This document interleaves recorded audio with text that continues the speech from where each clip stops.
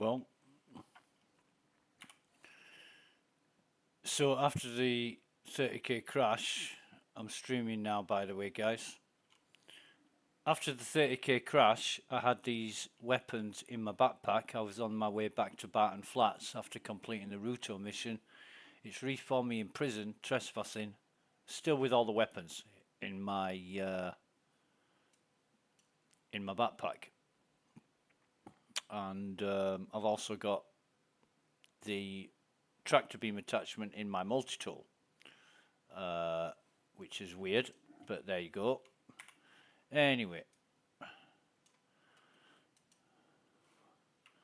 I think what we need to do now is get out of here, because today's been a complete waste of time for many reasons, not least of all the software's being unreliable and unstable. But we need to get out of here, so we're just going to leave. The guards are going to aggress us.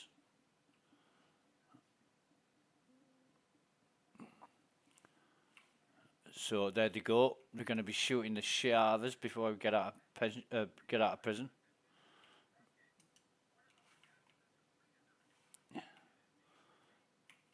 Unfortunately, I have to go back and do this all again. Everything that I did since 9 o'clock this morning needs redoing.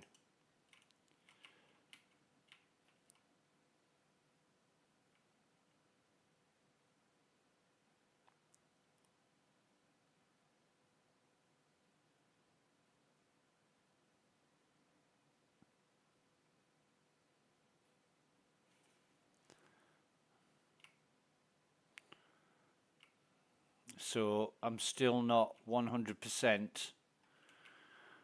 confident that you can get weapons into Klesha through normal gameplay, discounting exploits.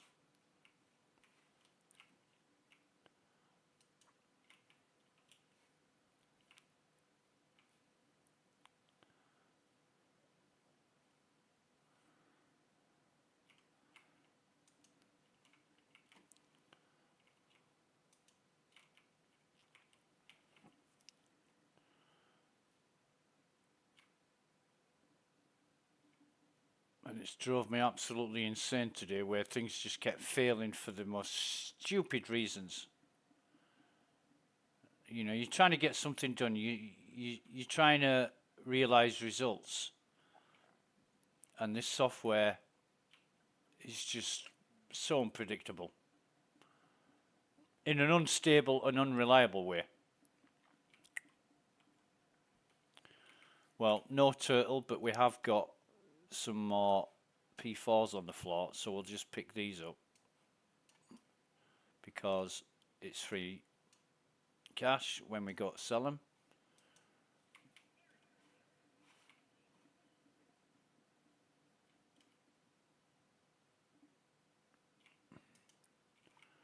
We'll go back up to the Galleria.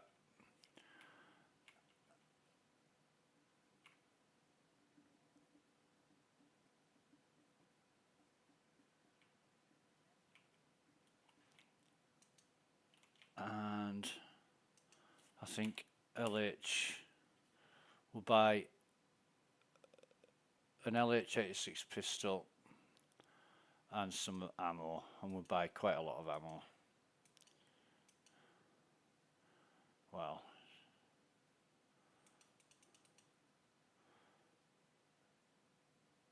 that should be fine.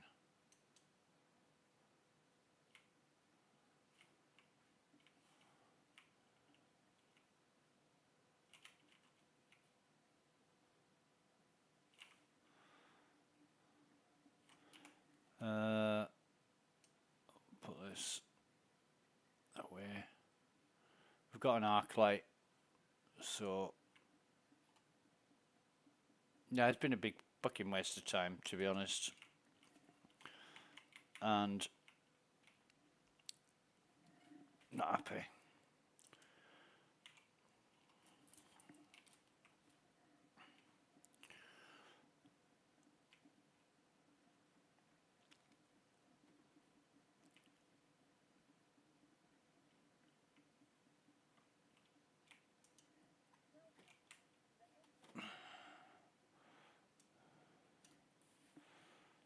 What do we need to do?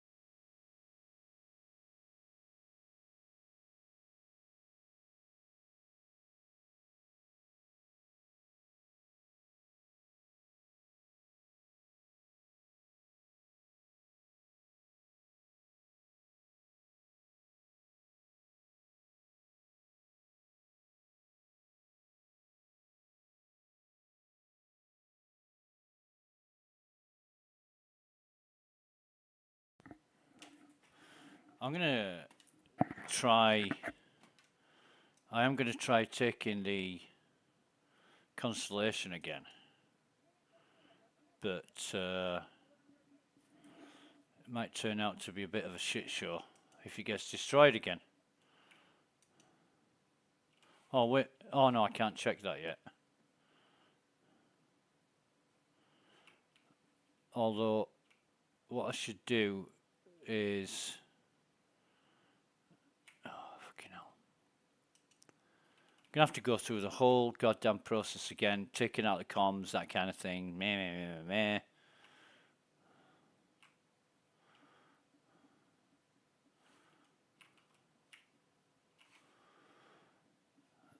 I might also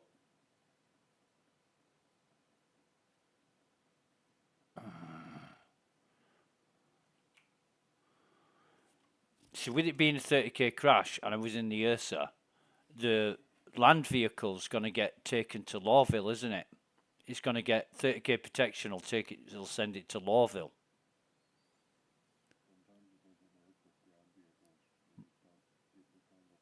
Right. I don't even know if I want to bother. I mean, it was just I was meters from the pad at Barton. I was lined up with the pad and I was just about to drive on it, just about to press F1 to select comms to request docking, and it fucking 30k'd. That's how close I was.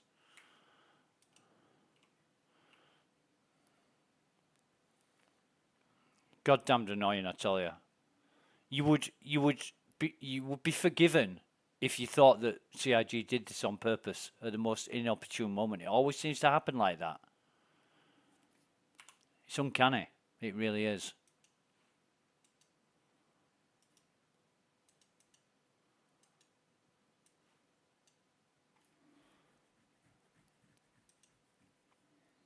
It really is.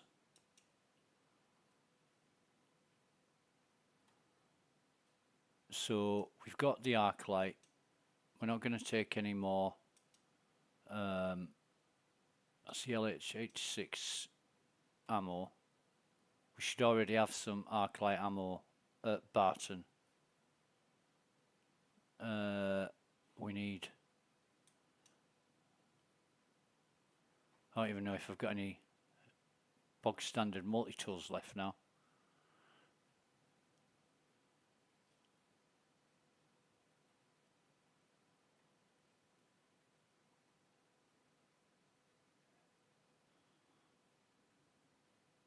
In fact, sure, and I lost 8 tiger claws in all that. Fucking 8 tiger claws.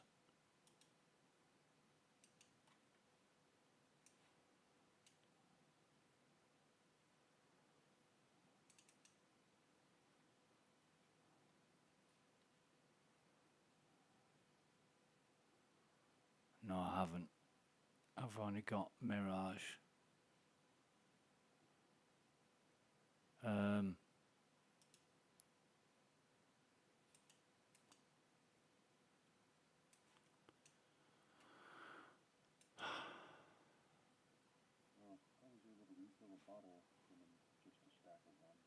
Really? Nice.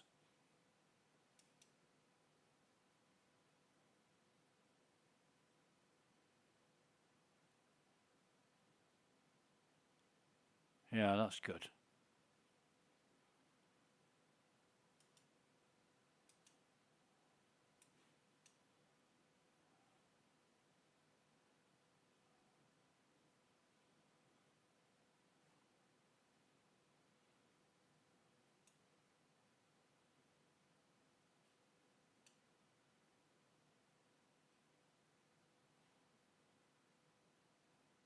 But we now know you can't use grenades in prison.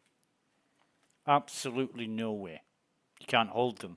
Try putting them in your hand, it just falls out of your hand to the floor.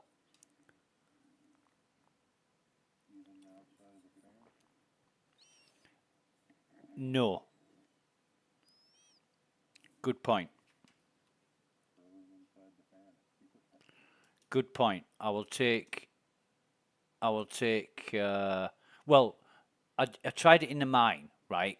Outside of the armistice zone, and it just dropped to the floor. But outside the prison, that may be a totally different thing altogether. So I'll take some grenades to test with. Yeah.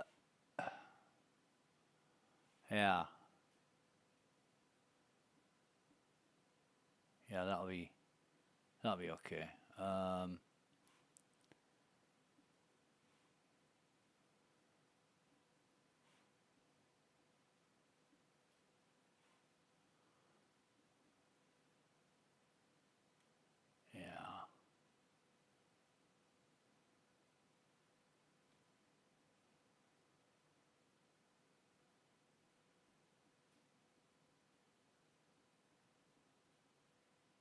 And we know for sure, if you're going to put anything on your armor, such as a med gun, put it on your right side, not your left, because on the left side it always replaces whatever's there with a bog standard multi-tool with a mining attachment in it.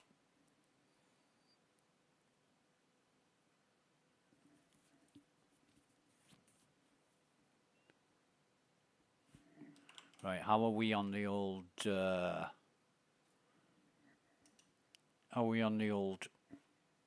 you know what? Right. Do you want to have a look at that thing on Spectrum, mate?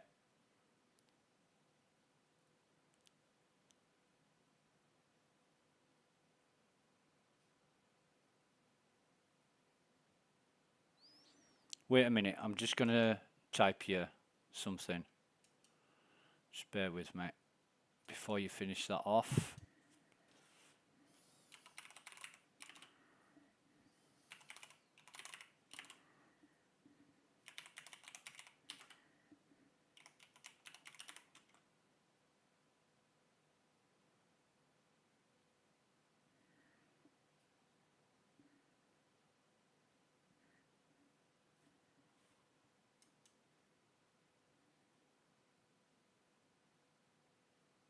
And then I'm ready when you are, when you've done that.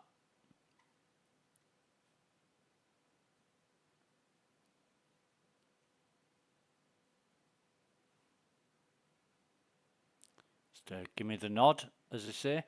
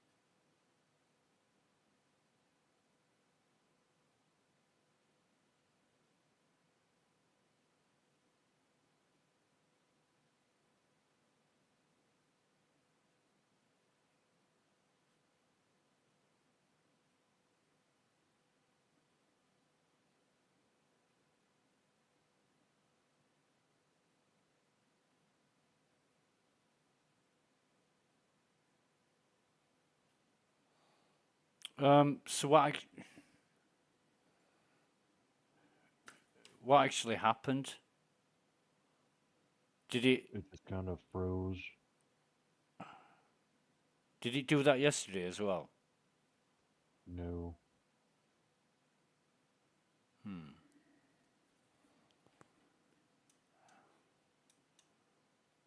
Okay.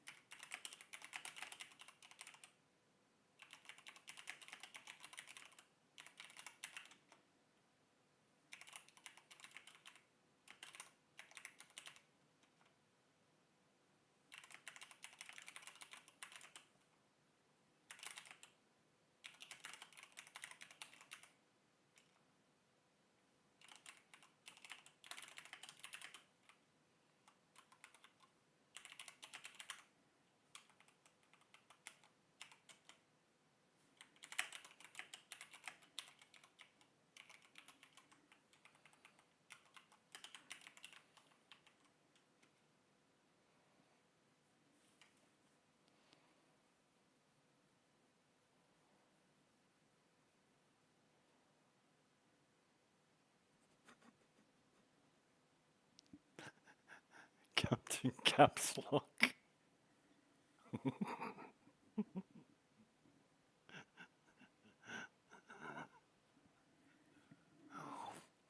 Just as, just out of interest, Nugget, have you been paying attention to new players in the way that they do, Maybe. in the way that they do things? Maybe. I mean, it's kind of hard not to see the same people ask the same question. Totally unrelated to whatever you're discussing, right? And they type in capitals, and it's like, for fuck's sake, you know, it's so funny. Yeah. Right. Oh God, I've forgotten a container. Uh, this isn't important. I'm not looking to loot the world and its next door neighbour. Oh God. So, got a knife, got a guns, got ammo, got a med gun. Uh, we'll take one of these as. Oh, we'll just. Why not? Why not take one of them? Sustenance we've got. We don't want anything else, do we? So that's fine. Fucking thing. Fucking software. It'd be good to finally get this done. Then I can move on to something else. You know, if I could have done this in a couple of hours this morning, I'd have been doing other shit today. I'd be doing a lot of other shit today.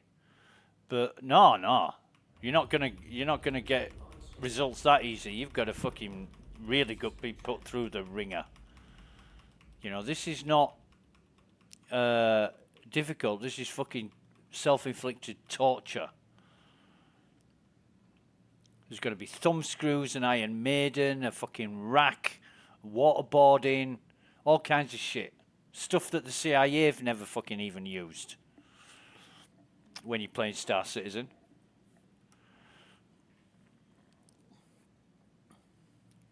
Pulling out your fingernails with hot pliers. Oh, that's going to seem like a fucking picnic.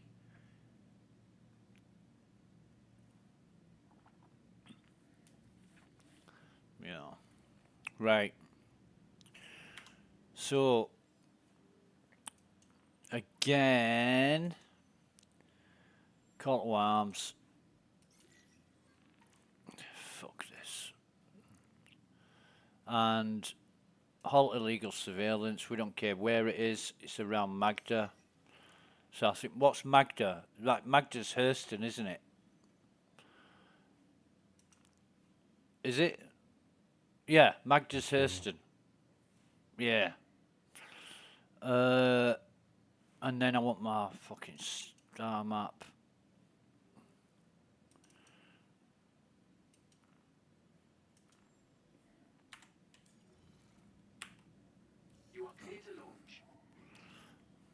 I'll put all that shit down to a loss that was on the Ursa. But if it, when I get to Barton, if it says it's stored at Lawville,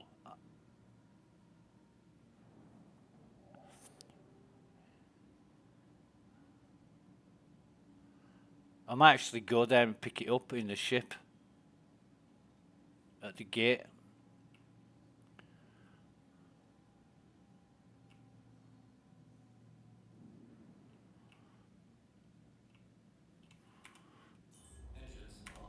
Why isn't this thing fucking taking off? Is it taking off now? Yeah, right, okay.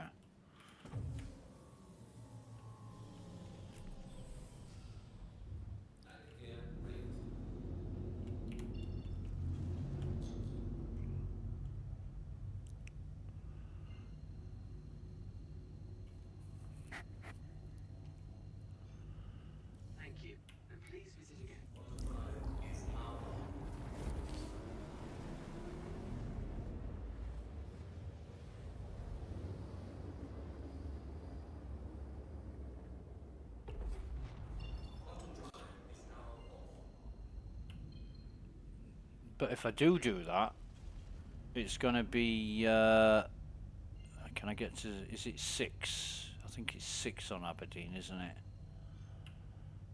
If I do that, it's going to be another half an hour of wasted fucking time.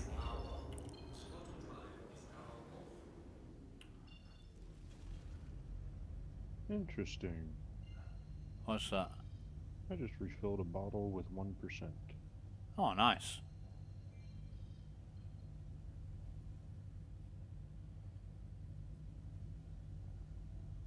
There it is.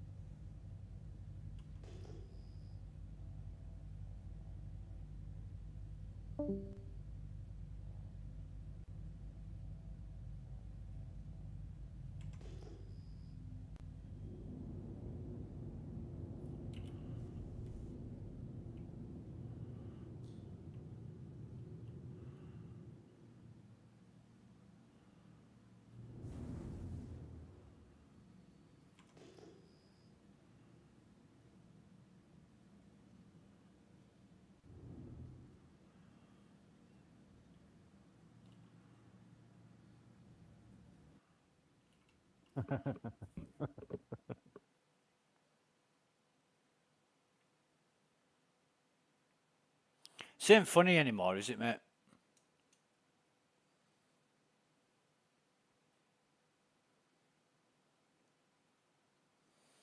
You know, anybody watching my stream, you wonder why Star Citizen gets such a bad review. Voila. Voici. Case in point.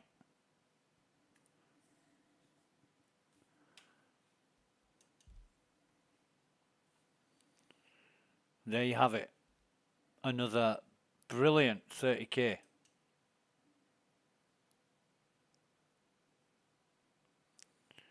Now, I'm going to leave it quite a few minutes before I log in again to give the 30k protection time to transfer my ship to Lawville. If it does, that's going to help me out because I will travel to Lawville and check out my other shit from the previous 30k 30 minutes ago. But this is getting beyond a joke now. Oh, I'm on an EU server. Mm-hmm.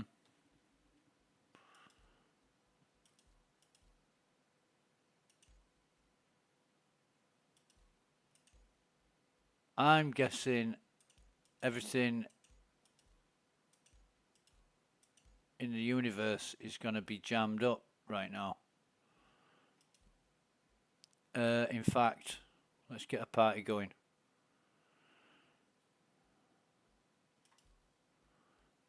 And then I will join you.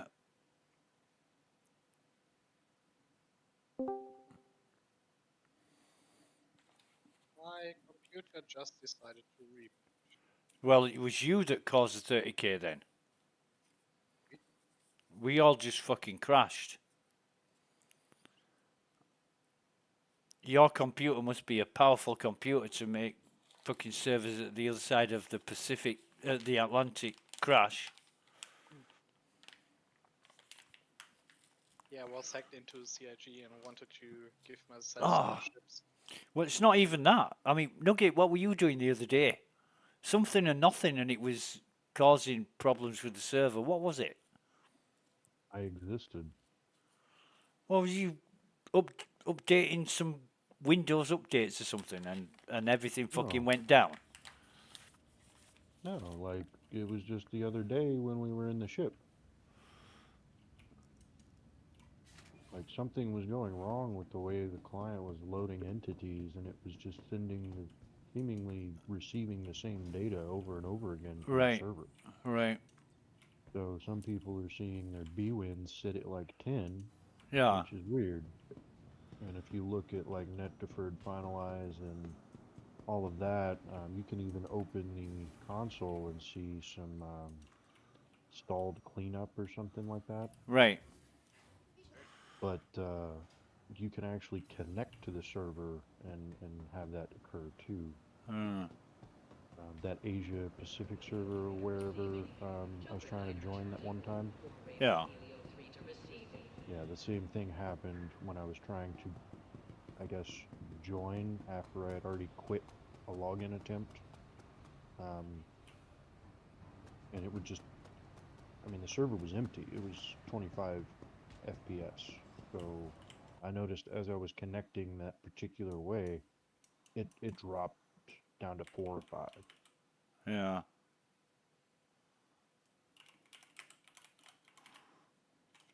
But it seems like when people leave that have that, the server recovers better. The frame rate actually goes up. Right. Certainly. Um, but you can supposedly crash like a carrack full of like missiles you bought in the inventory, Uh-huh. and when it tries to make that number of boxes, the server crashes. Huh. Like 1,000 missiles or something like that. Yeah. Oh shit, I forgot a container.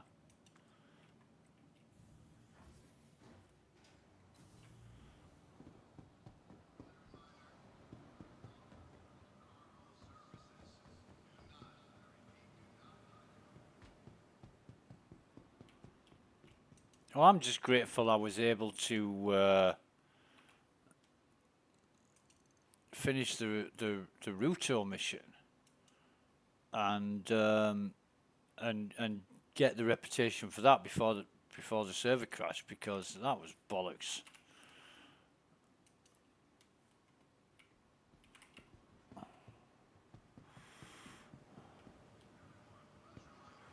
I mean, add insult to injury, rub salt into the fucking wound.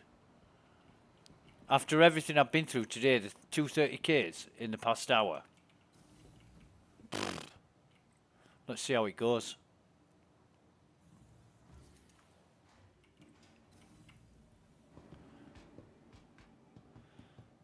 The only real sunshine is the look on this girl's face as I walk into the armour shop.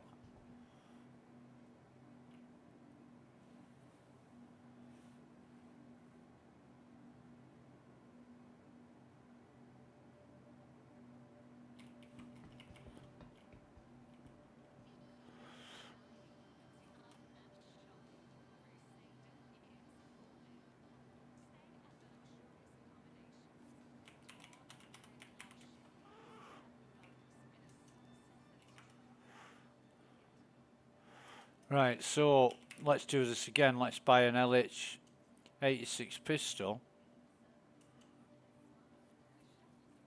and some fucking ammo for it.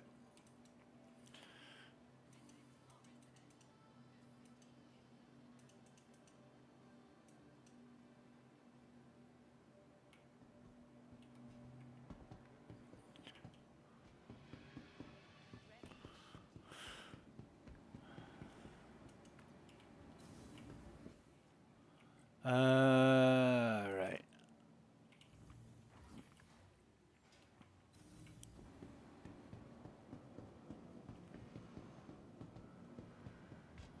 I'll find out where my ship is.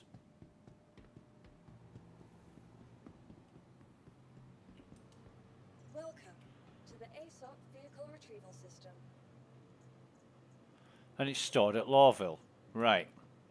So if we...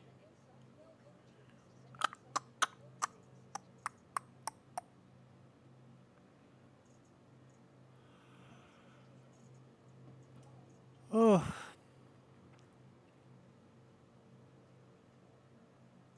Let's take the Titan. Selected. Your vehicle has been delivered to the following location. Alright, okay.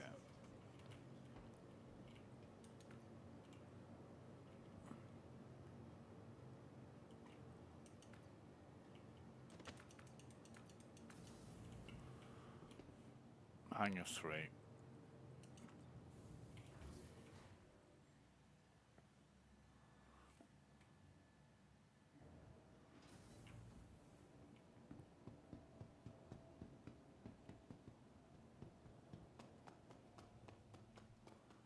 This is going to be a ball ache.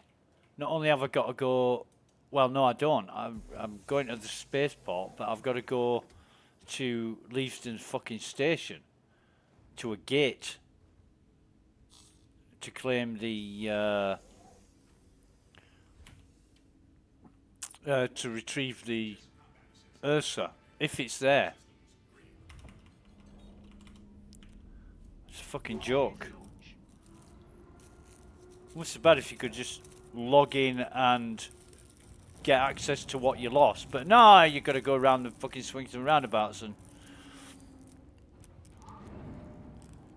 you know, takes you forever.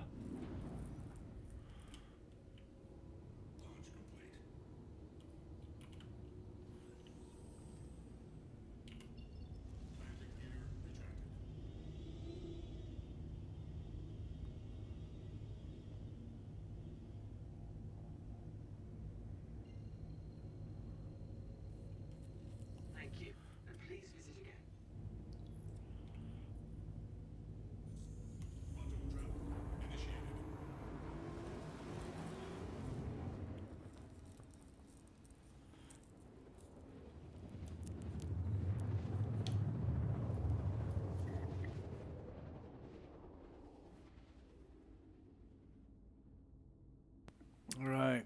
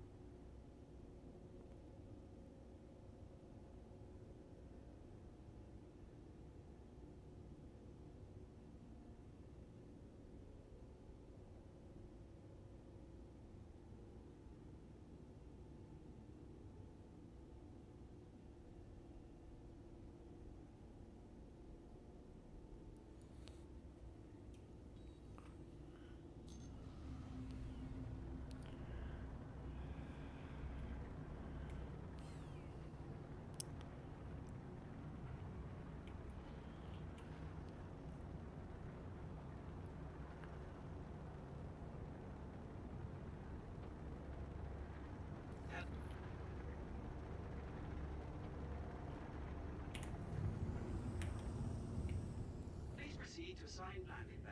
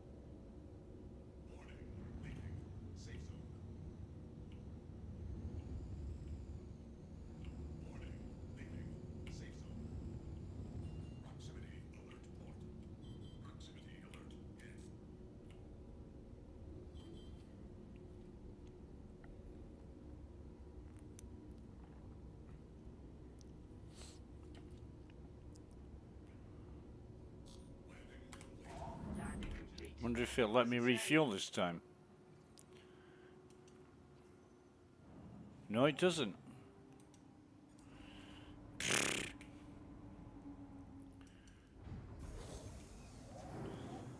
I can't remember the last time I refueled this Titan.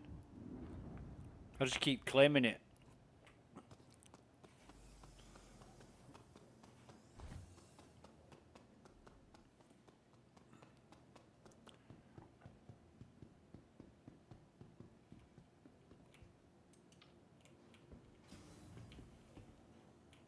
Oh, and I forgot the goddamn ammo, and I'll get it when I go back.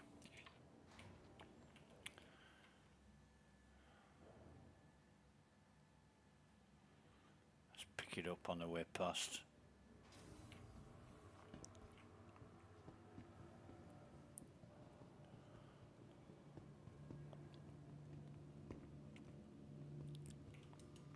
Welcome to the aUEC vehicle retrieval system.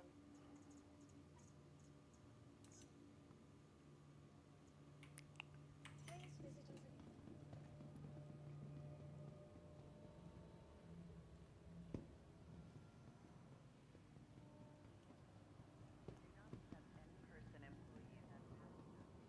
The hell?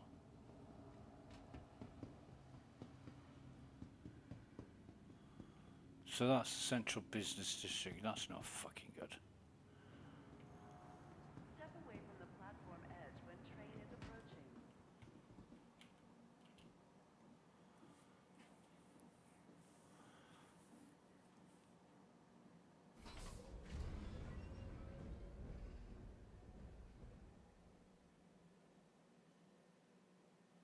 Next stop, Metro So, Center.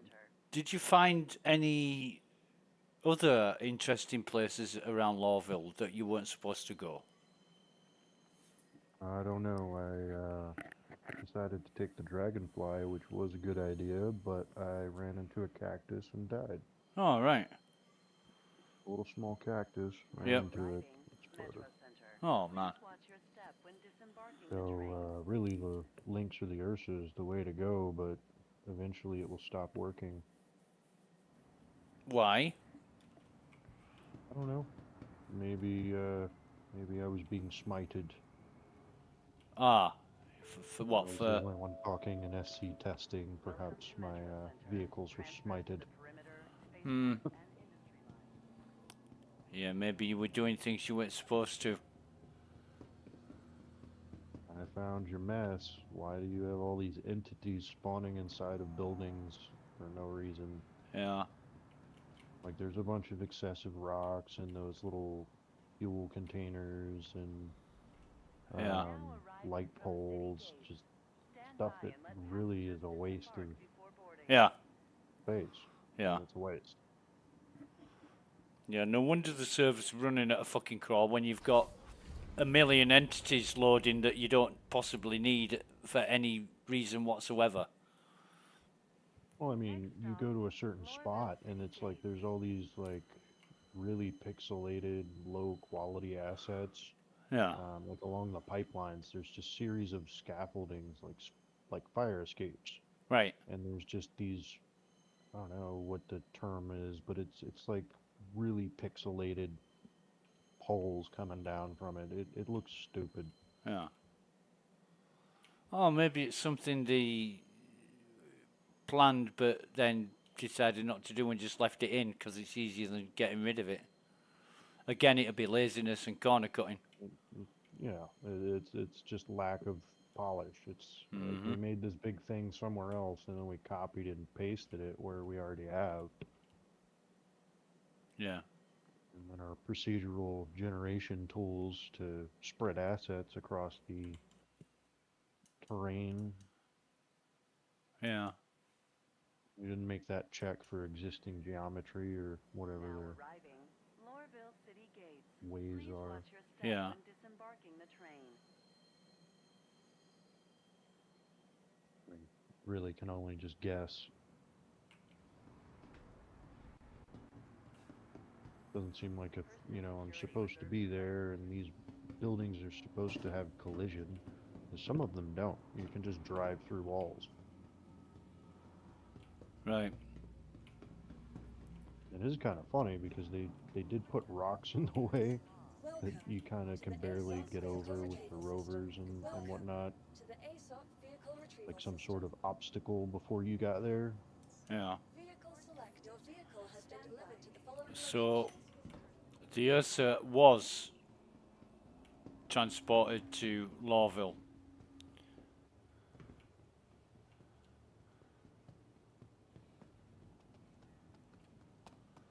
So we'll just check it out and see.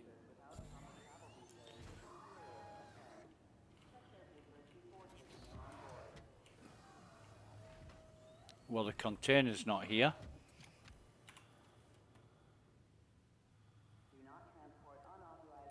But all the rest of the shit is. I'm going to copy that across there, actually. Customer service is just as important as your safety. Person security wants to hear about your travel experience. So that's interesting. So I don't think that container survived.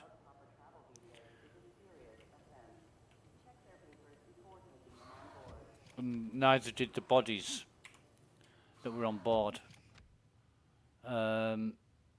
Actually, This area is under surveillance.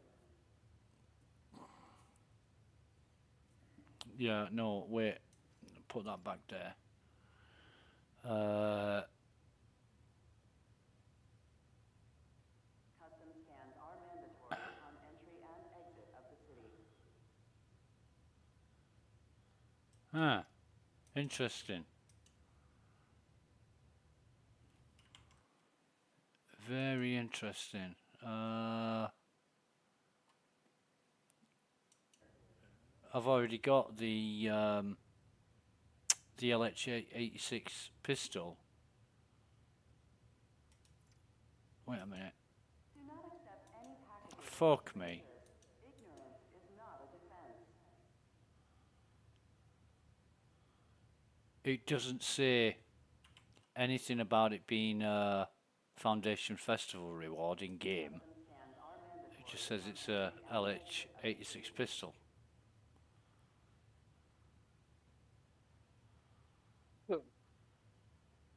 There's no way to differentiate it from any normal gun in the game. This area is under surveillance. But that's nothing special.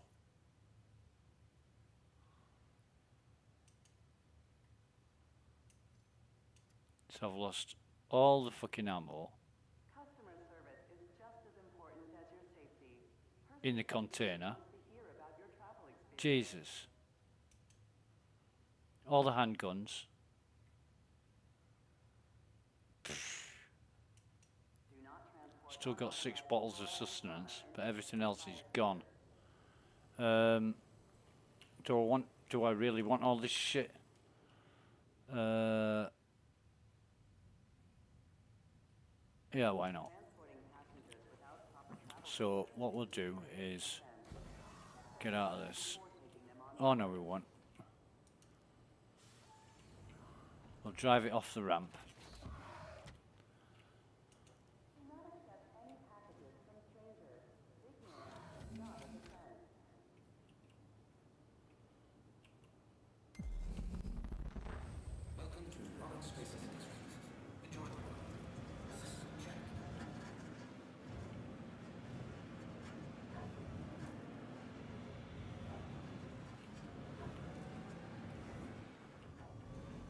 About here.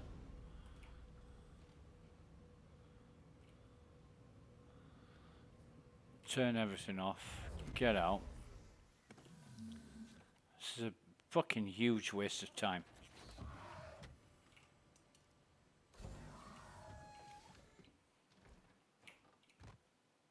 Oh, and then fall over for no reason. Yeah, that's always a good thing. And then we run back. Get our ship, come and pick this shit up.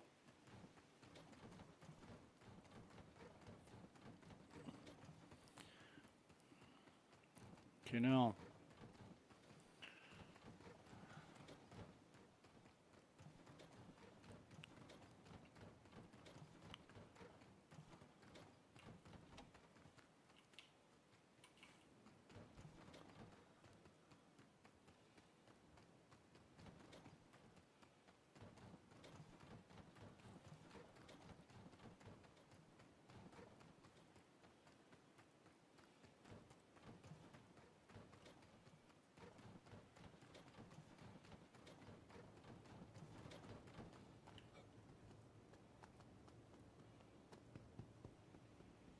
Thank you, and please visit again.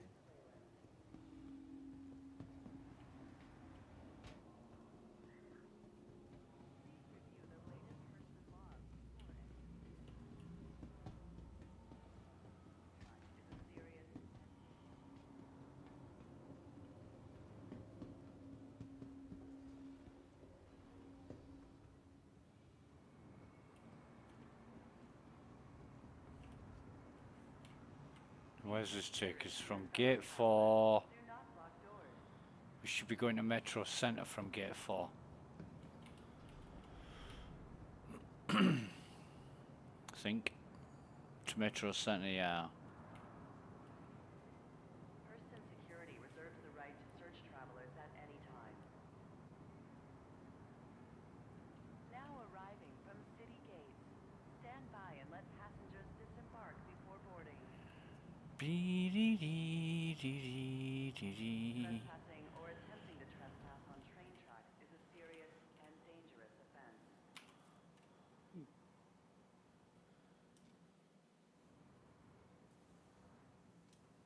Still got the goddamn tiger claw attached to me as well.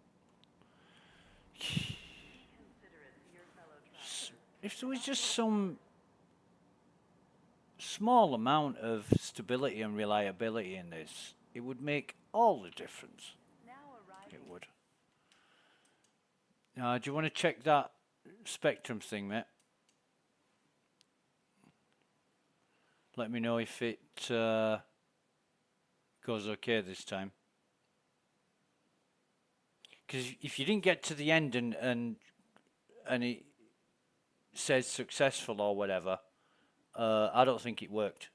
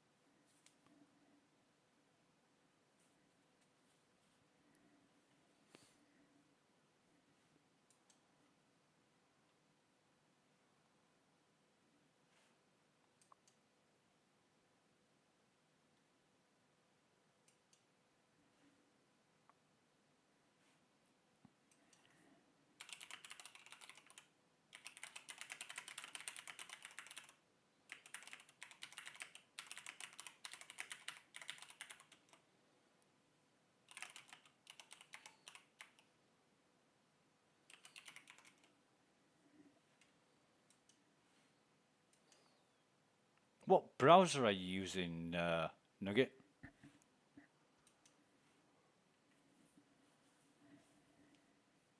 But yeah, it seemed to work. Okay, cool. I think I'm gonna go to the store real quick and get some food. Okay, mate. I'll have some egg fried rice if you don't mind. Nachos, man. Egg noodles as well. Get me some egg noodles, and if they have any of those little pepperoni sausages, some of those, and just some chocolate, you know. It's just a Lidl, so I don't know what I will find there. So. Well, okay. Bring some salt too. I mean, Yeah, if you give me an address, I can send it to you. Salt's pretty cheap. Well, It just will at least take a few days before it's there. So. no, just send it me through email, mate. Ah, yeah, okay. Send it on the internet. It's quicker. What format do you want? Like JPEG or? JPEG's fine. Yeah. Okay. Need a PDF, man. Yeah. Get some PDFs as well. Sorry. And some CSVs.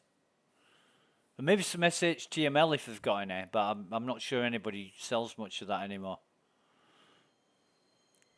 SHTML, that was fucking funny. Suck harder to make larger. Okay, I'll be back in half. Okay, mate. Okay, hour, mate. something around that. No problem. No problem. So, yeah, if you want to go again, Nugget, I'm there now. Now arriving, Lorville City Gates. Please watch your step when disembarking the train.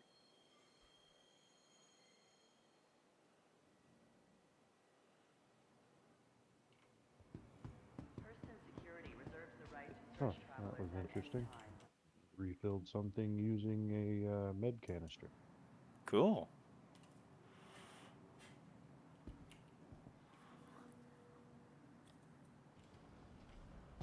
Step away from the platform edge when train is approaching.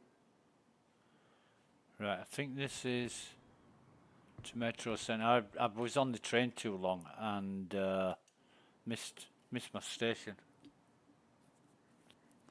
More time. Considerate to your fellow travelers.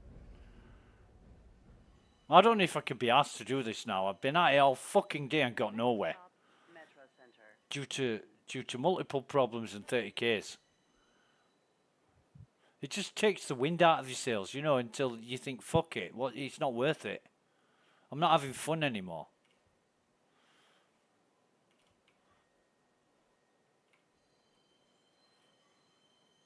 And people actually say when it starts being fun, turn it off.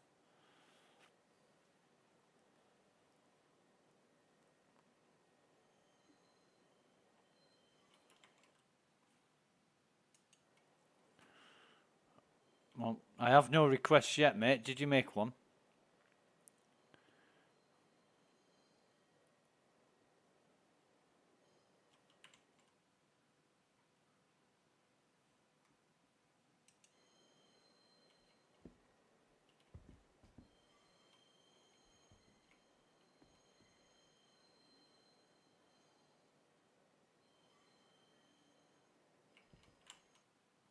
Okay, got that one.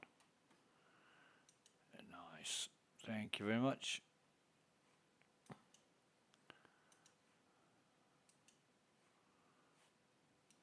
Like me. Disembarking the train. Get off the train and then I'll answer your question.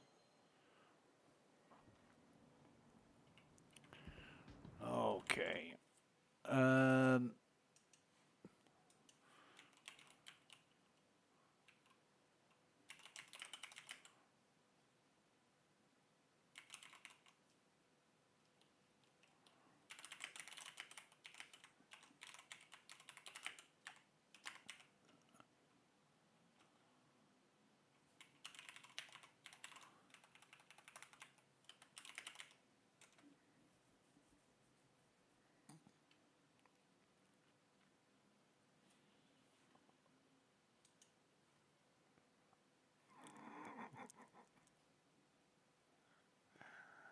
Oh man.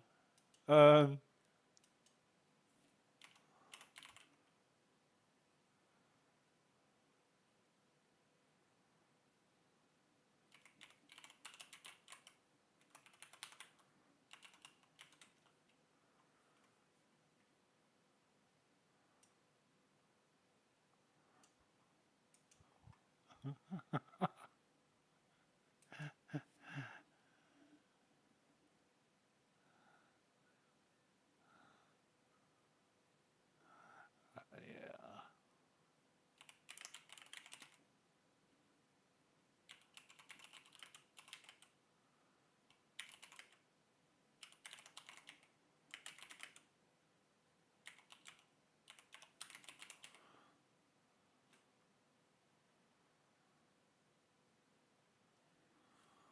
Wait a minute, what the fuck is this?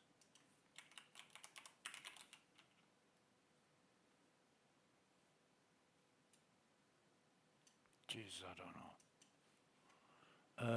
Where am I?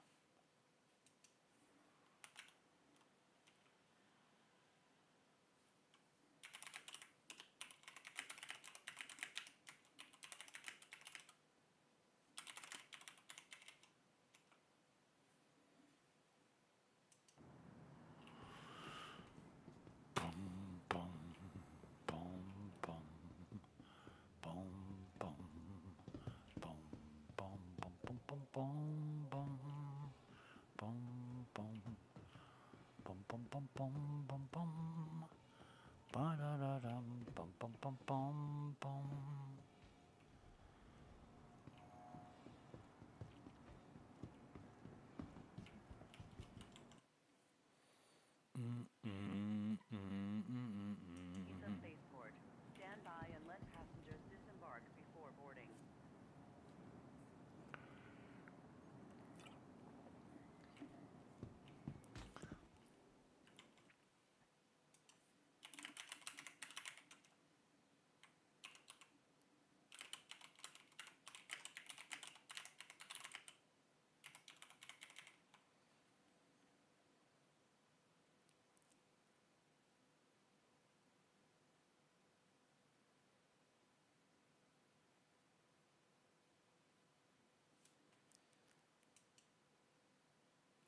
Encoding overhead. What the fuck? Just get encoding. Don't worry about that shit. I'll worry about that shit. Jesus.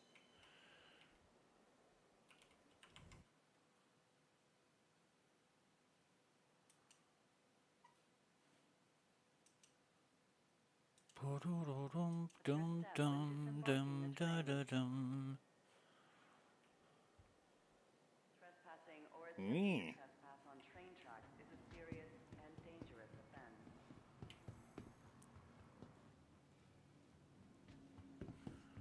No, we don't want business district. Not this time.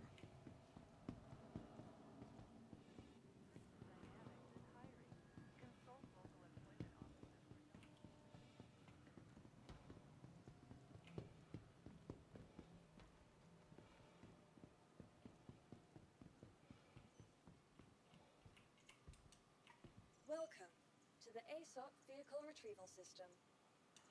Right, so God, I'll be glad when they get rid of this fucking huge list of ships from my ASOP.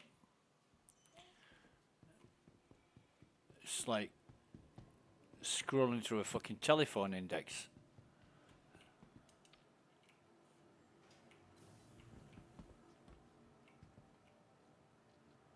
Uh, 7. I think it was 7. Yeah.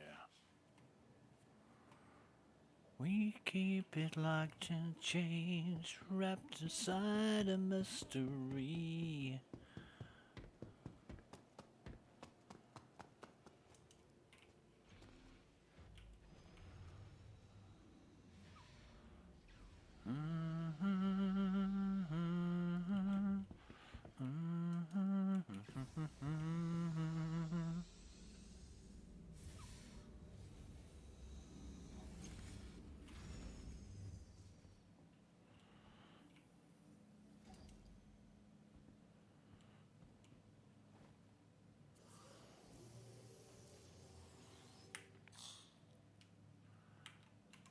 You are clear to look. Welcome to public space industries. Enjoy the ride. System check. Take off approved.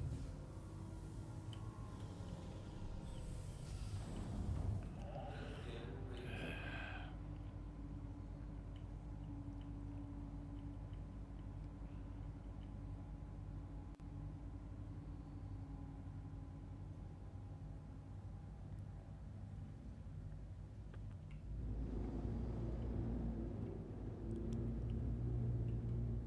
Thank you, and please visit again.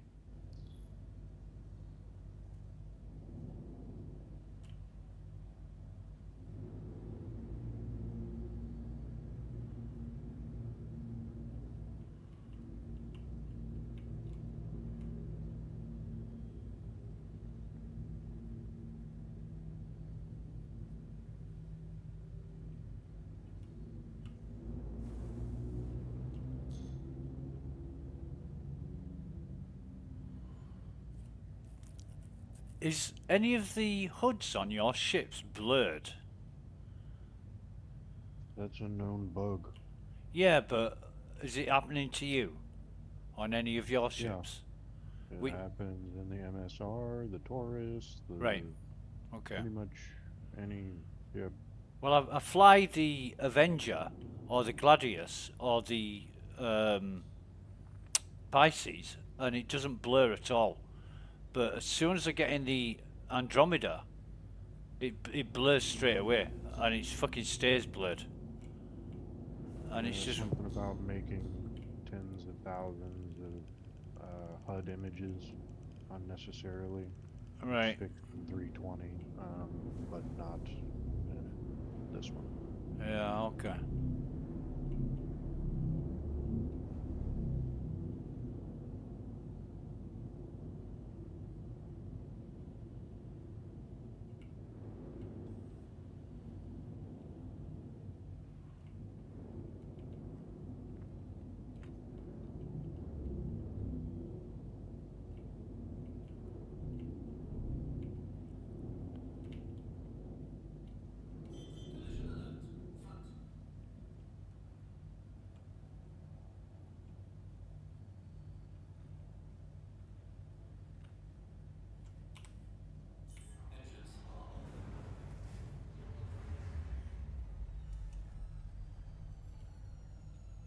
the fuck? Oh. Right, I get it.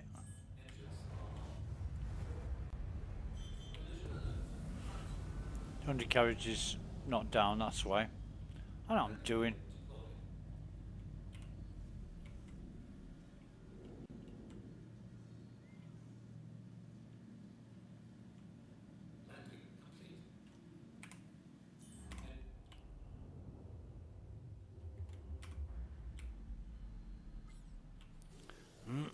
Excuse me.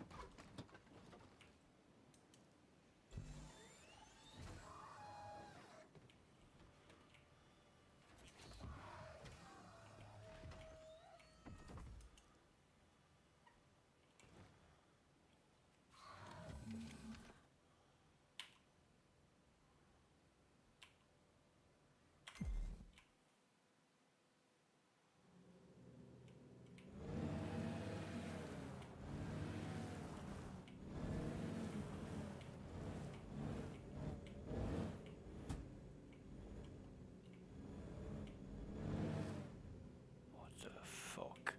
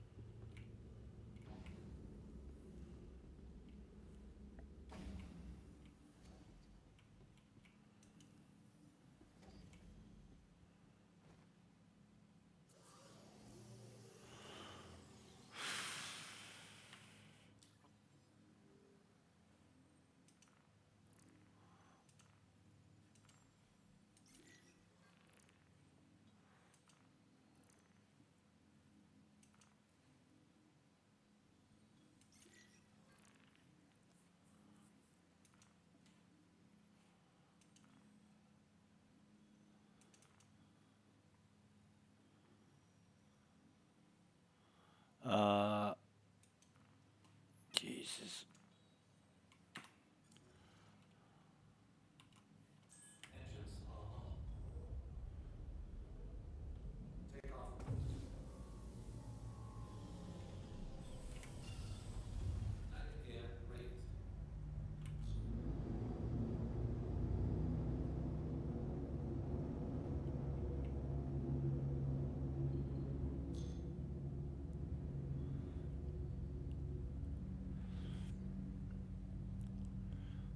Yeah, I was talking to a mate of mine earlier on one of the US servers. Low pop US server. He starts going on about testing and mentioning an arena commander. I thought, fucking don't say it. He didn't, but I thought he was gonna.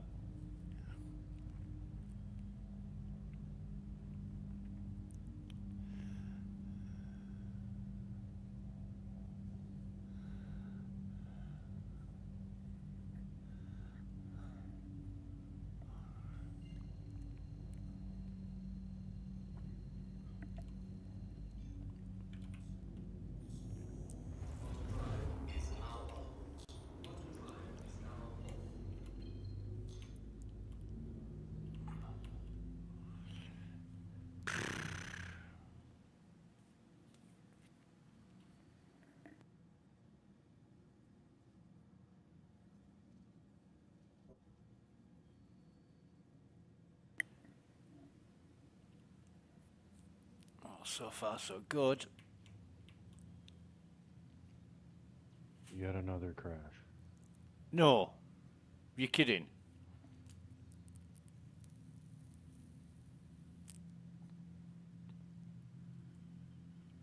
$30K. No, game crashed again. Oh man.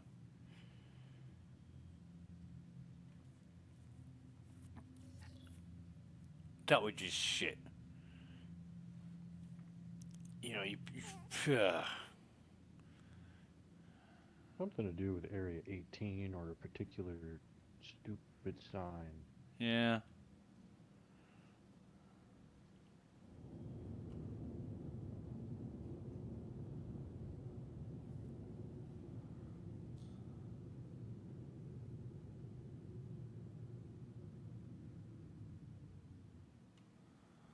Yeah, be something weird.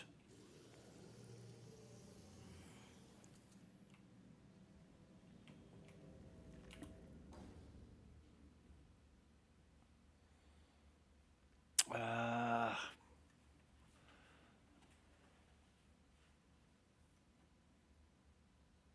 oh god. I still. Oh no, I've got it. I think I've got it. I think I've got it. See, when 30K crashes happen and your stuff's all over the goddamn place, you're not sure where everything is, and it takes you a while to.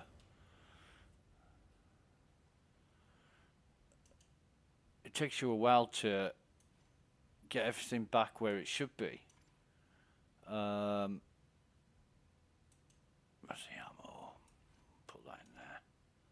Don't need this.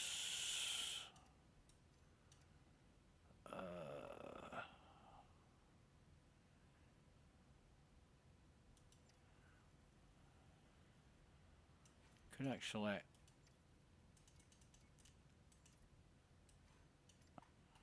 take some of those. Interesting.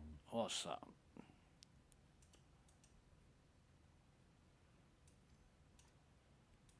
Oh, still got the tiger claws. Nice. Take a look at that when you get a minute. Will do.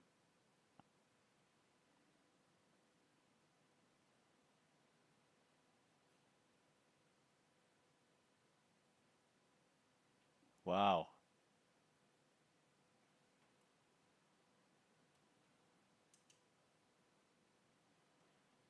I don't know. I have not experienced that.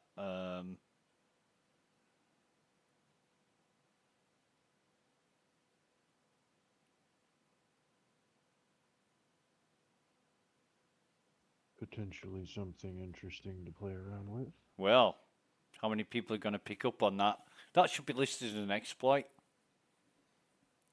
It should, but it's not. Yeah. Let's test it. Yeah.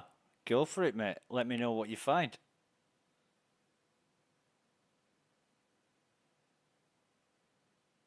But yeah, but am I actually invisible? I don't know. I don't think it mentioned anything about, well, it does say both you and the other players, but yeah. did they actually confirm it was other players? I don't know. Oh, Jesus. Now what I've got, fucking hell. Because I've lost the container with the helmets in it, I've got sets of armor now without any fucking helmets.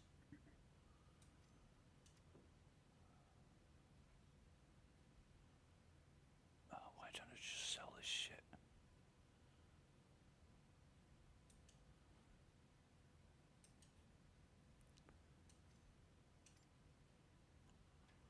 So bang all that in there. Get my ammo back.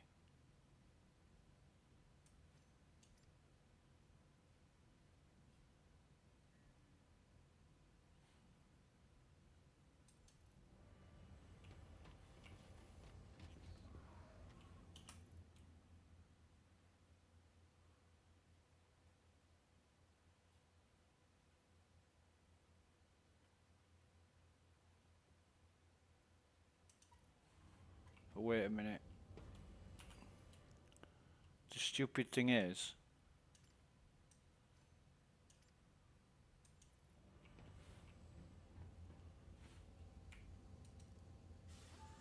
I can't use the vehicle, ship, and local inventory at the same time,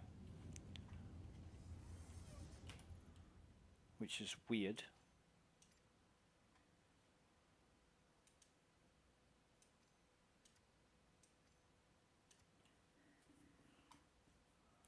Yeah. Okay. I'll be back. Okay, mate. So will I.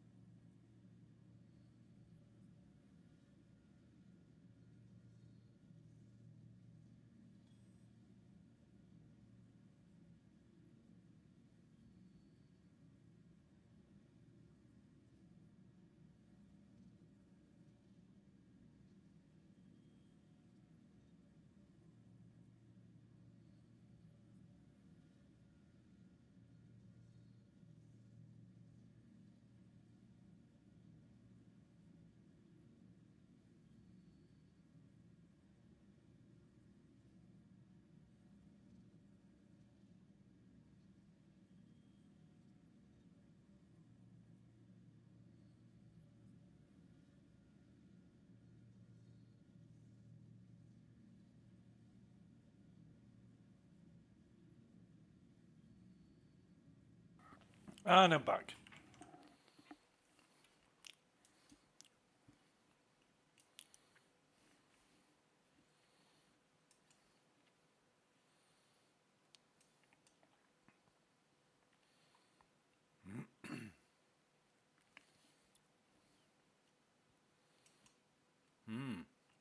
Well, the interesting thing is, Sorry said he's going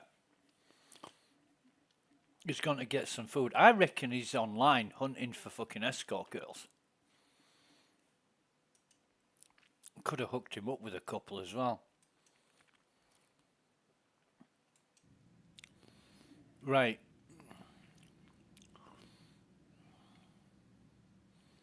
That's what we need to do now.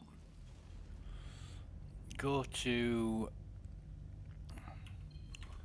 Aberdeen.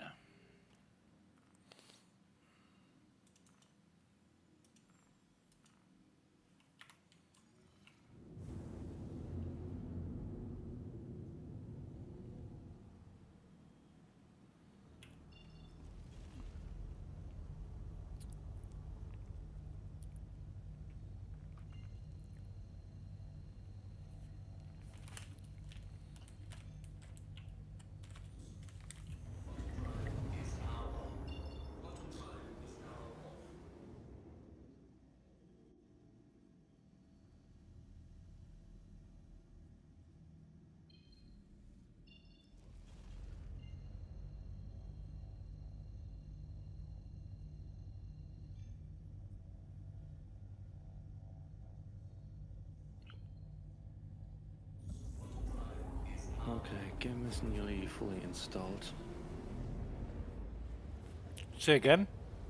The game is nearly fully installed again. Nice. Thank you, Nugget, for the info that I should save my settings. He's just AFK at the moment, mate. Ah. He'll be back soon.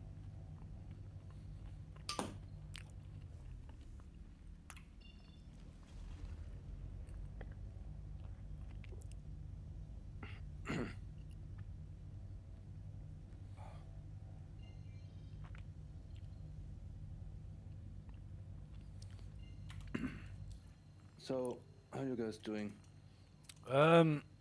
Couple of 30k crashes, mate, which fucked us up, and I'm just, I think, I don't know what Nugget's doing, but I'm getting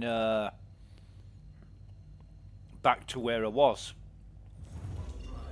I've been trying to, since 9 o'clock this morning, I've been trying to test something, and I haven't been able to get to test it through one problem or another, and it's all the fucking software.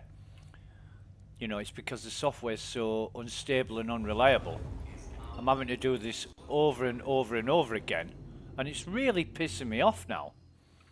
I'm thinking about jacking it in and going and doing something more enjoyable, because it's just getting to the point where I'm wasting my fucking time. Every time I try and get somewhere, I'm back at square one. That sounds shit. Well, it's Star Citizen all over. And people say, oh, but it's an alpha. Yeah. The PTU's an alpha. Live is not an alpha. But live is an alpha when they want it to be an alpha. So they can use it as a reason for why it doesn't fucking work properly. No, live is a vehicle for CIG to make money with. And PTU is the alpha.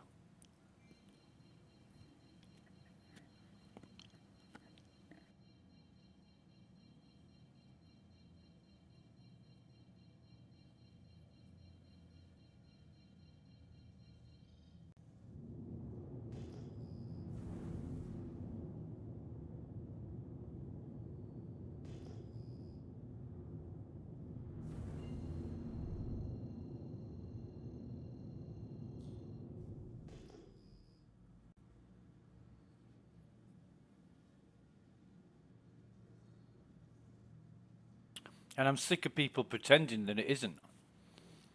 They just use any excuse for whatever reason to suit what they need to say at the fucking time.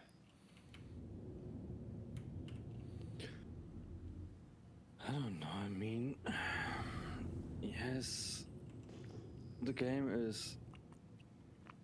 I would say the good thing is that they say it's an alpha and we can play it.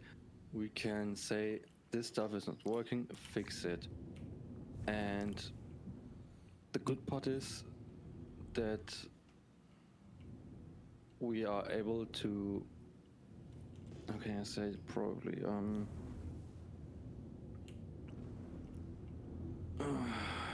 Fuck, how can I say it probably?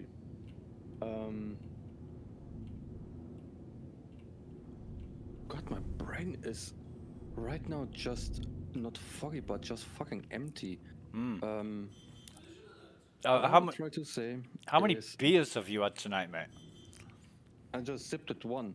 Okay. Hey, I believe you.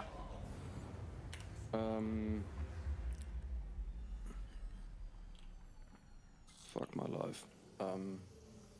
Okay, what I try to say, I think it's good that they call it still alpha and we can play it because so we can say this stuff is broken and also they don't have like numbers and unit tests running. They have actual player testing stuff, finding bugs that they never thought would be appear, and they are not using ostrich development technique.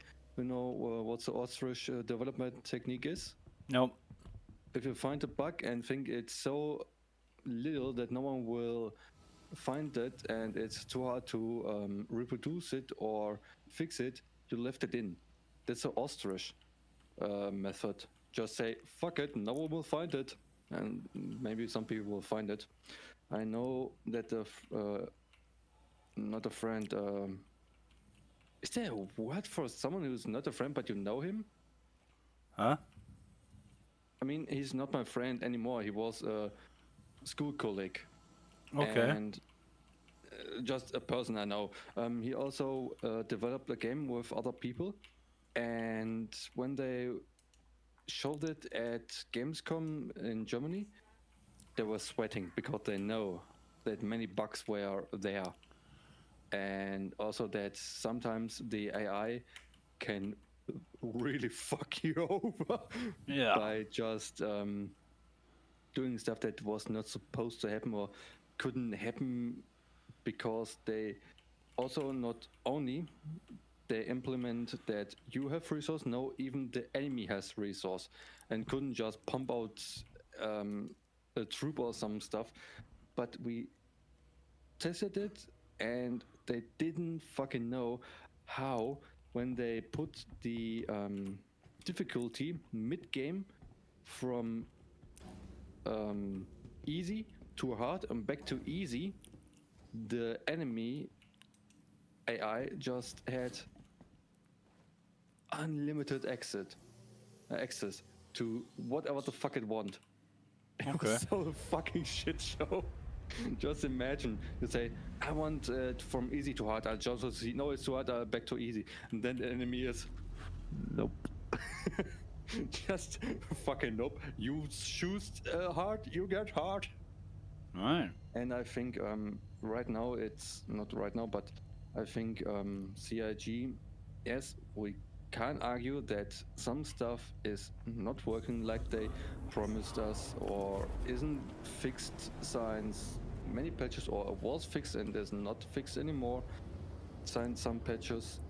But I would say they should stop developing new stuff, bring everything clean right now they have, so they can say it's not an alpha anymore.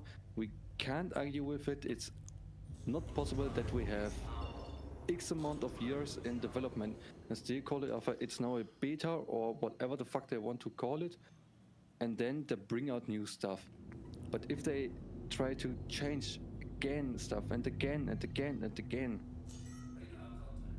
and it breaks everything, then I personally think it brings more harm than anything else. Yes, it brings them money if they bring out new ships, because people like myself is like, I want to have this ship because it looks like Mav, can I just stop you there, mate? Are you gonna stop talking within the next 30 minutes? Because Probably not. I'm trying to concentrate. All right, then I will do the best thing I can And do and you've shut the fuck up. you've repeated yourself about 5 times. I've hacked the comma ray, and you haven't taken a breath. And I'm like, is this guy going to stop talking? I'm No, seriously. because normally I'm not talking that much and I need to compensate something. Ah, I see. Okay. But no, I will do the best thing I can do, like I did. I get what you meant on the first time you said it, but now you're just sort of repeating yourself, and you're just going round in circles. But ostrich code, right? I get that. I know exactly what you mean.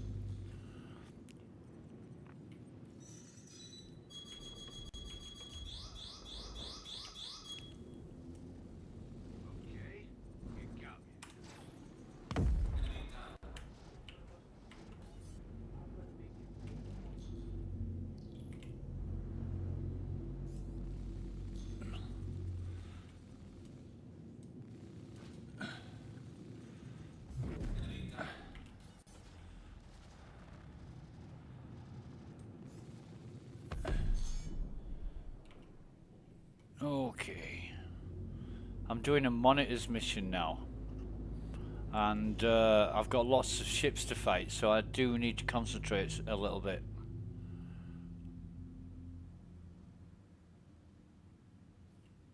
All right.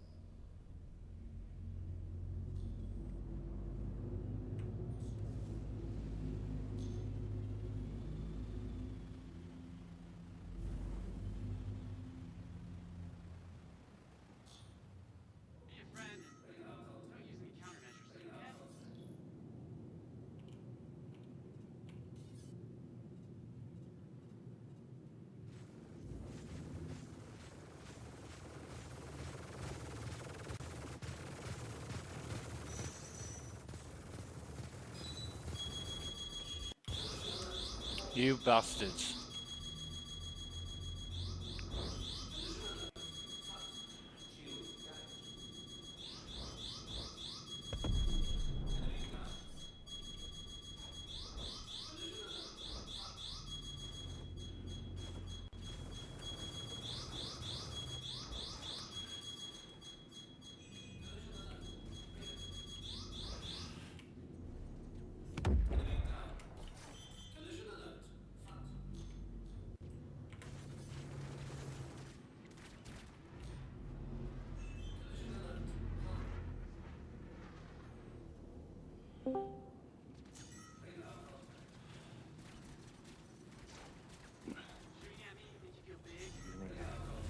Hey man, just give me a minute.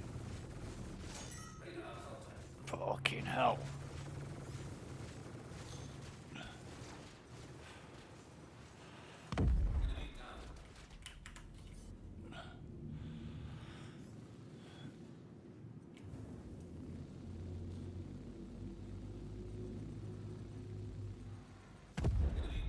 Right, done I think. No, I'm not. I got a prospector. How's it going? Yeah, not bad. Good. How's things? Ah, man. Shit today. Ship was destroyed with everything in it on a pad. Brilliant. Do you want to check Spectrum, mate? I haven't looked for quite a while. I already finished that. Ah, okay, that's cool. Right.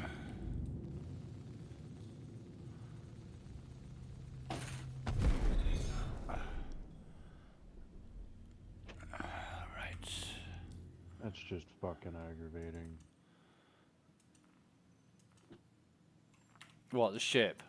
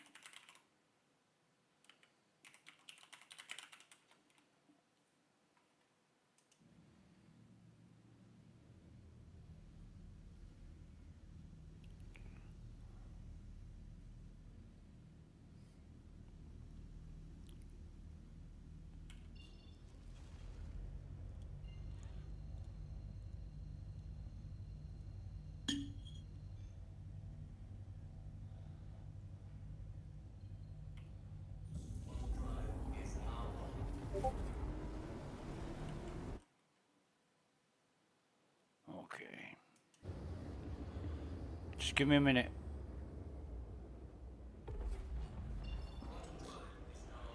Or a few minutes. 272.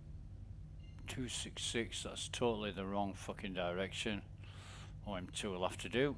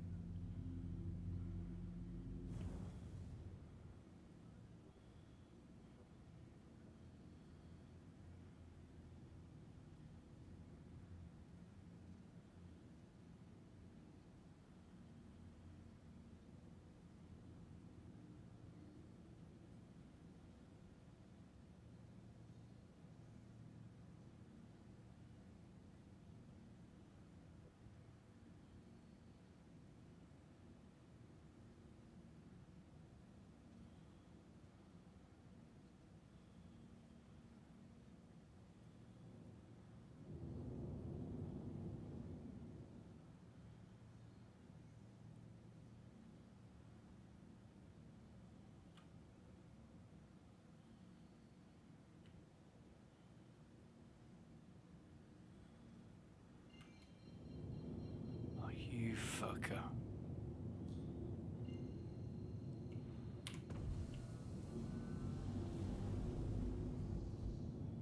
Landing gear deployed.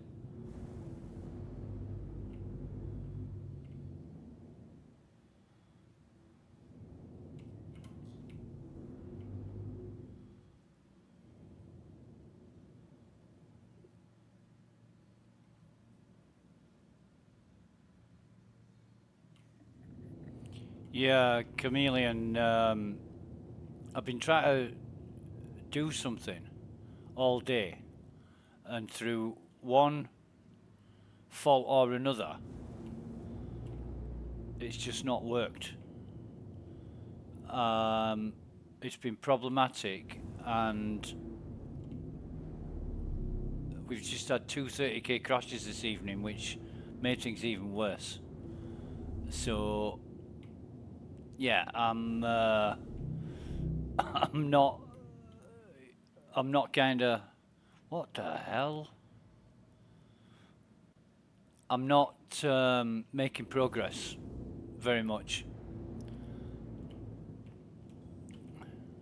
So it's kind of shit, to be honest. Been a shit day. Okay, I think I will just watch some videos and I don't know. We'll try to join you guys tomorrow. Okay, Muff. All right, have a good one. Yeah, you too, mate. Catch you later. Bye. Oh, you. Ah, You're back, are you? So sorry. so Marvin left. Yeah. He was telling me about some ostrich code. Or an ostrich error. And where people say, right, we know this bug exists, but we hope nobody will find it. So we're just going to leave it as it is and hope nobody notices. And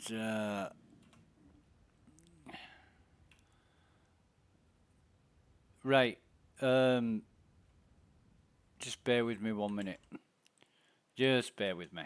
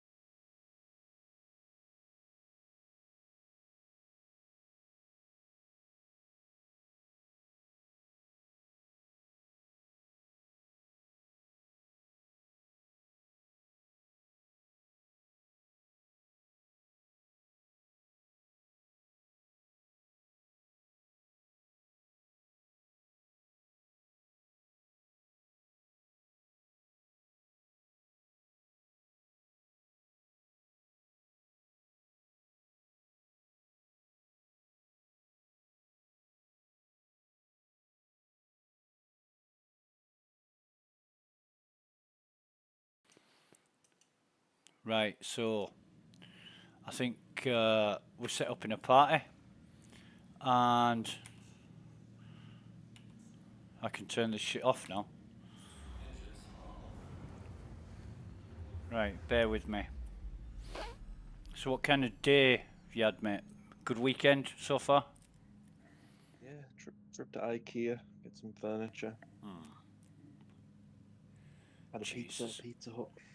Oh man, you must be on a right fucking packet to buy pizzas from Pizza Hut. There's an arm and a leg. Oh mate, I'm loaded. Mm. I'm just throwing money away. Oh God, I bet it was the wife. I bet she said she wanted Pizza Hut, and you were like, "Oh yes, dear, anything you want, dear." We're just doing our bit to help the economy. Or is it a Yeah, case? sure. Is it a case of you putting your foot down and saying, "We are going to fucking Pizza Hut because I'm loaded"? I was just being a fat cunt. Yeah, yeah. I had a pizza last night as well. All right. Oh man, I did a chicken fried rice. You know, the kind of chicken fried rice that tastes absolutely fucking gorgeous, but you made a mess of the rice and it all sticks together and it's clumpy. Ah, I do that every time. Oh mate, I I avoid doing rice. I bought this fucking. I'm never doing this again. But I went to the store, Asda, and they had these fucking 1.5 kilogram bags of rice, and it was so cheap. And I'm like, fucking hell, I'm buying that. I will never buy that rice again. It is so hard to work with, really, really bad.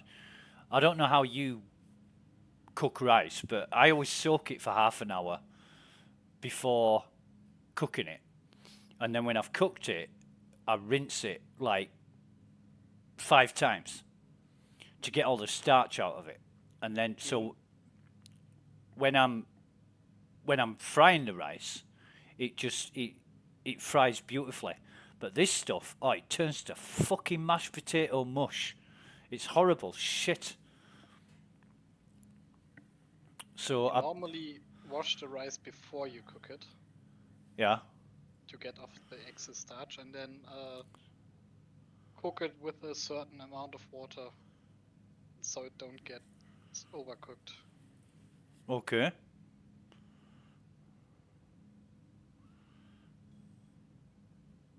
I usually buy them packets of rice that go in the microwave. You cheap bastard. You fucking Uncle Ben's. Yeah, You perfect rice every time. You lazy bastard. Honestly. They're fucking gorgeous, aren't they? Yeah. Especially the golden vegetable. That is fucking Uncle Ben's golden vegetable rice. That is fucking beautiful. And you can't fuck it up. Yeah. I But only get the spicy Mexican or Mexican oh style. god, yeah, that's gorgeous as well.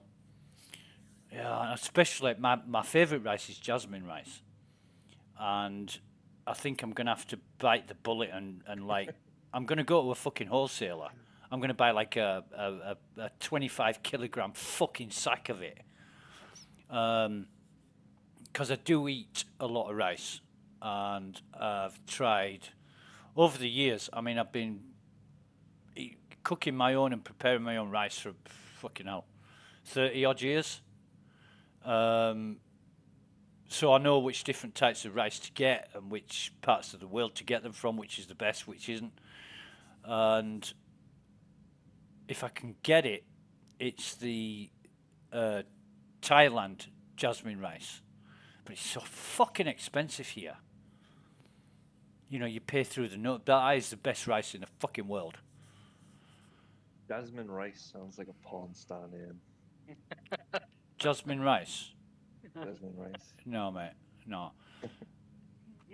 Maybe you're just watching too many Asian porns. Yeah, probably. Or not enough. I mean, apart from basmati, jasmine's the only other family of rice that I know that has a flavour. You know, because rice doesn't usually taste of anything. You're always putting something with the rice to give it some taste. Apart from basmati and jasmine, I don't know any other rice that has a real flavour. Black rice does, but it's kind of earthy, mushroomy type taste-ish, kind of, to me. But jasmine rice, it's also got like a natural kind of citrusy tang to it, but not that you would notice unless you were looking for it. You know, it's a sweeter rice as well as jasmine. Fucking love it.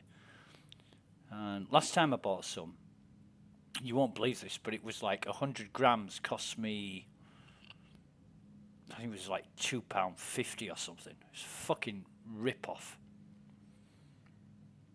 But yeah, I need to buy some from like one of these Indian warehouses. I'll just go with the boot of my car up and say, fill that fucker up. Or try your luck at an Asian supermarket. Well, yeah, that's what I mean.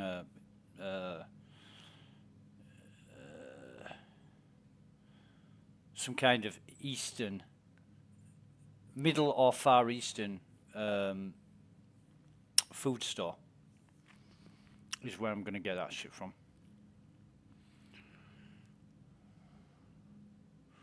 But I've still got like 2 kilograms of brown rice. Brown rice is beautiful to cook. You know, it's you only got to wash it once. You don't have to rinse it afterwards, and there's very little starch comes out of it.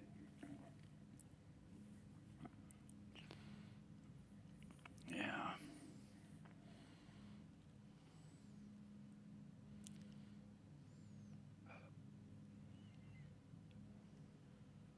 Yeah, it didn't half taste fucking good, did my chicken fried rice. Because I cheated.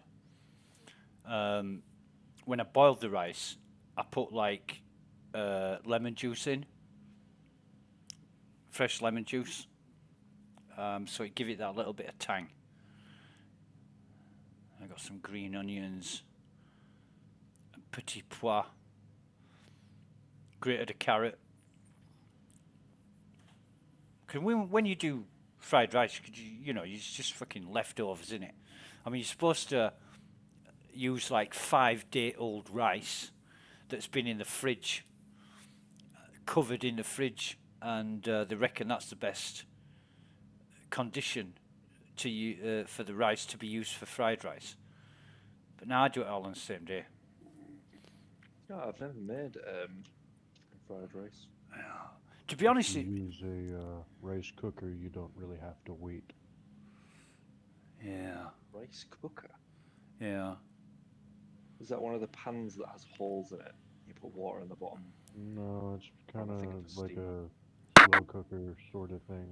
With Okay. Really depends on what kind you kidding me? That sounds like Get a good another idea. crash.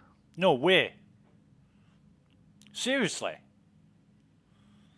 Like I'm stuck in fucking area 18. Jesus. Mate, I'm...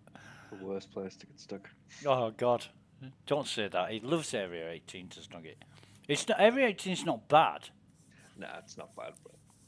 It's just every time I'm walking through and apparently using Discord or something, I crash. Where is your residence location? Area 18. Oh, shit.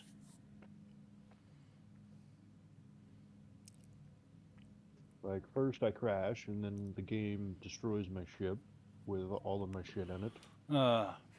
You don't want that.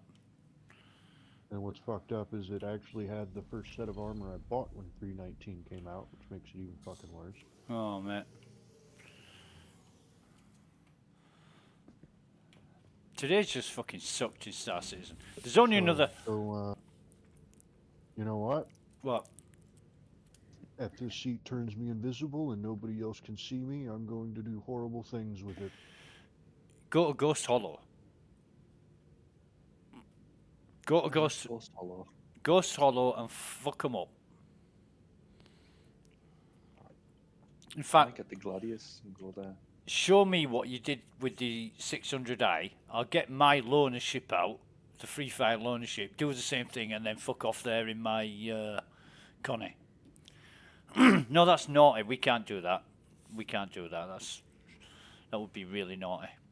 It's not our fault somebody made it public. Yeah, They but can only blame us for prison griefing. yeah, yeah. Oh shit! Hang on a minute. Not like they do anything with the reports anyway. Maybe not. When you send them video, they don't even watch it. Well. Oh wait, I know what I'm doing. Hey, have I changed appearance again? Fucking come out of prison a different man.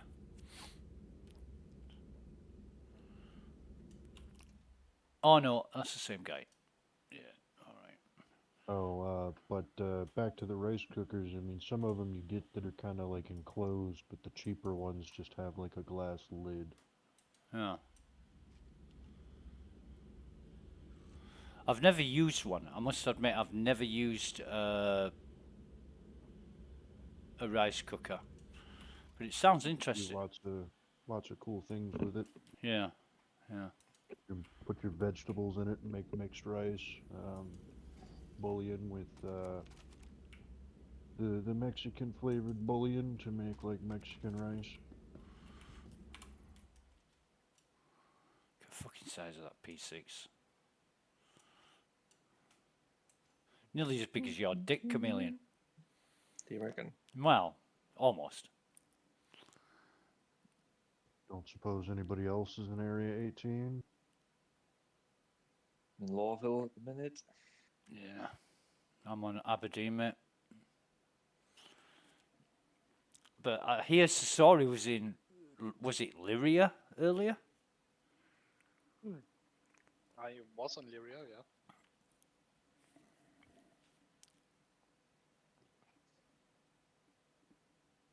Holy shit, there's a queue at New Deal. What? Are they all noobs? Running, saying, free flyer, free flyer. You get to the front of the queue. There'll be a CIG admin there saying, wait on, free flyer. Where are my free fries, damn it? They're all wearing the same armor. There's 5 of them. Goon Squad. Hey guys. Are you recruiting?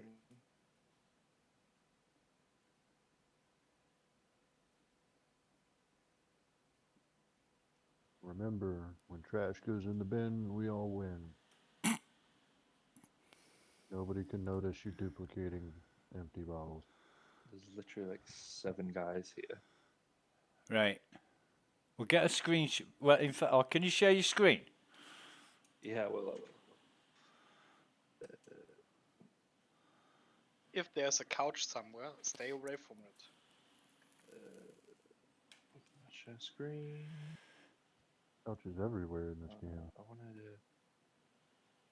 Usually it says, oh, it's at stream star says and go live. Hey, you guys, the Power Rangers. I'm the red one. But he's yellow. Cowabunga. I'm the silver one. Right. Those guys look cool.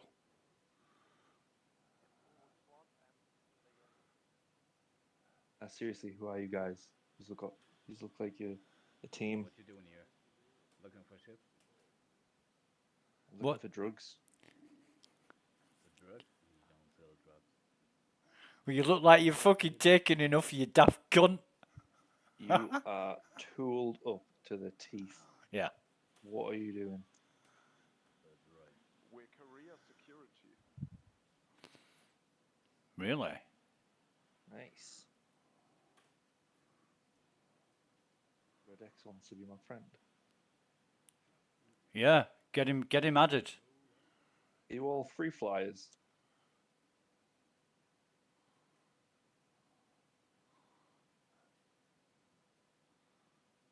And that's when they disown you, mate. What shift would you recommend have I? It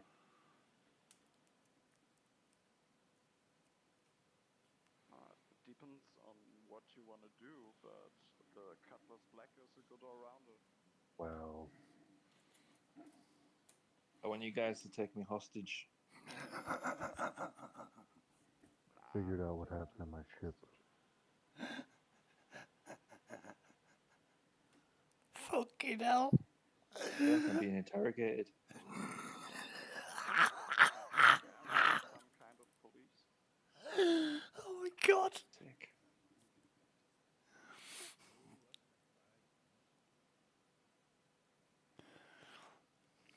So, the guy who's not dressed in the same outfit, is he with them?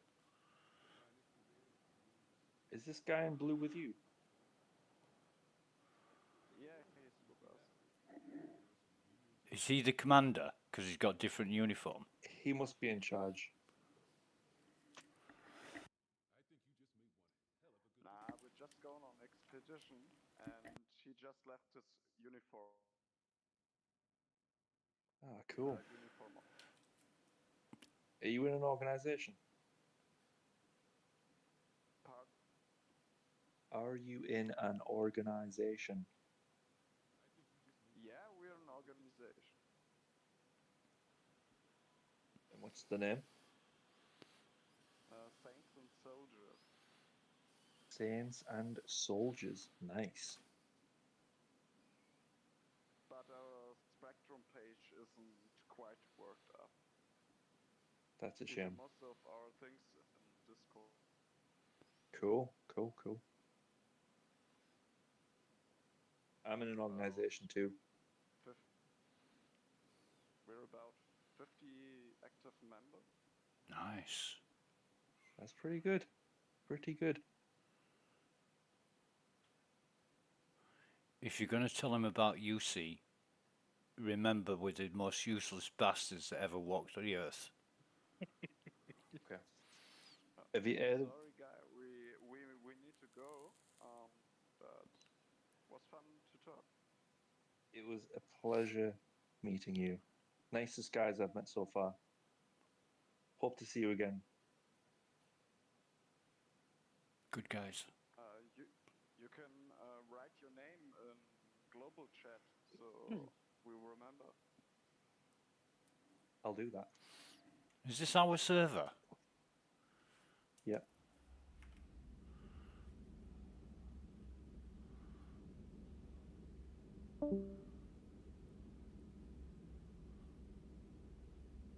Captain Chameleon.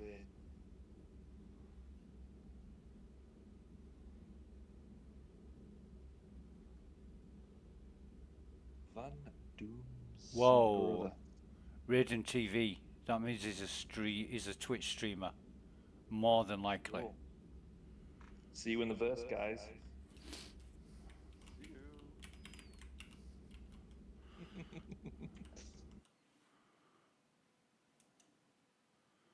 Bear with me.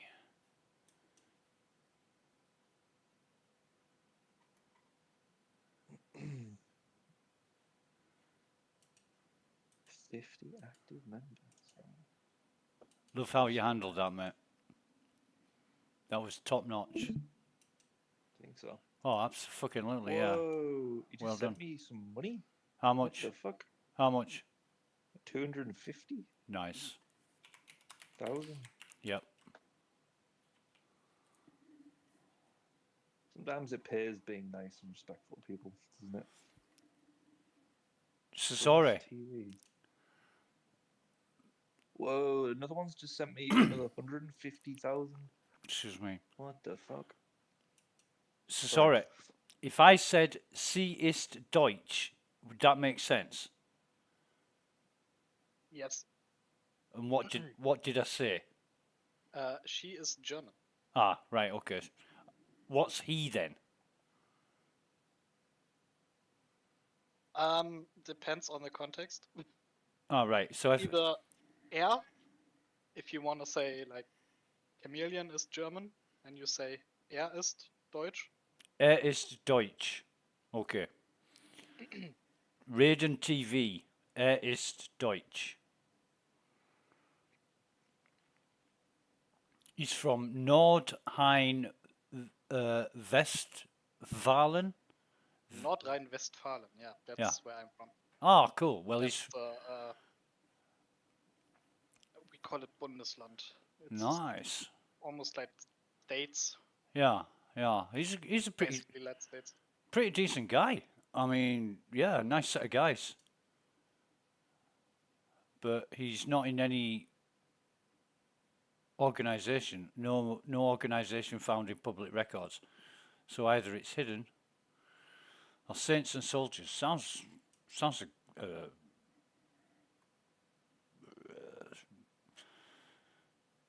I don't know. Saints and Soldiers. Sounds like they have a lot of fun, to be honest.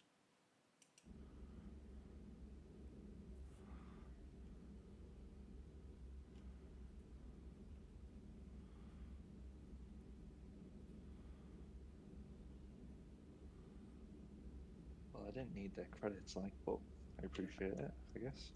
Well, Must have thought I was a newbie.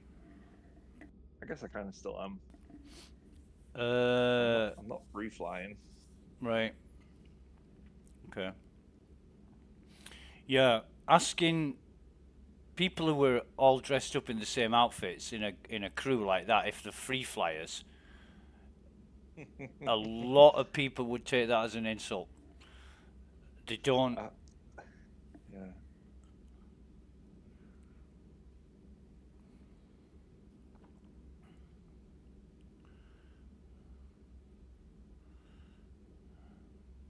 What did Nugget say before he disappeared? Did he say we're still having problems? Maybe he's going to reset or something. Poor bastard's having crashes every left, right, and centre. Oh, Nougat! I didn't even realise that he'd left. Yeah.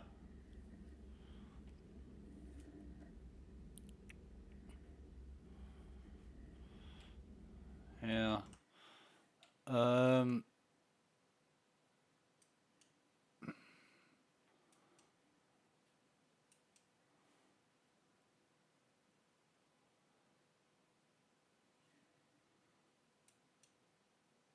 Brilliant. Yeah, them guys must have knew I was joking when I asked if they were free flyers, because they took it pretty well, to be honest, didn't Yeah, they were nice guys. They were nice guys. And that's what you want, you know. Yeah. You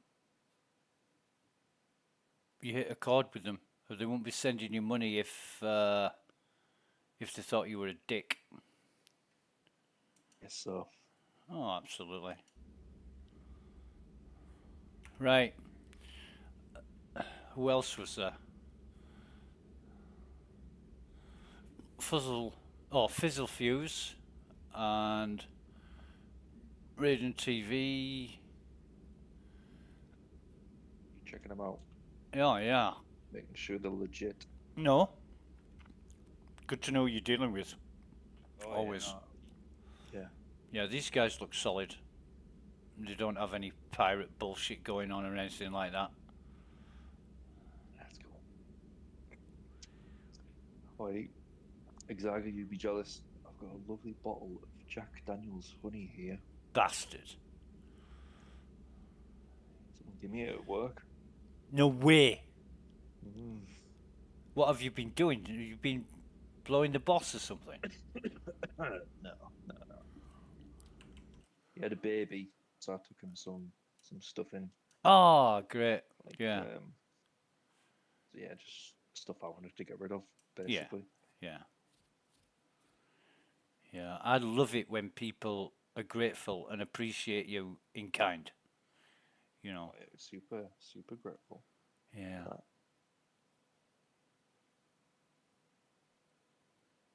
I mean, I used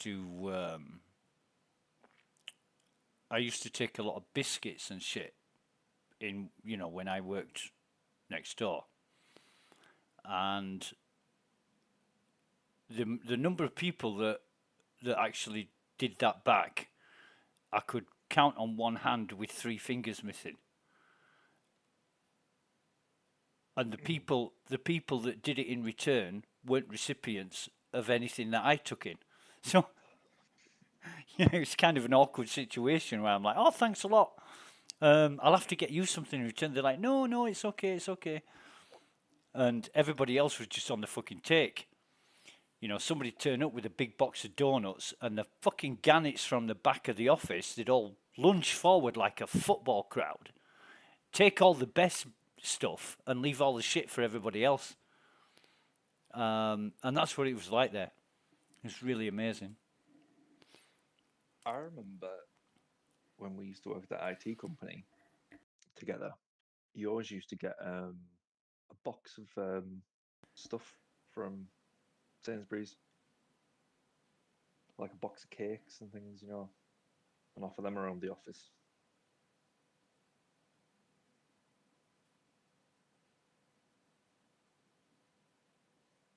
Mate, I'm trying to think back that far.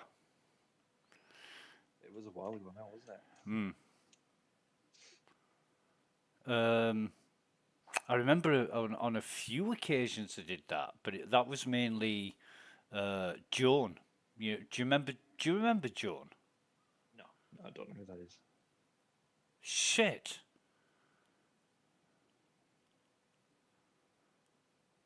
I mean, she used to go and get boxes of cakes and bring them back to the office, and then share them out and make sure everybody got one, because the bosses in the office, you know what the walrus was like. He used to fucking pile it up on his desk. As long as he got everybody else's share, he was happy, and he used to be pissed off when he couldn't have what everybody else wanted. Oh. You know, I used to think was so disrespectful that someone would go out on a Friday and buy all the directors a breakfast sandwich with the petty change out the till. It didn't bother to get anyone else one. Because it wasn't their money. That money belonged to the boss. Still low. And that's why the attitude around that place was like it was, because that's how you were treated.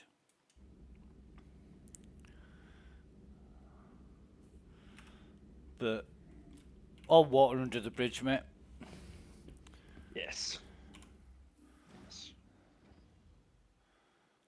Definitely all water under the bridge. Right, I'm going to move all this over. Oh God, not down that way. This server is feeling really good now. It is feeling really smooth and quick. And how long have you been in this session for, by the way?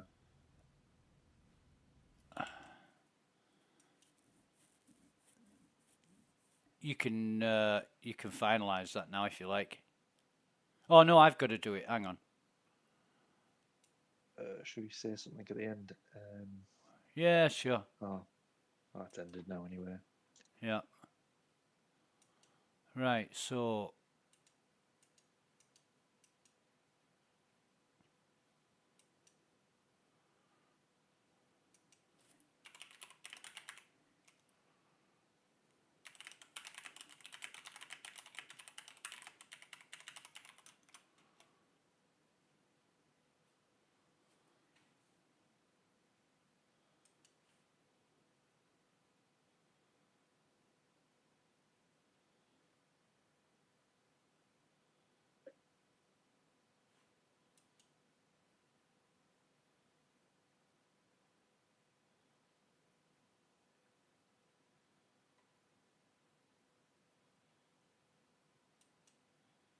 okay. I can go back to that other page. Yep. I have both open.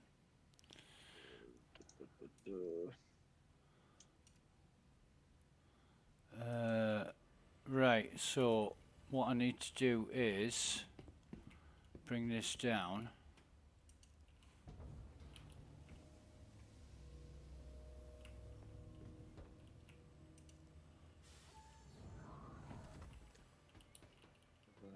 myself available again. Okay.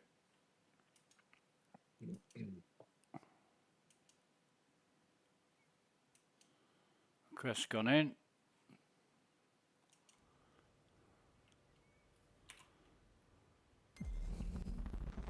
Welcome to Robert Space Industries. Enjoy the ride. System check.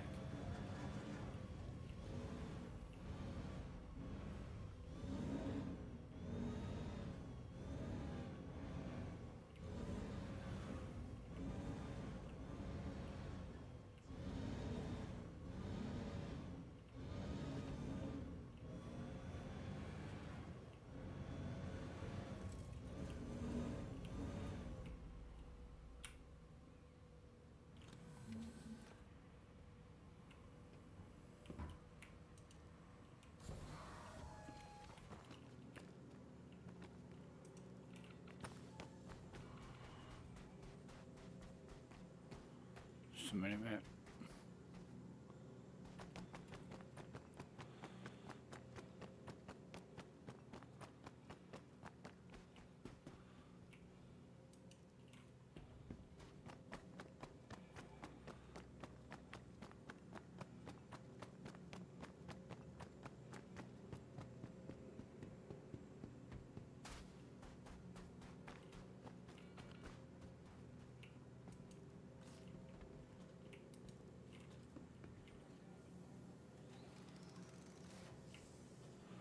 All right. Excuse me.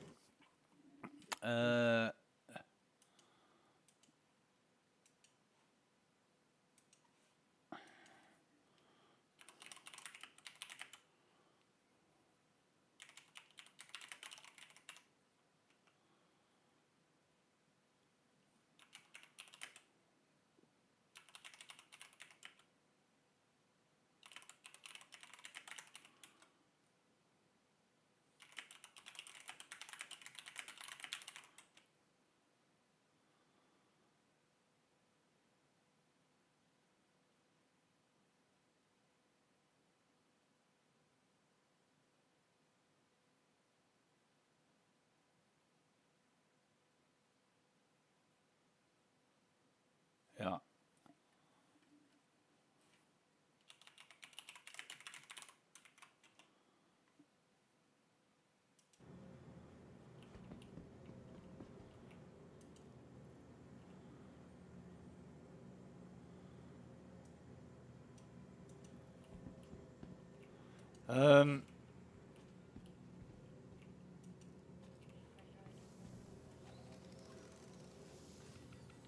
Damn. What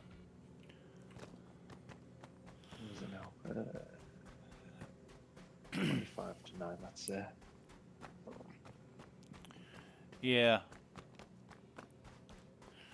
Yeah. Do you know what I think Nugget's doing? I think he's exercising his right to fly the 600A, if you know what I'm talking about.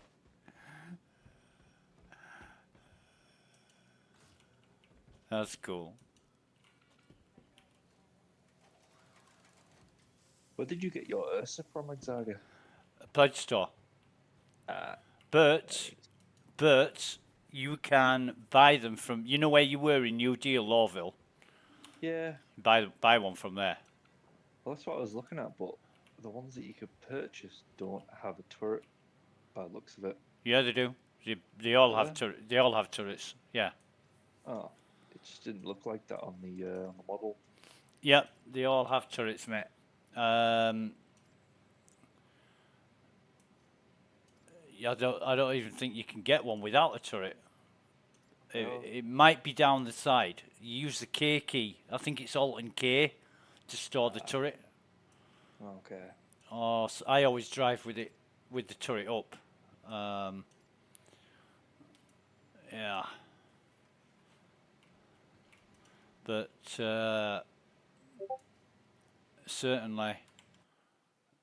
I thought if I purchase one and you continue to do the prison stuff, or in the future you end up in prison with a lengthy sentence and you want to escape, if I've got the ability to retrieve an Ursa, it would save you having to you know, do all that prior to going in. Yeah, just a minute.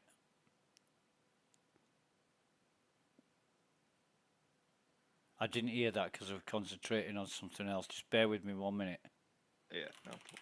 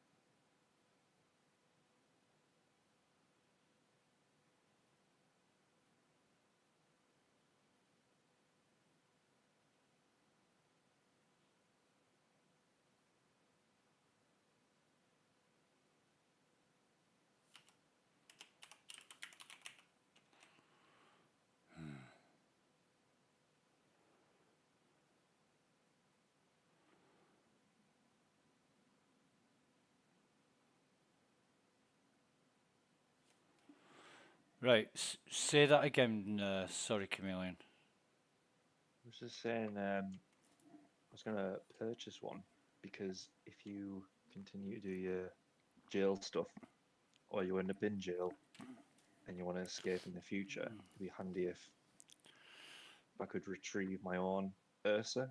Right. If you hadn't, you know, set up yours prior to going in. Right. Yeah. Well, I was in that position earlier, and I said, sorry, can you help me out here? I'm in a bit of a fix and stuck at prison. And he said, Exaga, you are on your fucking own. I'm like, okay. He never. No, he didn't. I'm making that shit up. I was gonna say, it doesn't sound like so sorry. Yeah.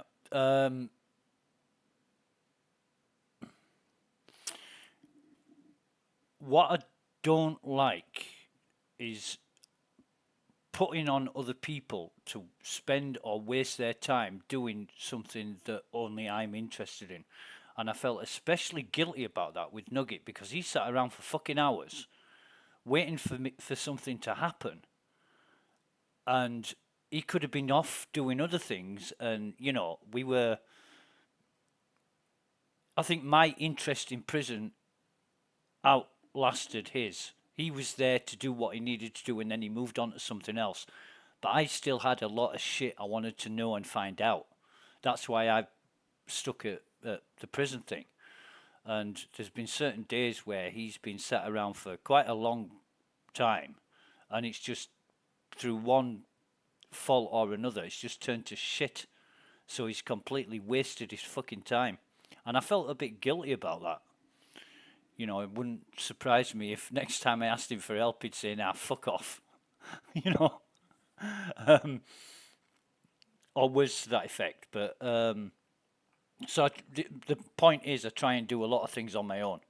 I try and work out a way I can do it solo.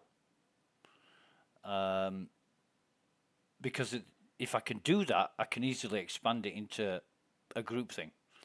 Now, we could do it now. We could say like, right, okay, we'll have an org mission to break in and break out of Klesha. And we could go through it and show everybody what it's all about. We could show everybody how to get weapons in.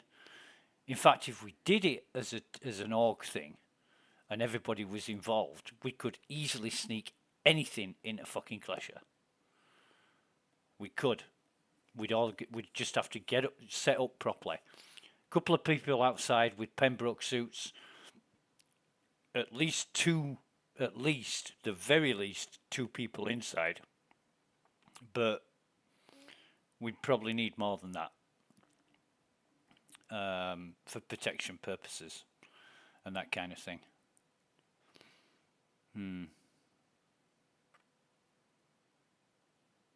I mean, I would. 3, 4, 5, 6. I would like 6 people minimum. 8 would be preferable, and any more than 8 would be a fucking bonus for doing that. And we could get anything that you can carry or tractor beam, we could probably get into Klesher. And it would be a fantastic video with that. It would be a brilliant streaming video. You know, all I need to find out is if we can fit a 2 SCU container through that fucking escape hole. I don't think we can, but if we could, oh God. A 2 SCU container with fucking armors, weapons, ammo, you name it. You get a fucking army in there.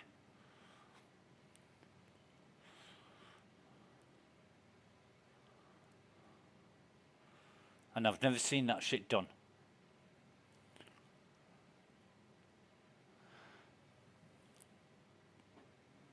But I've got big plans. Big plans.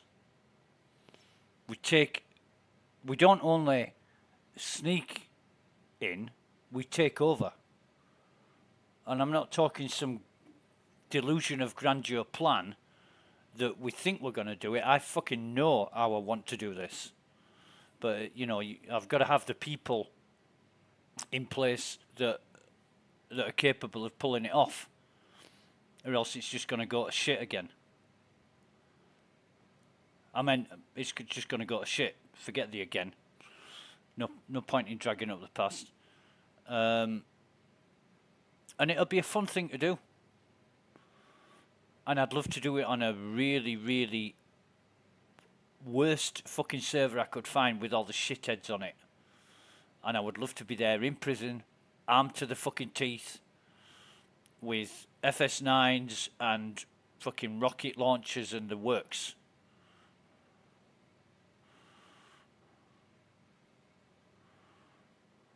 Yeah. That would be fun. Whole new fucking meaning to prison battles, that's for sure. Take the comms out. Oh no, we'd need 10 people. 2 at the comms. Make sure no cunt turns them back on. Because what I've got planned, we'd be getting crime stats. We'd all have CS5 if the comms were on. Yeah.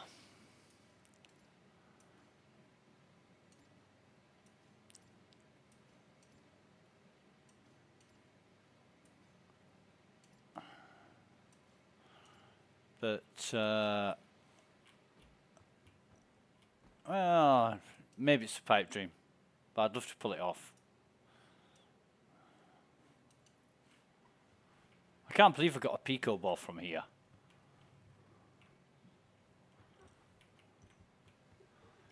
You know about Pico balls?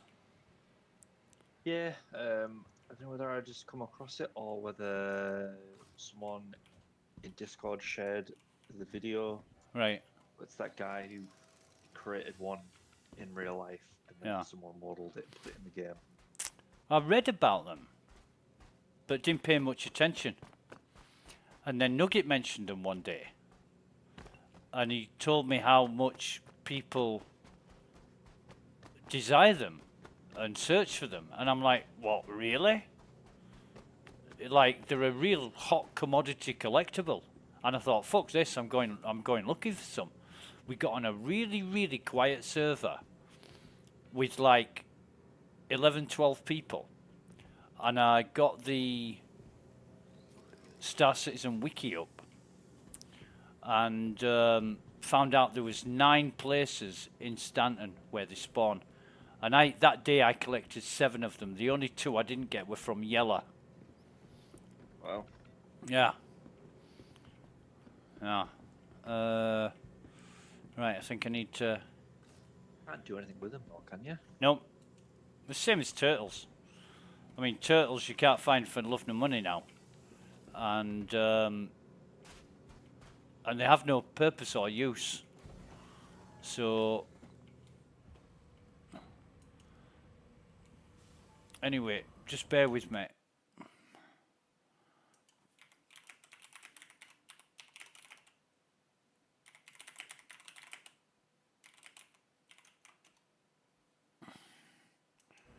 Let me just check.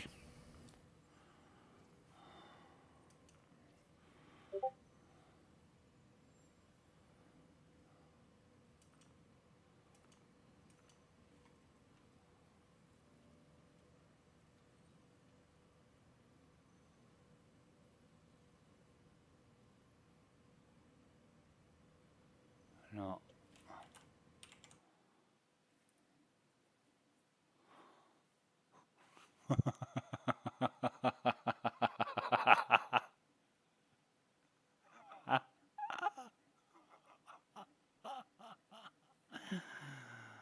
Oh, Jesus. Nuggets having a lot of crashes. So that's shit.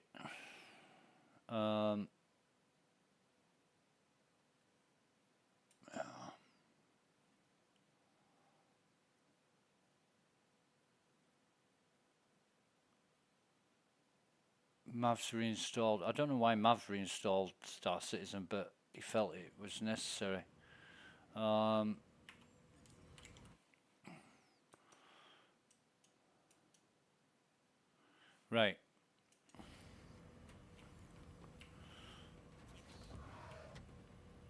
Right. I'm gonna take the Gladius to Ghost Hollow, I think. Okay. Play around with it. Good luck with that. Fucking really good luck with that.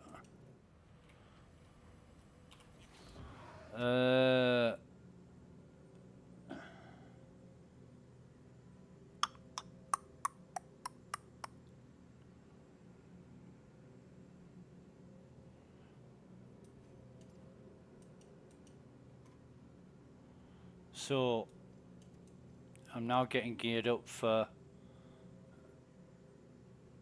I should have a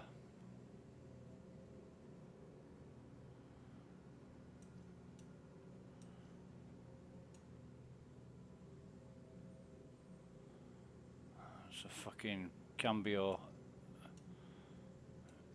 I should have a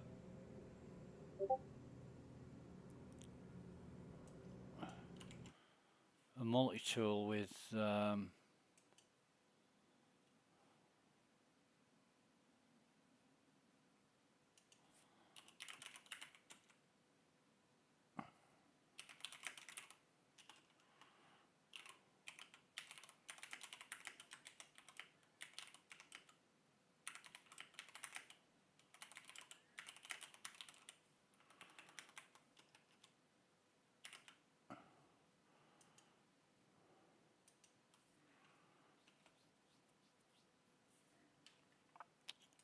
I should have a multi-tool here with the tractor beam attachment in it. I was hoping.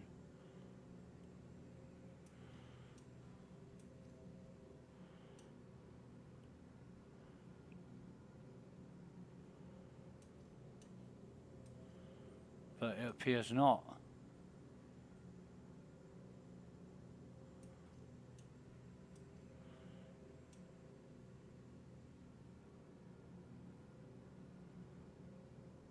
Mining attachment. So the next one should be a tractor beam attachment.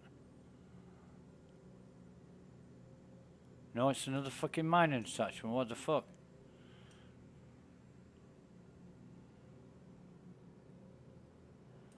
Jesus.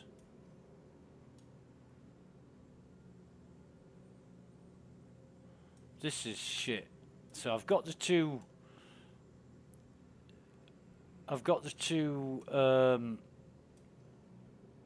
multi-tools that I got from Clasher with the mining attachment and not the ones I took with the tractor beam.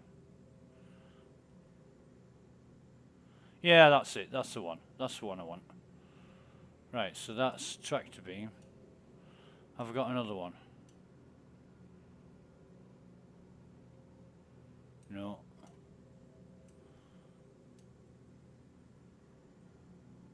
Bastard.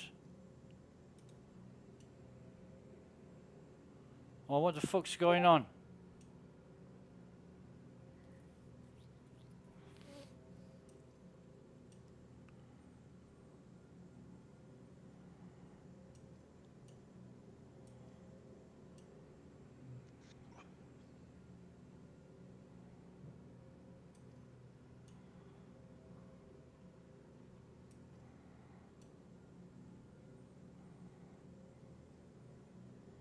Fuck it, I'm gonna put a tractor beam in this one. And then take that with me. So what else do I want? Weapons.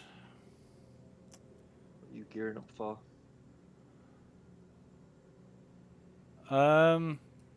Good question. Good fucking question. What ammo have I got for starters?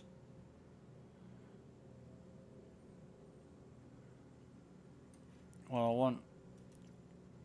Oh, for fuck's sake.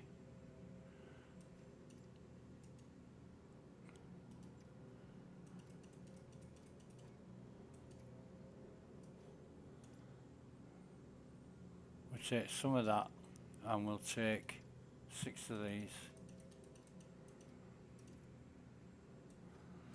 So we've got... Oh no, we won't take any of that just yet. I'm gearing up to go back to prison, mate.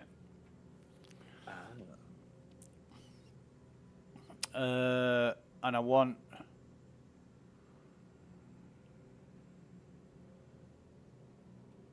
the LH86 and I want the arc light.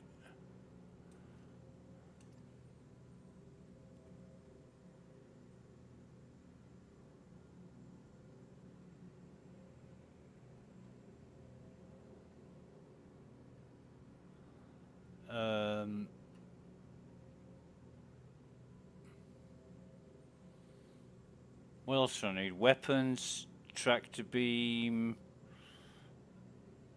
I've got knife. What else do I want?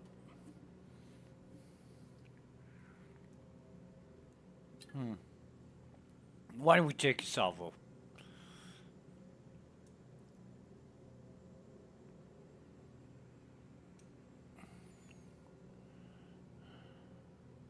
Maybe not.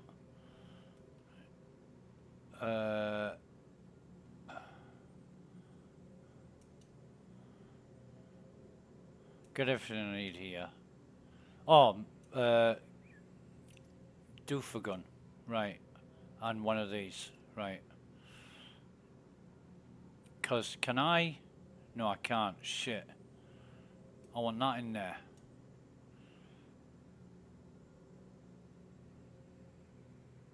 I've got my drink.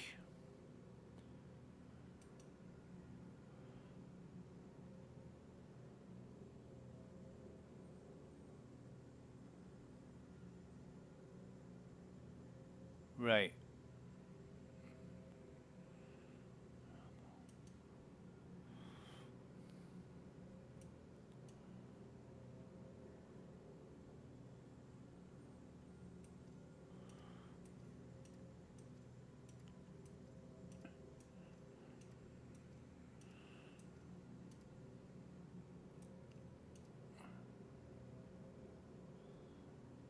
Yeah, why not? Let's just take a spare one of them, just in case. Yeah.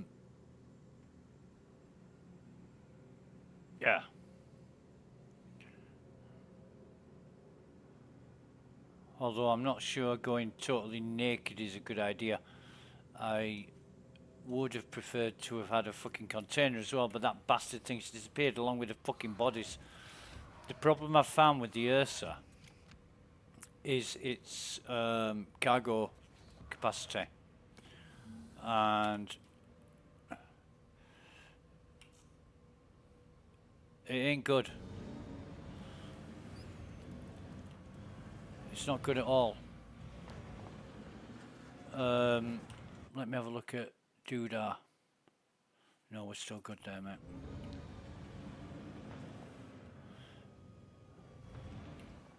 Hang on a minute, I know what I'm doing.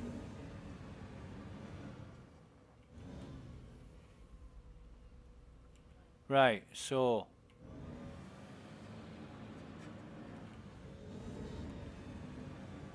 I can't see shit because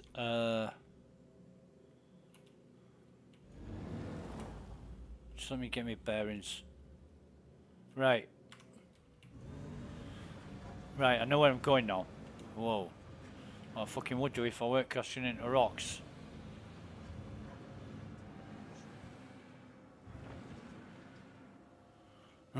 Excuse me.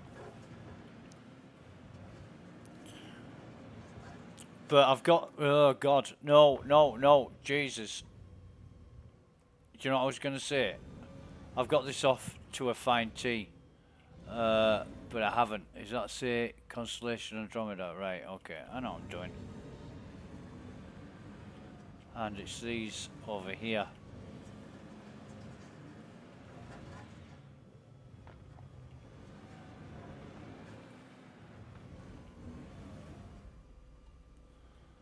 Yes. So,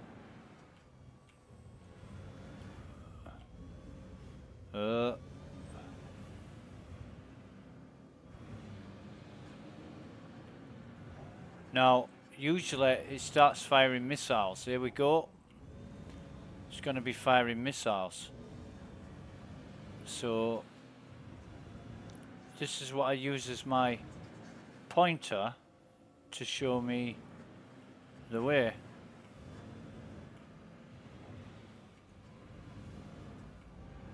Love it. Well, you've got to have some... There we are. There it is. You've got to have some point where the missiles launch from. And if you can see that point, then you know which direction you're heading. Because I've got no way of navigating in this thing.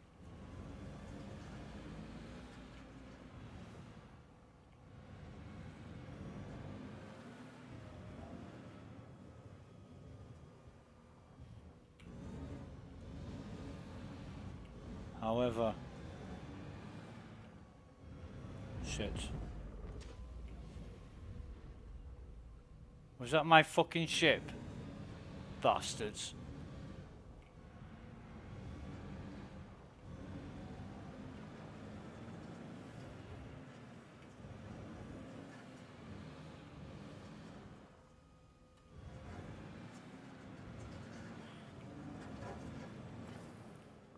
But I'll make sure the ship's empty.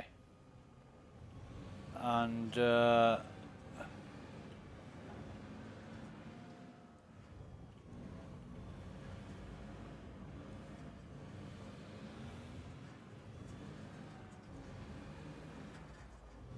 I think it's got my ship. I'm gonna have to ask Nugget where he parks his fucking ship. Because Nugget parks his ship where the missiles can't get him. And I've parked my ship exactly where it is now. And they've never touched it until today. And today, I think they've destroyed my ship twice. And I've parked that ship there a dozen times or more.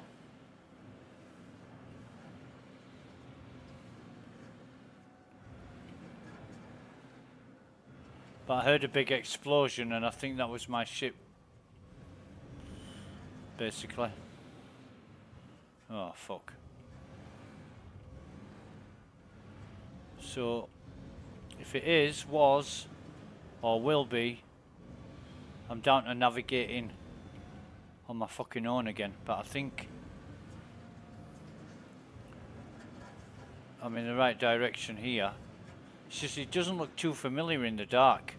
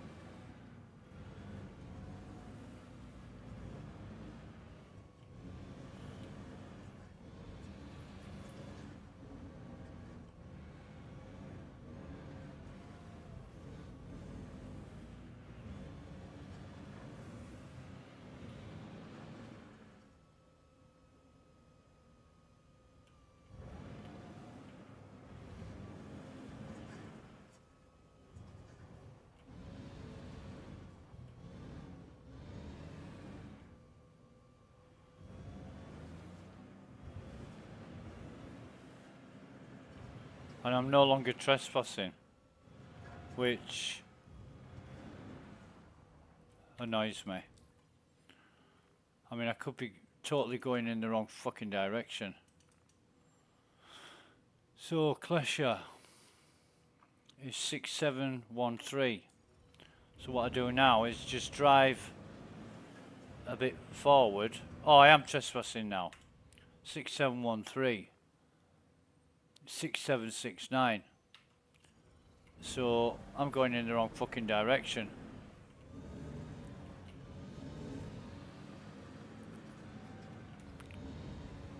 If I go back this way,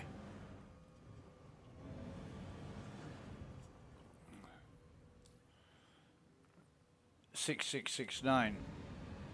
Drive a bit further. Jesus, fucking hitting rocks again. So that was 6669. 6506. So I'm going right now. I'm going in the right direction. No wonder it doesn't look fucking familiar, because I'm going in the wrong direction. But the missiles have stopped, so I don't really know which direction I'm going in now. Like I say, it's dark and you can't see fuck all. 5990. I think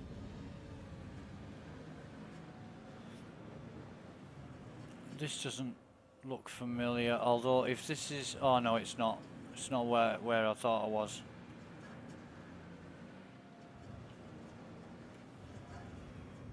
Jesus.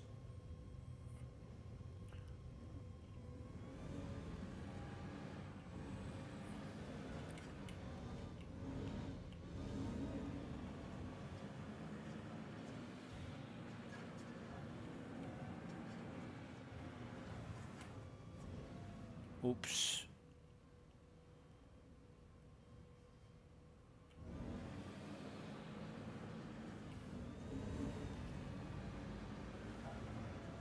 So it's a bit of trial and error getting there. You know, you keep checking the map, keep checking your distance. 5154. 5150. Fucking great album by Van Halen. But I think this is looking a bit more familiar now.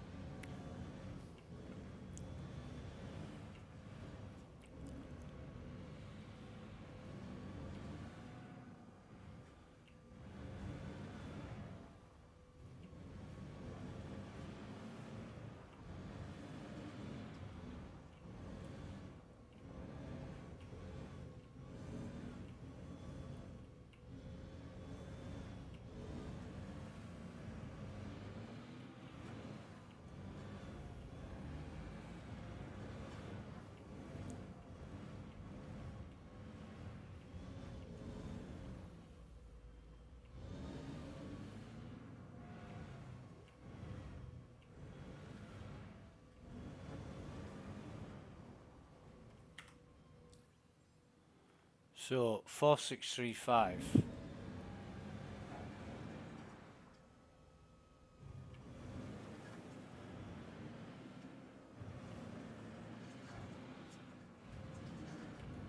Oh, Jesus.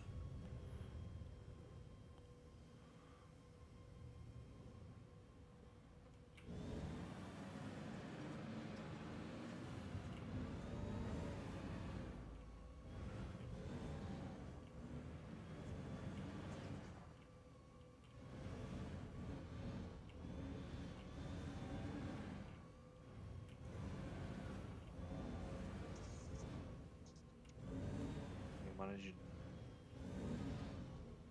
4635. 4386.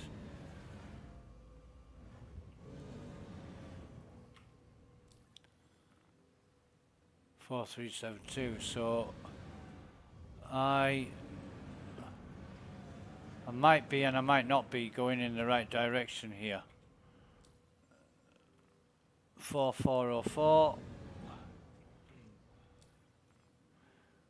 4411, so that is the wrong direction. Don't think I can do to help you out. Yeah, fly into Clish your airspace, mate, and land your ship. Yeah, I can do that. You don't fucking live very long if you do. Well, that's fine because 4364. fine. No, there's nothing you can do that's sane or safe. I think this is the hill that I was meant to come up.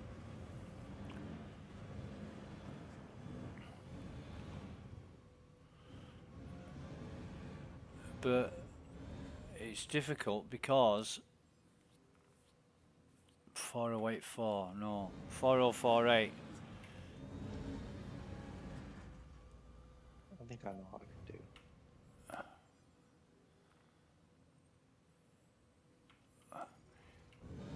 If you were to, where are you? Whereabouts are you? We'll go back to back to Everest Harbour. And I'm pretty sure if I get into the atmosphere and we're in a party and I target 3907. Pleasure, I can at least tell you if you're heading in the right direction or not. If you would come to Barton Flats, Yep. I'll probably be there by the time you get here, to be honest. Oh.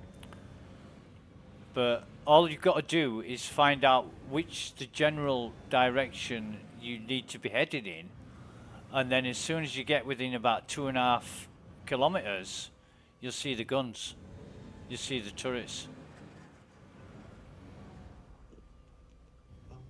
So I just keep testing the direction until it looks like I'm going in the right way. This is 3507. Right, so if I just come over here a bit, 3507, and that is 3432. So I'm definitely heading in the right direction.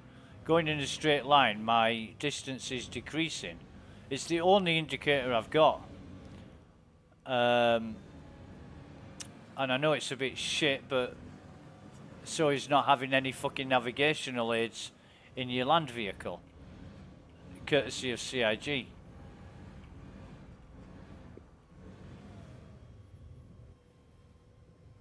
Fucking hell.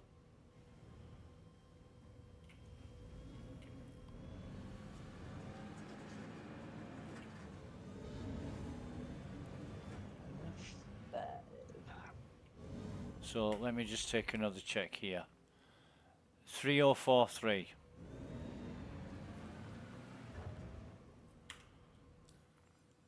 .18. Right, so we're still going in the same direction. We're still going in the right direction here.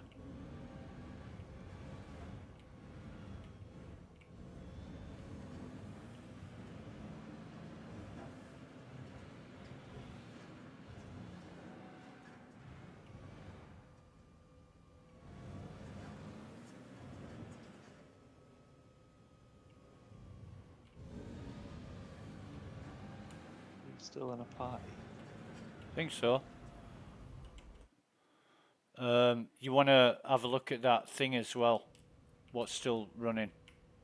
Well, I was waiting till you got to a point where you could actually... No, you do that, mate. You... Oh, no, wait a minute. Yeah, I can do this now.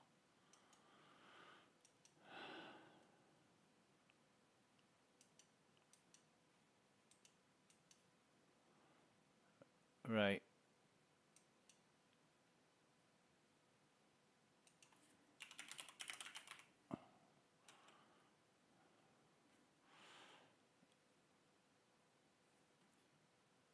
Okay, so if you want to do the same again. Yeah, okay, yeah.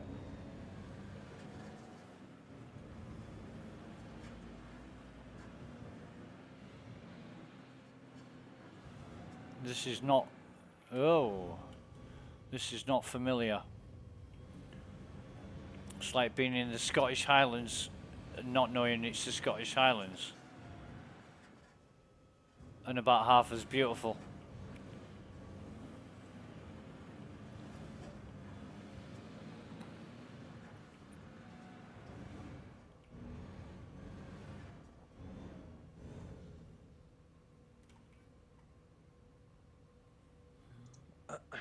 Did you end that? Did you end that session?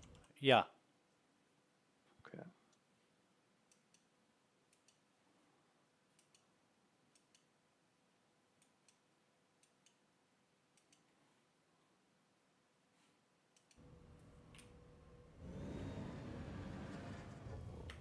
Ooh.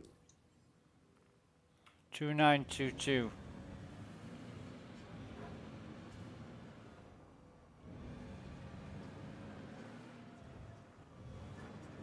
Self-available again.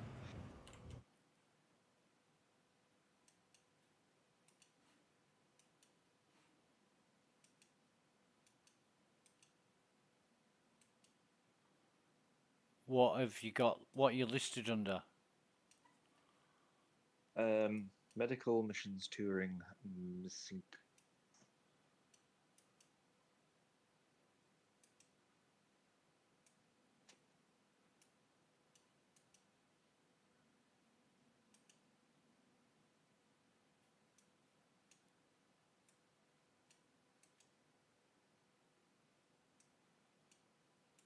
No wonder I can't fucking find you.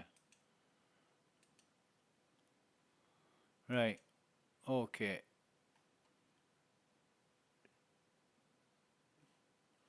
Okay.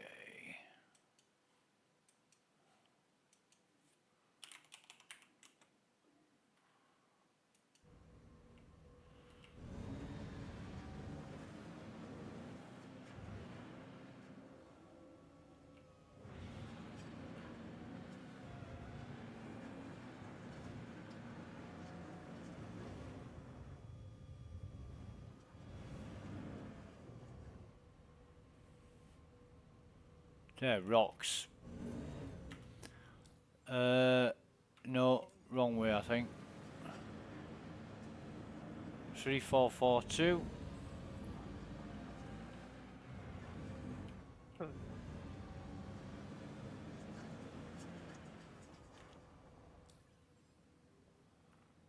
Three two nine two.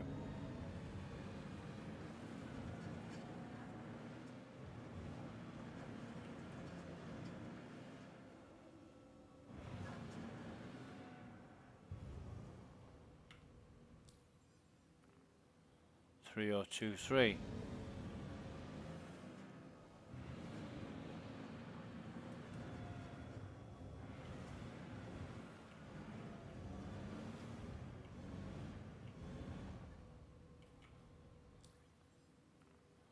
Two 2819.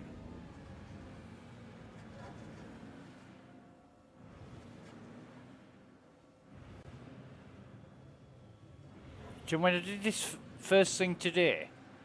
Those missiles were firing, and they kept fucking firing. They were still firing when I was there because they couldn't hit my ship.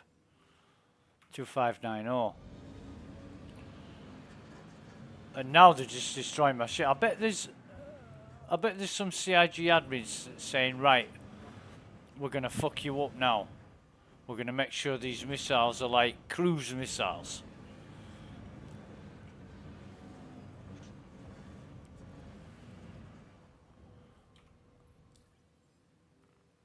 Two 389. So where are the guns?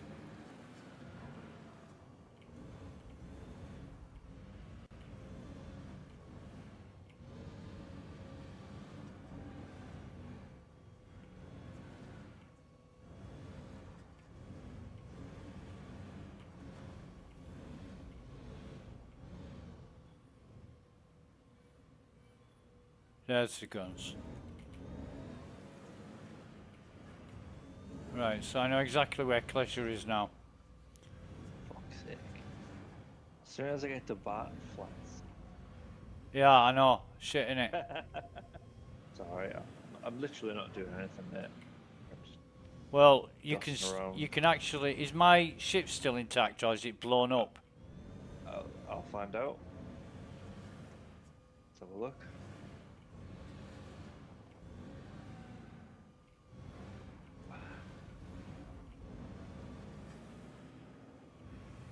I'm just coming on Star Citizen, socialize these days. You are continuing to approach a restricted facility. You take a day off Will be treated work, according to local laws. Alert! You are play all trespassing. day. Yeah.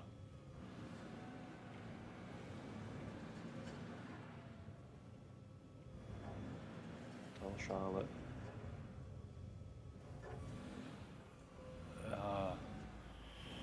You know, I like you as a mate.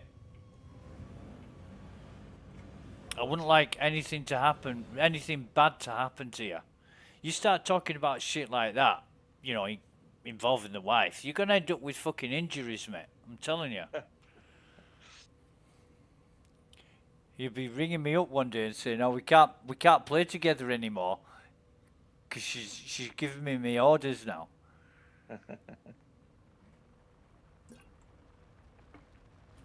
You've got missiles coming your way. You've got about 20 seconds to react. Alright. They missed me.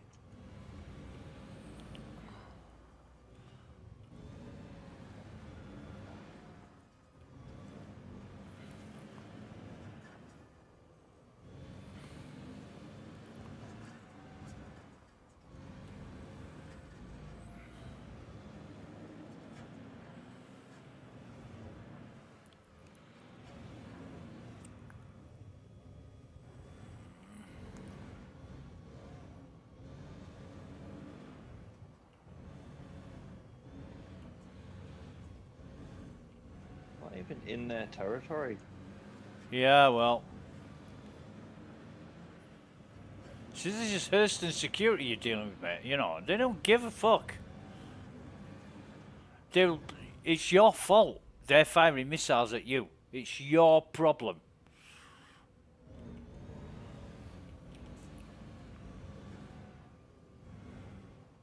Whoa. We got a big fucking shit. It looks... The fuck is that? Is it an MSR?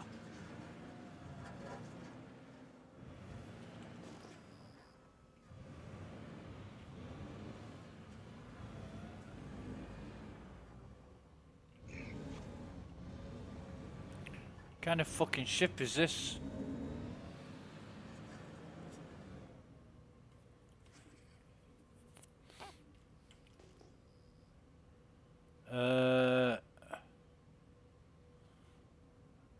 I have not got a clue. It's a big fucking ship though.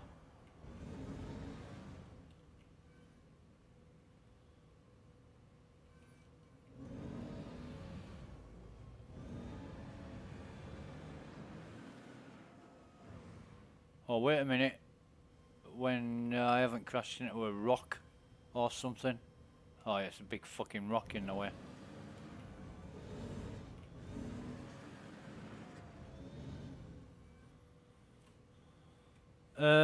This could be a... Oh, fucking hell, I've got biscuit crumbs under my mouth. Jesus, I'm such a dirt dog bastard. I've got some Oat Crunch biscuits. And they're beautiful. Wait a minute. So it's Origin. So yeah, it's a 600i is this fucking thing.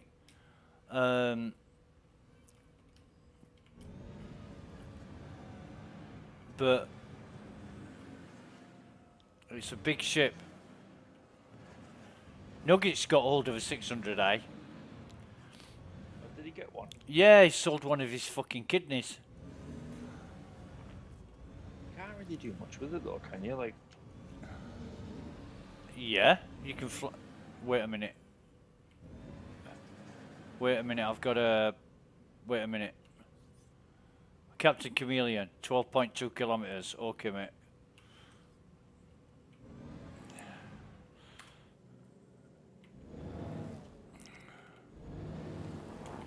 is he gonna throw a party on it for us? I think that might be part of the plan. It's certainly a good ship to do that with.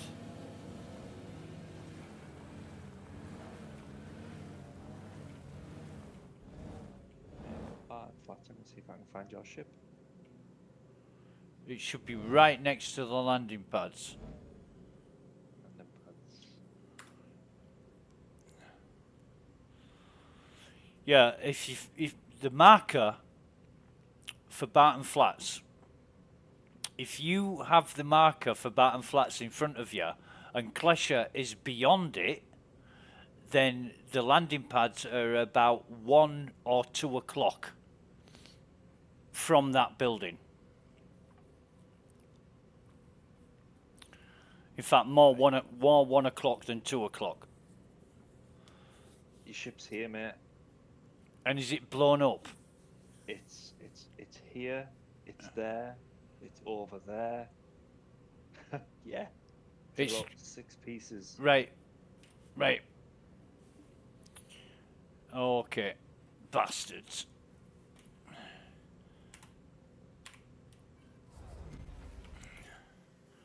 Okay.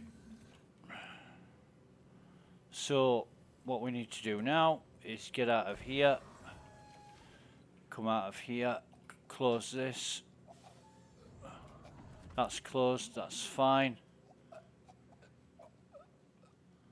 Don't you dare fucking squawk on me until I get round this corner, you bastard. Oh, I really like this MSR. Really?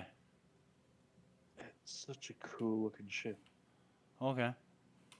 It didn't get far enough, bastard. He's gonna die.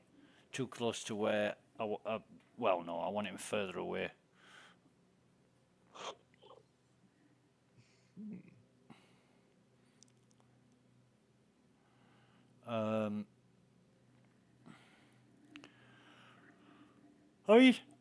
Excuse me. People buy what they like, right? You, with the number of ships that Star Citizen gives you, you can't say to somebody, you bought one of these, you know, you bought a fucking whatever. It's shit. And you can't say that to somebody. Because they buy it for their own reasons, and their reasons are subjective and personal. I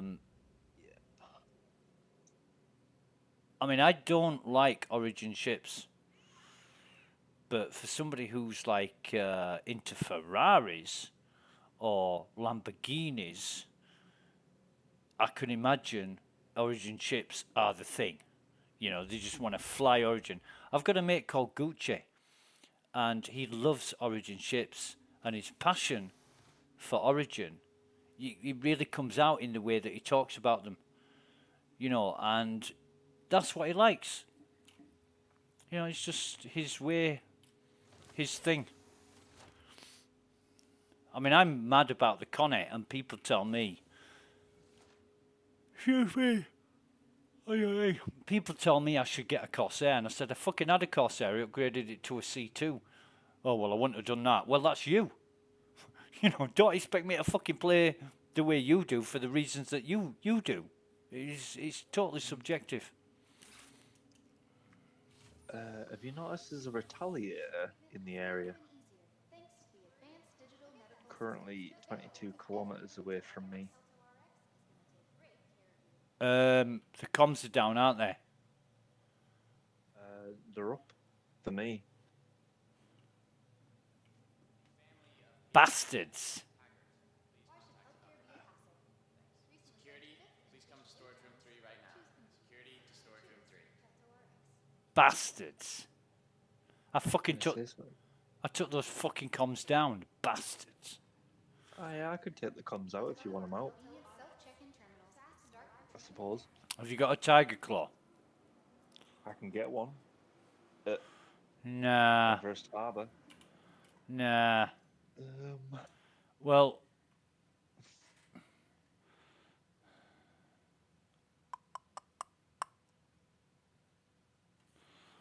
yeah, I watched a video about buying ships and pledging and stuff. Yeah. And it was just like, you're gonna spend £200 on a ship. Spend it on your PC. And I was like, yeah, you're probably right. Probably right. I've still got a few upgrades that need to be done before I think about buying something that doesn't exist.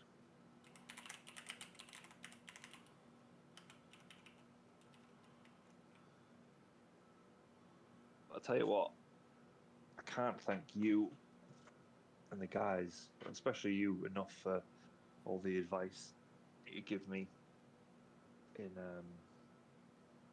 speccing out a PC, because it hasn't half paid off. Uh-huh. Yeah, it's kind of... I didn't tell you the story, did I? I got a fucking letter from the tax office yesterday. Alright. And they said, you've overpaid your taxes. And I thought, I thought, well, going off my last job, I bet I overpaid by quite some amount. When I opened, I nearly fucking fell over when I opened the letter and read it. Yeah. Yeah. 4 fucking figures, mate. Well Fuck into, off. yeah. Fuck off. Yeah.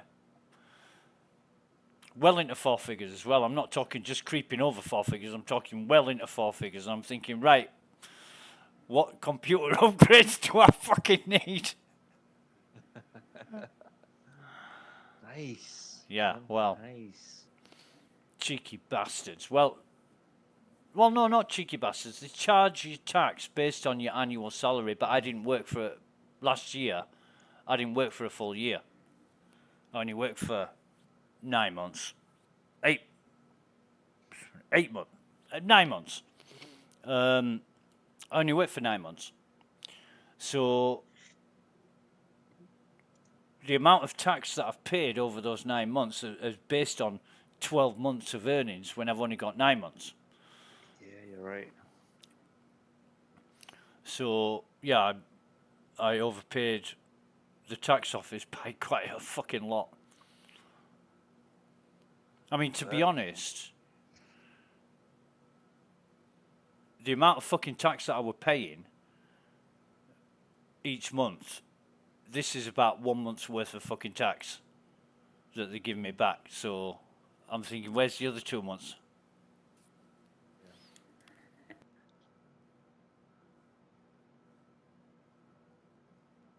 So yeah, I have thought about it, but it's still in the process. I mean, I had to get this right. I had to log into the HMRC fucking website, who wanted to verify I was who I said I was. So then they had to send a fucking text to my phone with a code on it, and it said this text is only valid for the next 15 minutes. So 10 minutes went by, I didn't get a code, so I thought I'll try it again. So I asked them to resend the code. 15 minutes passed, 20 minutes passed, 25 minutes later, by which time I'd requested several codes. They sent them all through together, one after the fucking other, 25 minutes later. So none of the fucking codes I'd requested were valid any longer. So I requested another one, just one.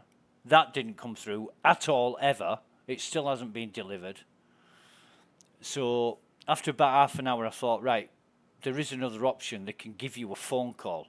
And the fucking phone rang, and a robot voice said, your code is 12345, whatever it was. And that worked, and I got it all sorted out. But fucking hell. And then I rang, I'd had to do some business shit yesterday morning. And I had to make a series of phone calls and take some phone calls. And every fucking call failed at some point, except one. And it came up, it said, system error, call cancelled. I'm like, what the fuck is this? So I rang O2, and I said, what the fuck's going on? Every call I make is cancelled after a few minutes. Oh, we're really sorry, we've got a mast down, we've got engineers fixing it right now. I'm like, right, okay. I mean, if you know, the nearest mast to me is not very far away. And, you know, I get a suntan off the fucking 5G radiation that comes off it, and I'm joking because you don't get radiation off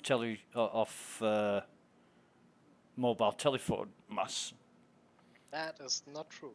No, It's all electromagnetic radiation, but it's not harmful. no, that's right. That's right. Why is that though, Sasori? Why? You know when they say mobile phones microwave your brain? Why isn't that true? It has to do with the wavelengths and the energy that's behind it. Exactly. Mobile phones do not operate on microwave frequencies. So how can a fucking mobile phone on whatever frequency it runs on produce microwaves? And people tell you these stories. You know, in England, they went around destroying 5G masts. Oh god, yeah. I heard a lot about this. They were blowing them up and setting them on fire and doing all sorts of shit. Didn't they also say it gave you COVID or something? Oh, whatever, yeah. Yeah. Oh my god. People can be very stupid. Yeah, well. I mean, I was in a... how can I best describe it? People that live in a certain area get together and have a meeting at the local community centre about the problems in the area. And we had one many years ago. I think it was 2019 or something like that. And it actually, one of the residents said that they're not happy that the mobile mast has been erected so close to where they live, because you know they're going to die from microwave radiation. And I actually said at that meeting that mobile telephone masts and mobile phones do not operate on microwave frequencies, so how can they produce microwave radiation? And that I got labelled an absolute asshole for asking a question that nobody could answer. But it seemed that fucking intelligent to these thick bastards that they labelled me an asshole. I think one of them still hates me for it. Because, oh, you're a know-it-all, smart, clever bastard. Well, no, I just use my fucking brains. You know, it's like saying 102.5 FM gives you, it'll fry your brain with microwaves. You know what I mean? Stupid fuckers.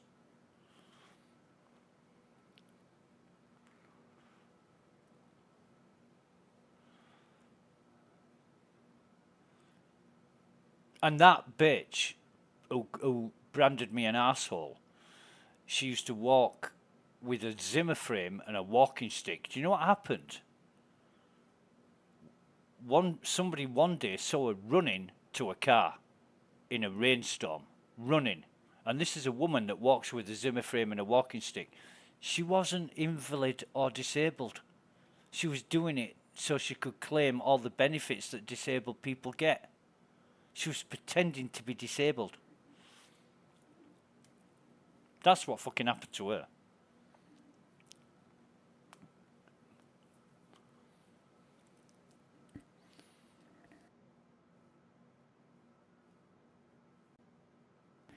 Yep. What comes around goes around. And if you treat people like shit, then shit is all you get. You reap what you sow. Karma is a bitch.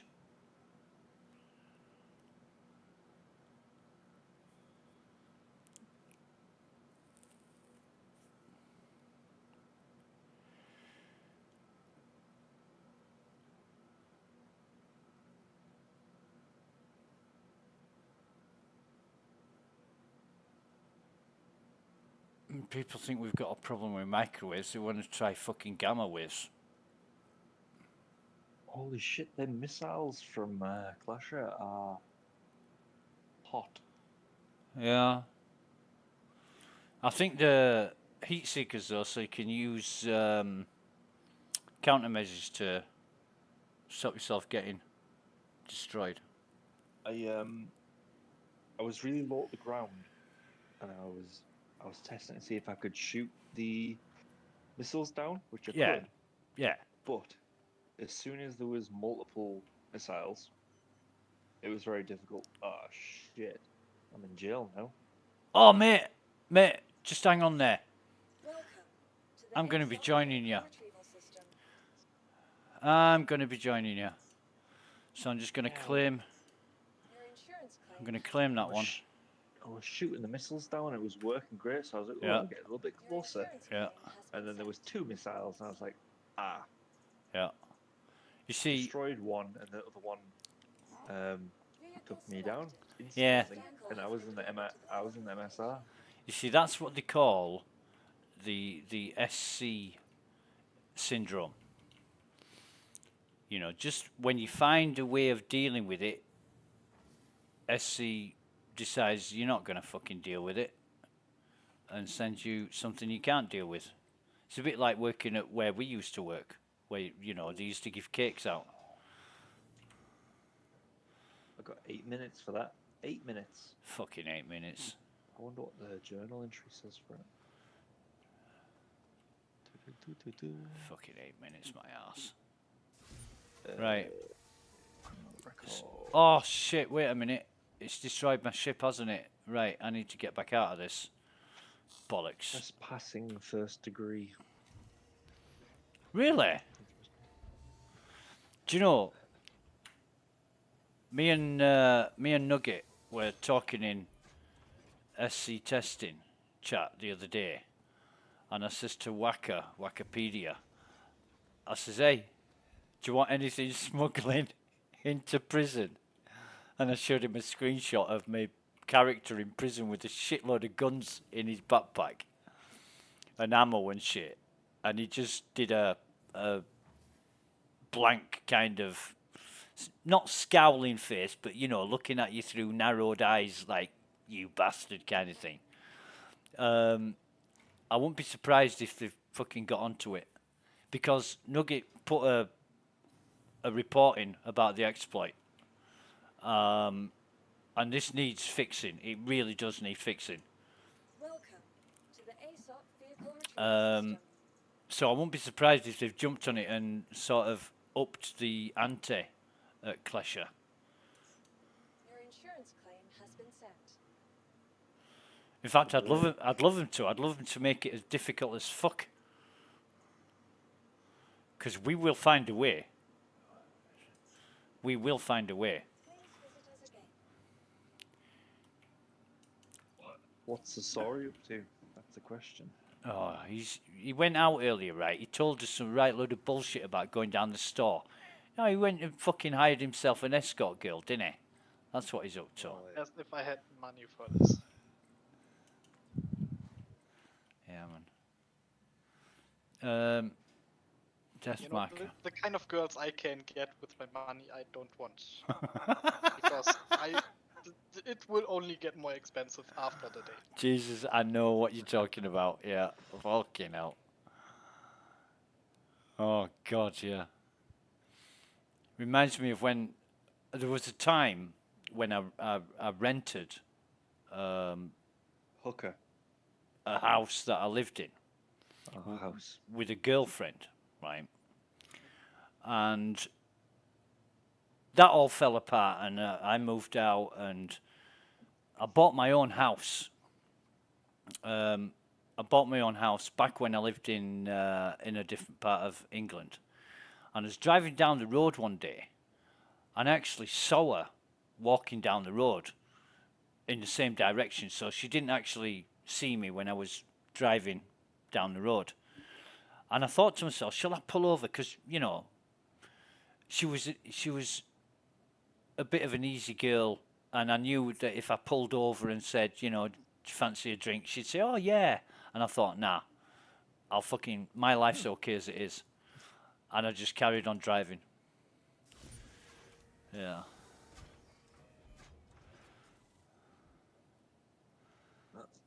So sorry, I'm quite interested to know what your perception of the United Kingdom is.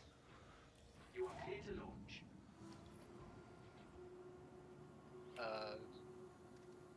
What exactly do you mean? Like, what do German folk think of England? Like, what do you get told? Do you ask? What does the media portray? You ask good questions, but you ask them in the wrong way. Right. I'm just really interested in other cultures, and I don't often get the chance to speak to people from different cultures and backgrounds. So I'm always like On very top of my head, interested there's in not what people really think. much. Thank you. Please visit again. There is that stereotype that you always can identify the British tourist because he's sunburned and drunk. Yeah. Yeah, that sounds about right. Is it a stereotype if it's true? I don't know. I think it's still a stereotype. Yeah. It doesn't matter whether it's true or not, does it? If it's stereotype, it's yeah. But otherwise, I've never been to Germany before. I've been to France, Amsterdam, not Germany. it's been a good part of my childhood in the holidays in the Netherlands, mostly in the north. Godverdomme. Yeah, I really enjoyed Amsterdam. I still can't speak Dutch, even though I've been there forever, basically. I can understand a bit, but is the Netherlands close to Germany? yeah, it's directly next to us. It's in the. How much would it cost for you to travel to the Netherlands or Amsterdam?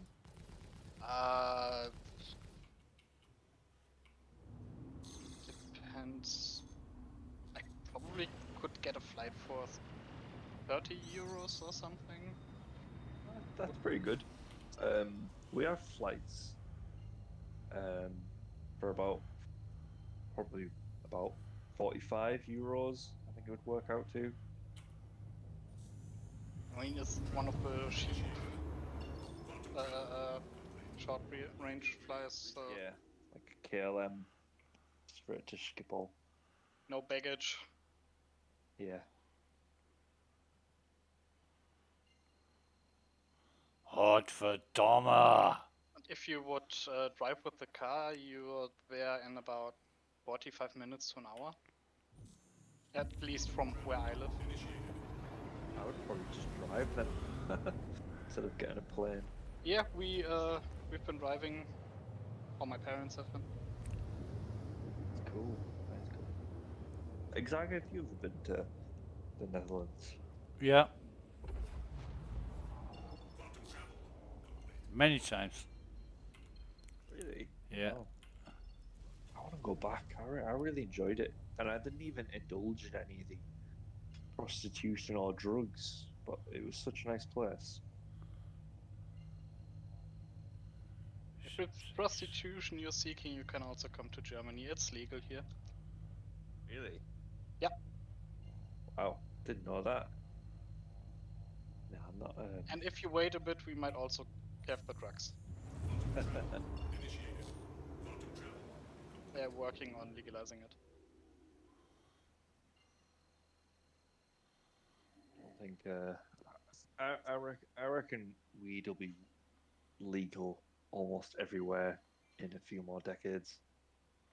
You think so? Not that I partake, but yeah, I reckon because you it's can another get way for the government to make more tax, get more tax out Not of in people. fucking Britain.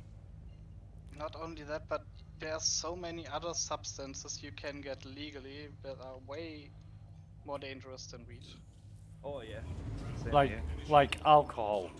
For example. How many people die of weed poisoning per year? None. How many people die of alcohol poisoning per year? At least 5 figures, I would say. Right. Probably more. Right. Which is more dangerous? Definitely alcohol. Yeah. Definitely. Who's one of the biggest exporters of medical marijuana on the planet? I don't know actually. United Kingdom. No way. Really? We fucking grow it in here by the fucking container full. Legally? Yeah. Really? Wow. Yeah. I did not know that. Did not know that. You look it up. You fucking look it up. And yet, I mean, there's always like a drugs bust locally. we're like, You always hear about someone's house getting done in for yeah, growing weed, yeah. but But if we want to grow it and sell it to Canada, we fucking will, because there's profit in it. But somebody growing it for their own personal use or selling it onto the mates, nah, that's not allowed because the government doesn't see any fucking money from it.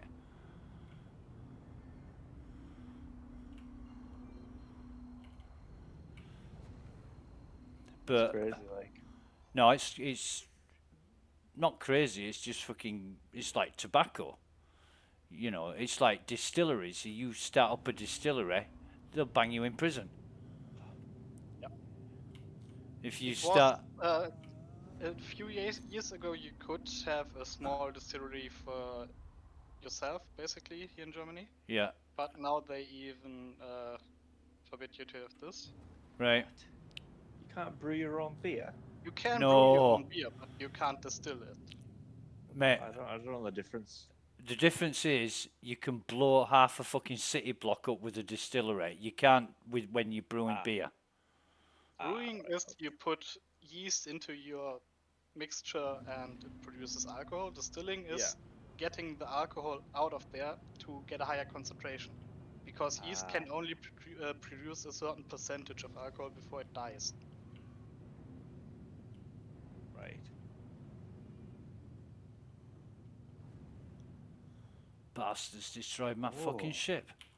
And that's almost all my biochemistry. Biochemistry is weird. Right. Exaga, I've got a dilemma. Big dilemma. Yeah. I was in jail, right? Yeah. Pleasure. Yeah. I waited my 8 minutes. I Yeah. decided to get out. Yeah. Okay. I got out. Yeah. I've woke up back in Klesher in my noob suit. Right. What the fuck's up with that? Try to get out again.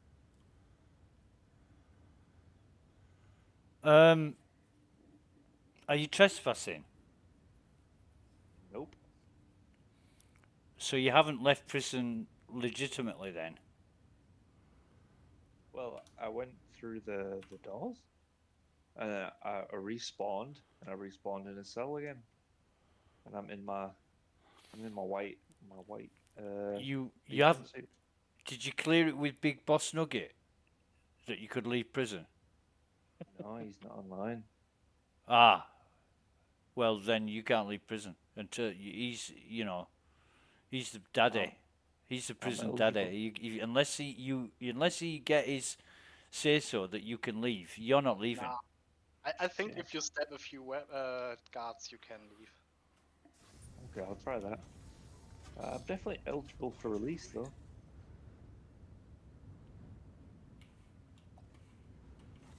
Interesting. What? Very interesting.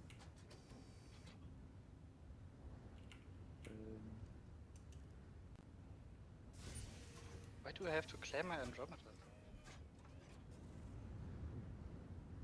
So can we not distill alcohol in the UK? No. Is that illegal? No, we'll get arrested. You need to have a special license for all that Here shit. it is because of tax reasons, because you have to pay taxes on spirits, not on beer and wine. Or another kind of tax. I don't know, mate. I just know that I just know that it's a complicated process that in centuries gone by, when people did it, there was some disasters. So, in order to not risk it, they banned fucking home distilleries. So only certain companies can do it. You know, with all the procedures and safety shit going on. Yeah. You know, the interesting part is here. You can't buy like the little copper distills you used to use for home distilling, but you can buy laboratory equipment where you can also distill stuff with, and usually even better than with the copper stuff. All right. Well, in the name of science, it might be okay, but you know. Yeah, if you got solvents and there's water in it, you distill it to get the water out because Right. it usually has a lower Yeah. boiling point than water. Yeah. For example, if I wanted to re-purify my isopropanol I use for cleaning, Yeah. I would just distill it. Be right back, guys. Okay.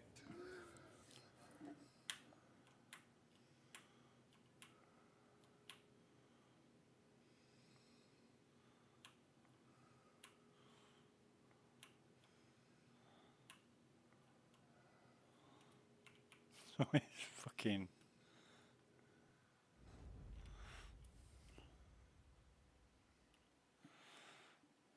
I should have just let the defense turrets blow me up.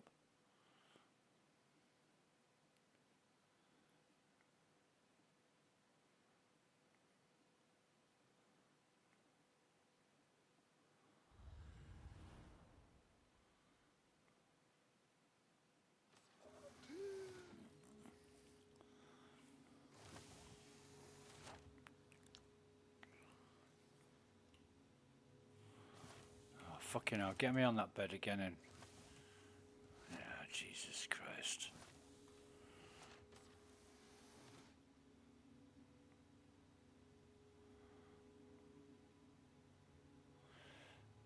I mean, it's all about money. At the end of the day, it's all about money. Again, please. It's all about money. Yeah. You know, and if it's like the government, whatever they want, they make law. You know, and they proved it. The British government. Oh my God, she's beautiful.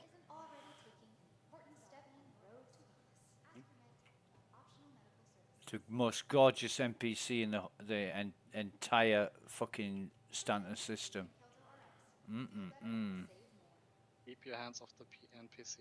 Yeah, but she's beautiful. Patient wearing blue pants, a red striped shirt, a red and white hat, and glasses. Would you please contact the Anyway. There's so many stupid laws. Gun accident inbound. Yeah, the British government. What?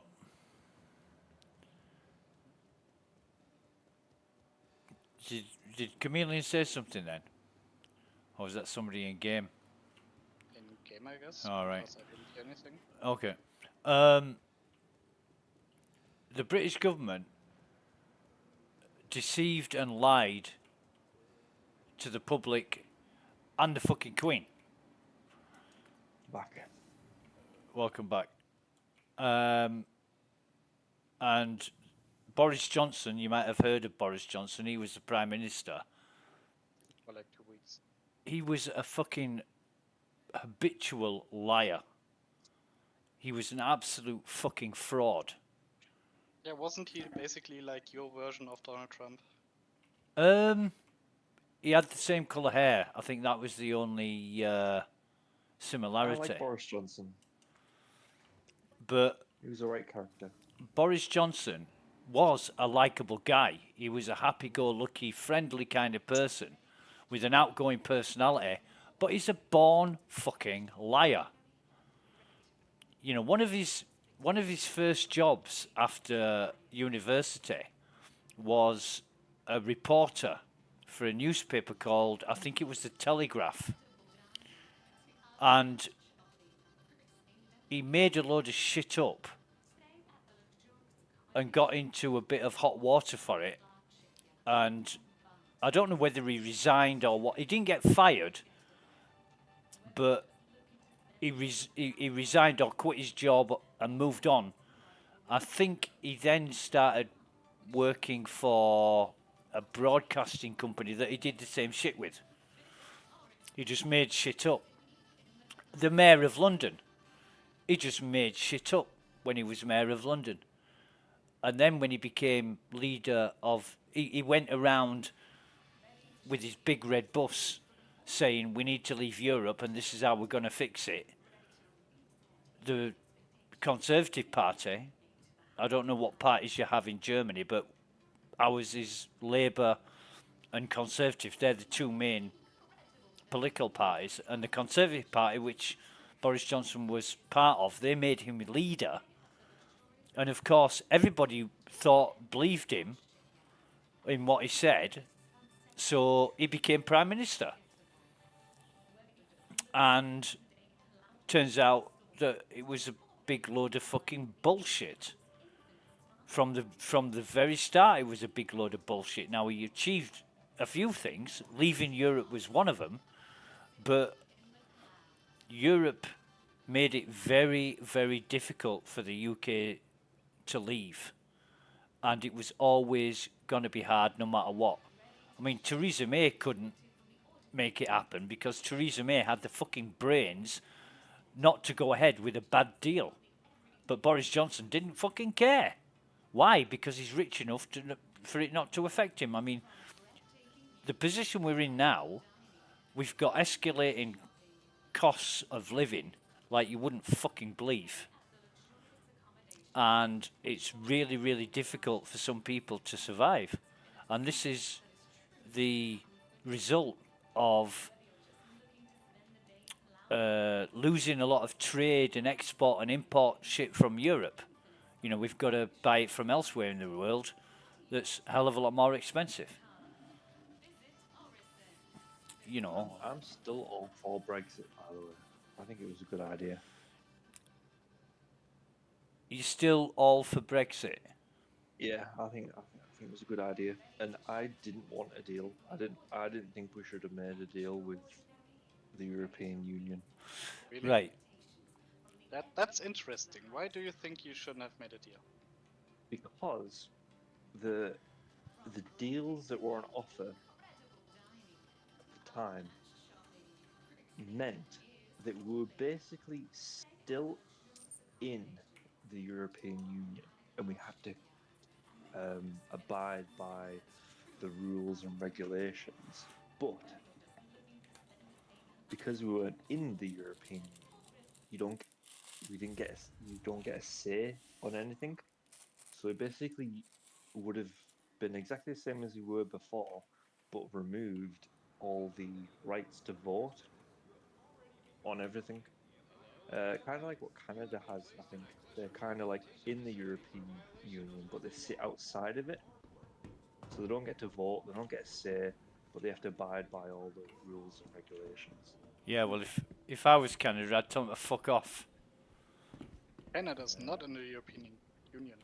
No, they're not, but they have a deal with the European Union. So you mean the trade deal? yeah, exactly. Yeah, that's a whole another thing that has not really something to do with the European Union itself. That's like a contract. Now, yeah. So sorry. This is a prime example of the general attitude, understanding and mentality of the British people. Because nobody really knows what it's all about. But they have a lot of opinions about it. Yeah. And the situation is this. The European Commission was formed out of what they called the common market, which started, what was it, in the early 70s? Was it late 60s, early 70s? Might have even been the 50s. And it was it was a agreement between certain European nations for trade and negotiation. And it's grown and grown and grown until they formed their own fucking council. Then they formed their own political wing. And now they're in fucking control of every goddamn country. And no country is sovereign anymore. It's not. It doesn't act on its own. It does exactly what it's told by the European Commission. Now, I don't think I could name several other reasons why I don't like the European Commission, but the main one, some years ago, 2 or 3 years ago, the European Commission basically said we need our own army. And NATO said, what the fuck do you need? Well, if we've got problems in another country, we need to be able to deal with it. NATO said, what do you think we're here for? You know, we allow you to have your own army. What you're going to... It's going to turn into fucking World War III. You know, and basically the European Commission put this motion forward that they wanted their own military force. Can you imagine what they'd fucking do with that? Look what they did with that company in... Was it Germany or Belgium or Holland that created the COVID vaccines?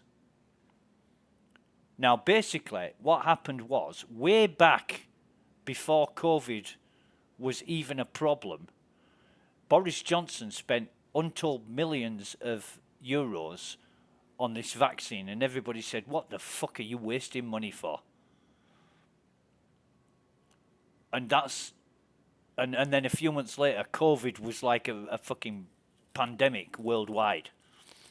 So the UK was one of the first countries in the world to put that order in to this pharmaceutical company to produce this vaccine.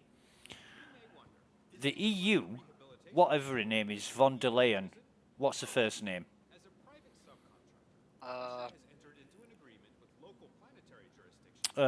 She used to be the German Minister for... Minister of Defense or something. Yeah. In this direction. Yeah. Anyway, she went fucking ballistic. The I don't know which police force raided that company, but they fucking did. Right? Because the EU were told to fuck off because they couldn't supply what the EU was demanding within the time frame. And basically, she'd held off putting an order in for these vaccines, and she'd held off until it was too fucking late. Which is exactly what she did in Germany when she was the minister of whatever she was. Yeah, I mean, that's a problem here. The politicians are way too afraid to do anything new because people might not like it. Well, that's her fucking problem to deal with. Whereas Boris Johnson was straight in there and said, we need however many of these vaccines. And the company actually said, you know, get in line, get in queue. So the European Commission had this company fucking raided. And it was all over the news, and it made the EU Commission look like wankers. And I thought to myself, what would they have done if they'd have had their own army? And if this is the way they act, with people who don't bow to their will, what are they going to do with their own army? I mean, it beggars fucking belief. It really does. I just didn't want to use euros as currency. Well, we never did, and we never will. Because that... So would never be forced to use euros.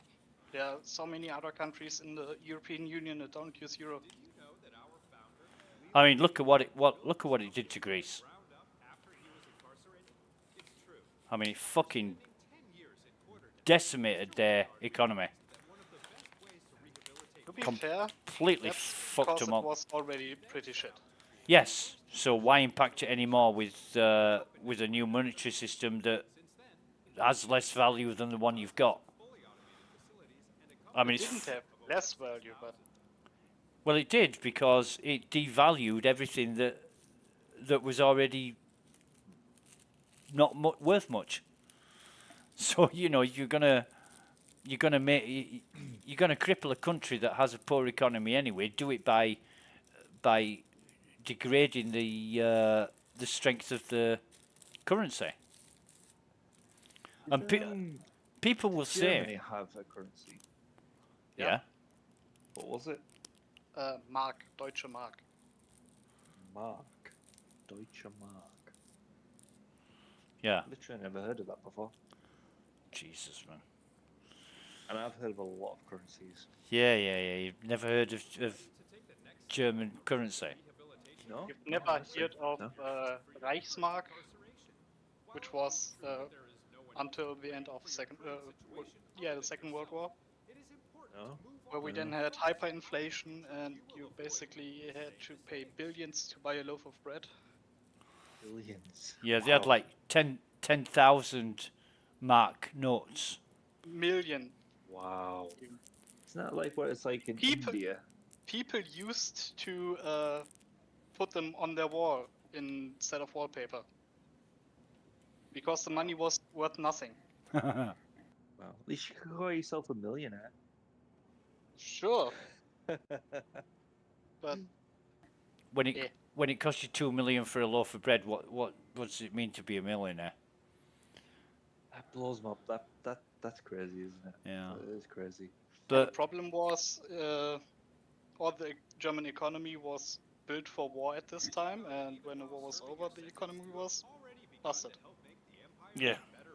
But a lot of good shit came out of it.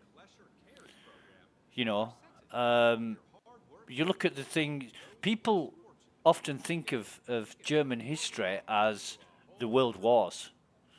But, you know, you look at any fucking road on the planet and you look at what uses those roads, that came from Germany. You go to get X-rayed at a hospital. That came from Germany. You know, this also one of the first countries with social insurance stuff. This was in history class. Come on. I forget. 18 something. It was Bismarck who started it. And Bismarck was one of the most brilliant politicians of all time, in my opinion. He played chess with whole of Europe. Well, I'm gonna blow your minds now, guys. Just bear with me. Yeah, I'm gonna blow your fucking mind.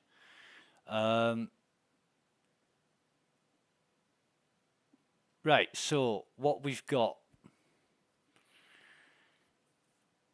the Christmas tree, right? Let's start the most iconic. The Christmas tree, German. The cars, automobile, I've already mentioned that. X-rays, I've already. Automobiles. Gummy bears. Oh yeah, gummy bears. No way. Haribo. No way. Gummy bears. Fuck off. That's Do my you know? favorite. That is my favorite sweet. It's my favorite. Do you know confectionery. Haribo? Yes. That's a German. Haribo's German. It's a German brand. Is that a German word, Haribo? Yep. It's a mixture of the name of the founder and the city he lived in. I'm literally getting my mind blown. Give me a As second. we speak. Contact lenses. Yeah, it was Hans Riegel, and he lived in Bonn, and he made Haribo out of this, out of his name and the city. Wow. What else, Exaga? Keep going. Contact lenses. The printing press. You look at newspapers, magazines, all that shit. Wow. Yeah. This one will kill you. Jeans. Oh, I fucking love jeans. Jeans are a German invention. So, you know, you think... Changing my whole perspective on Germany. Right. So, you know, you think about, oh yeah, they built a load of fucking tanks and submarines that and tried to take over the world. Well, yeah, it did a lot more than that. And people don't want to look at the good. They only want to look at the bad. Well, I was going to say, do you want to know what they taught me about Germany in school? It was all about the war. That's it. Fucking great, And innit? I'll be honest, I was fucking sick Shall- of hearing about it. Shall I I keep was like, on? how long are we going to keep going on about this? Shall I keep on going? Shall I keep on going? Everything that's from Siemens or Bosch, it's all from Germany. What do we else have? I'm really bad at this.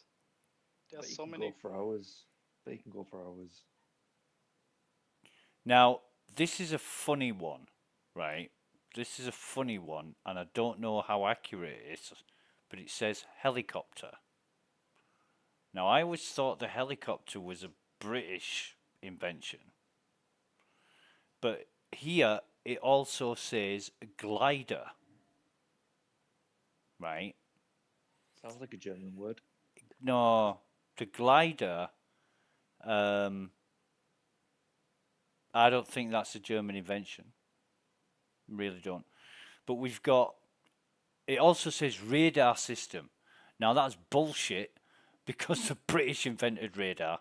What the Germans had used radio frequencies, but it wasn't a fucking radar. They had something called the Knickerbein beacon or something like that, and it was a beam, a radio beam that they shot in a direction that the planes followed. And when they got to a certain distance, they dropped the bombs, right? And that was what the Germans used. They didn't invent radar as we know it today. That was a fucking British thing, and that's. But it was like a precursor of radar. Well, it might have been. You could say Marconi invented the radar if you're going to go stretch it that far. But the radar, a radar system is what is it now? Radio and something at range. Or something like that. It's radar's an acronym. But yeah, we fucking knew when during the war, in the Second World War, we knew when planes were coming over the channel because of our radar. And the Germans couldn't understand in the beginning how we were doing this, but it was because of the fucking radar systems. Obviously, Germans weren't daft. They had their own things going on. But they didn't invent the radar. So this website that I'm looking at is supposed to be an edu fucking website. I don't think it's that accurate. Anyway, this is what I love about other cultures, like just the diversity. Yeah. The UK invented lots of things, though, didn't they? I mean, you talk about the matchstick. You talk about the space race between the Russians and the Americans. That's German technology. I thought it was Russian and American. What did I say? German. The Americans had all the German scientists that were either captured or fled from Germany in war. So I thought I said basically German. I thought they said the space race between the Russians and Americans using German technology. Maybe you did. Maybe you did. Okay. Well, that's it. The Russians and the Americans, right? This goes back to the Second World War. The Russians got to fucking Berlin first. I don't know what they teach in schools these days, but the Russians got to Berlin first before the Allies. And all the brilliant German scientists and people involved in developing rocket technology went into fucking hiding. The Russians found some of them, but not all of them. The Allies found the rest. So that's why they were split between Russia and America. Because after the Second World War, the Russians were part of the Allied forces, and then after that, you know, when tensions became fraught, that's when the split came, and the Americans. Yep. Continue. The Americans got pissed off because the Russians were beating them to achieving shit, and so the rift grew. But yeah, you know, the rocket technology that was being developed in World War II is what got fucking man around the planet, in orbit around the planet and to the moon. Yeah, it's all based on the ballistic missiles that It's were amazing. meant to be shot at Britain. It's amazing.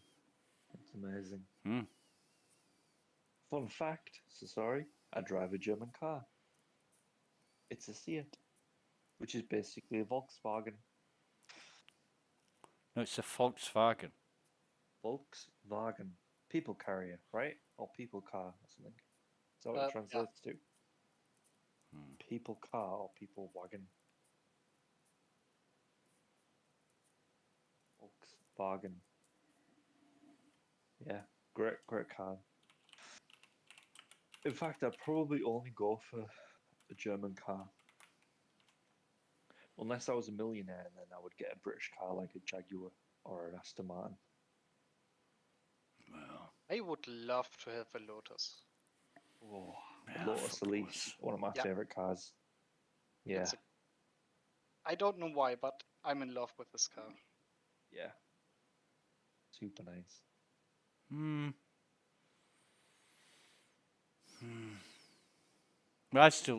I always maintained the best thing that ever came out of Germany was Tanya Bauer. Who's that? She was the Formula One presenter for German TV. She's so fucking hot. I mean, did you watch the F1, by the way? No, it's on tomorrow. I thought it was last weekend. Oh, do you mean Silverstone? Yeah. Right. Yeah. My cousin was there. Oh wow. What is he? Is he fucking loaded as well? No, but he does work for Warner Brothers, and there were extras in the what's he called? Brad Pitt, the Brad Pitt movie that was getting filmed there. Oh God. Did you see it? Did you see that? Nah. Yeah.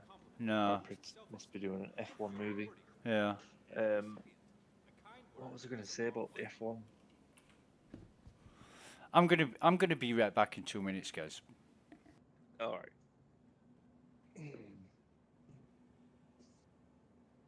But yes, sorry. I find it all very interesting. But what other cultures, what other people think? Their like views on stuff. Are you into politics? More or less. I'm not actively looking into stuff, but if I see something, I usually read it and yeah. Yeah, I'm not into politics myself, but I do quite like watching the news. And it always just seems to be about politics, it seems. I quite like watching like politicians argue between each other. I find that quite amusing. So in the UK we have like called the House of Commons, and every Wednesday they ask the Prime Minister questions, and it's basically just the opposition, which is the other party, asking the Prime Minister questions, and it's just like loads of back and forth, and it's quite entertaining. Most political debates are terrible to watch, I think, because you usually don't really get answers. You just have people trying to dodge the questions. Yeah, that's it. Ready to take the It's next step on the embarrassing. road to It's so rehabilitation? embarrassing. Try to learn something new about minerals today and how better to harvest them. Not only is mining a valuable skill, but geology is a fascinating hobby appreciated by people across Also, the empire. Keeping most busy is a great way politicians to keep on the right don't path. understand their role anymore. Yeah. They're supposed to do something that's good for the country they are representing and the people in it, and not just something that makes their bank account bigger. Yeah, you're right. I don't know how it works in Germany, but we have like a bunch of average Joes, which is just like average people locally that we vote for, and they don't necessarily have like a background in politics or anything in particular, but they're supposed to represent our like local area, and I think it's just a really bad way of doing it. I don't believe in like party politics. I think it's like a bad way of doing it. I think this Because two-party system doesn't really work very good. yeah, I totally agree with that. We have like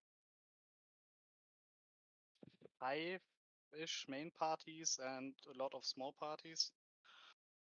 Yeah, we're the same. People tend just to vote for whoever their parents voted for, or whoever they think's going to get them a good deal, and it's got nothing to do with the things that their local representative has accomplished. Yeah, that's so stupid.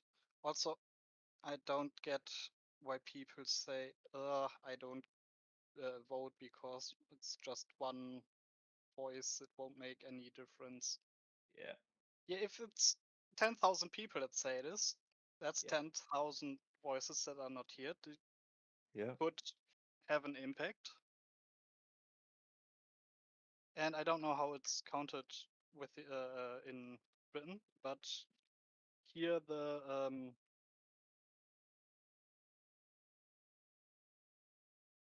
words.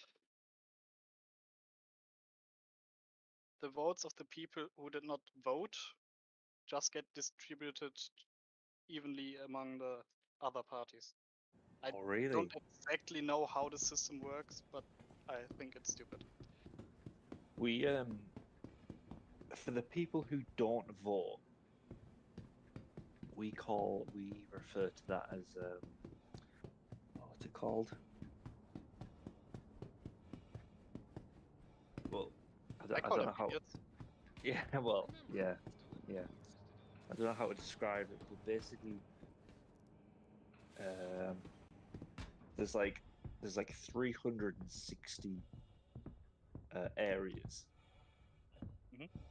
That's how many members of parliament we have, and you get told the percentage of people who could vote who voted.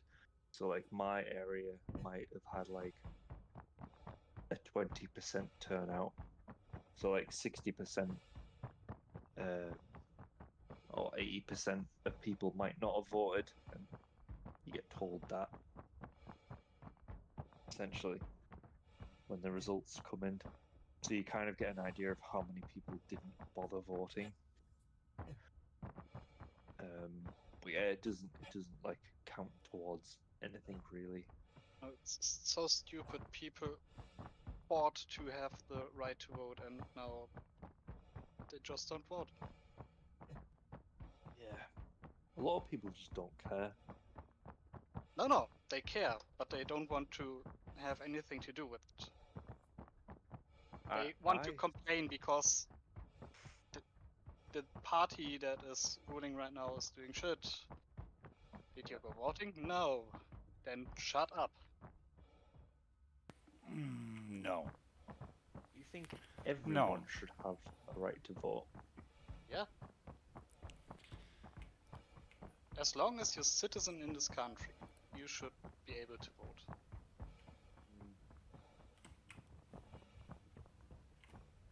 I mean, you've got to take into account the ease at which some people are convinced or manipulated. Oh, I know this. Now, I always want to scream if I see how many fucking idiots vote for the stupidest fascist party we have here. Yeah. now you get some political party mandate broadcasting or publishing that they're going to do this, they're going to do that. And you think, okay, well, that sounds great. I'm going to vote for these people. However, once they get into power, whatever reasons that they do not fulfill the promise, it just doesn't happen in most cases. And you know, I can tell you the last sort of at least dozen British governments all came to power or retained power through doing a good job or promises to the people or whatever, didn't uphold fucking any of them. And even we talked about Boris Johnson earlier with leaving Brexit. That nearly didn't fucking happen.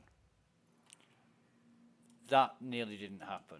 So the reason that he became Prime Minister, oh fuck, why have I got so many of them? The reason he became Prime Minister almost didn't matter. And it was a shit show. It was a complete fucking shit show.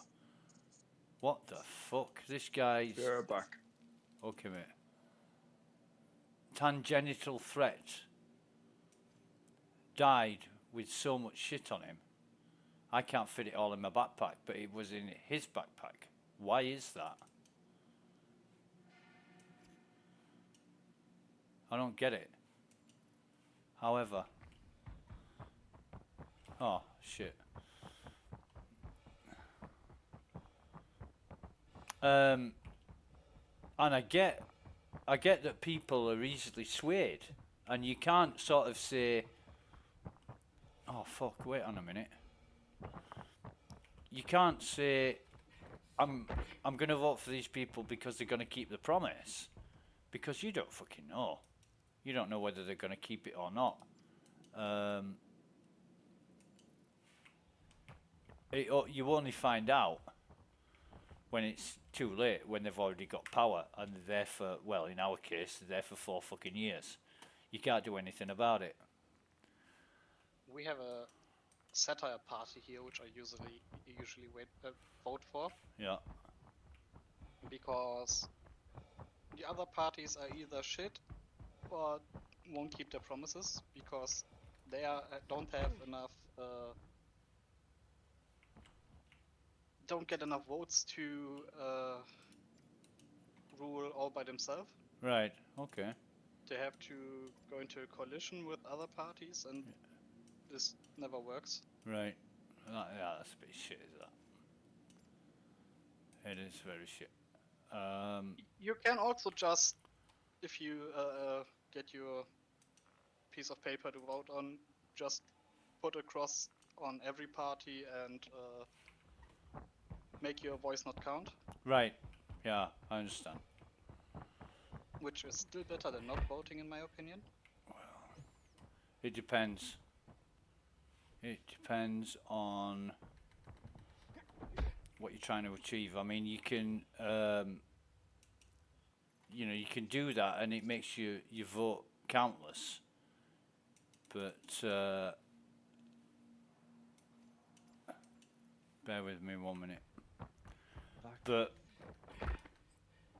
you've got to believe these people, and you can't fucking trust them, because all they want is to get into power. That's all they fucking want. So, you know, you can't judge a book by its cover. You really can't, and it's difficult. But like I say, going off statistics, I don't know the last government that actually kept the fucking promise. I don't. You know, speaking from a British point of view, but I do fucking want this mission from Ruto. But yeah, people, where is it? I'm not getting the missions. The most infuriating thing, in my opinion, is that most politicians want to make laws for stuff they don't know anything about. Oh God. Yeah. Like, we had a minister of health. He was called Matt Hancock, right? He got absolutely no fucking education or prior experience in health matters and anything to do with it. He was completely fucking useless. Boris Johnson, when he was Prime Minister, he put all his fucking mates in positions of prominence, whether they were qualified or not. And you know how many, what qualifications you need to be Prime Minister in this country? Probably none. Absolutely fucking none. Yeah, it's basically the same here. Yeah. Which is not entirely a bad thing, because even if you have qualifications, you can still be a shit minister. Yeah. Yeah, it's whether you can make things happen, and you know,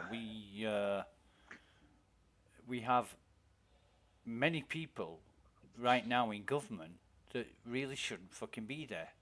I mean, judging by the performance and the proficiency at which they do the job, it's just fuck up after fuck up. And in times gone by, in past years, you would get people resigning because they'd failed or they'd caused embarrassment or whatever. You'd get them resigning from their position. But no, not these days. They hang on to it like it's the only thing that fucking matters, and they fight tooth and nail. Like Boris Johnson did. He lied through his fucking teeth until it was no longer possible, and his party said, if you don't fucking quit, we'll find somebody to replace you. So he quit.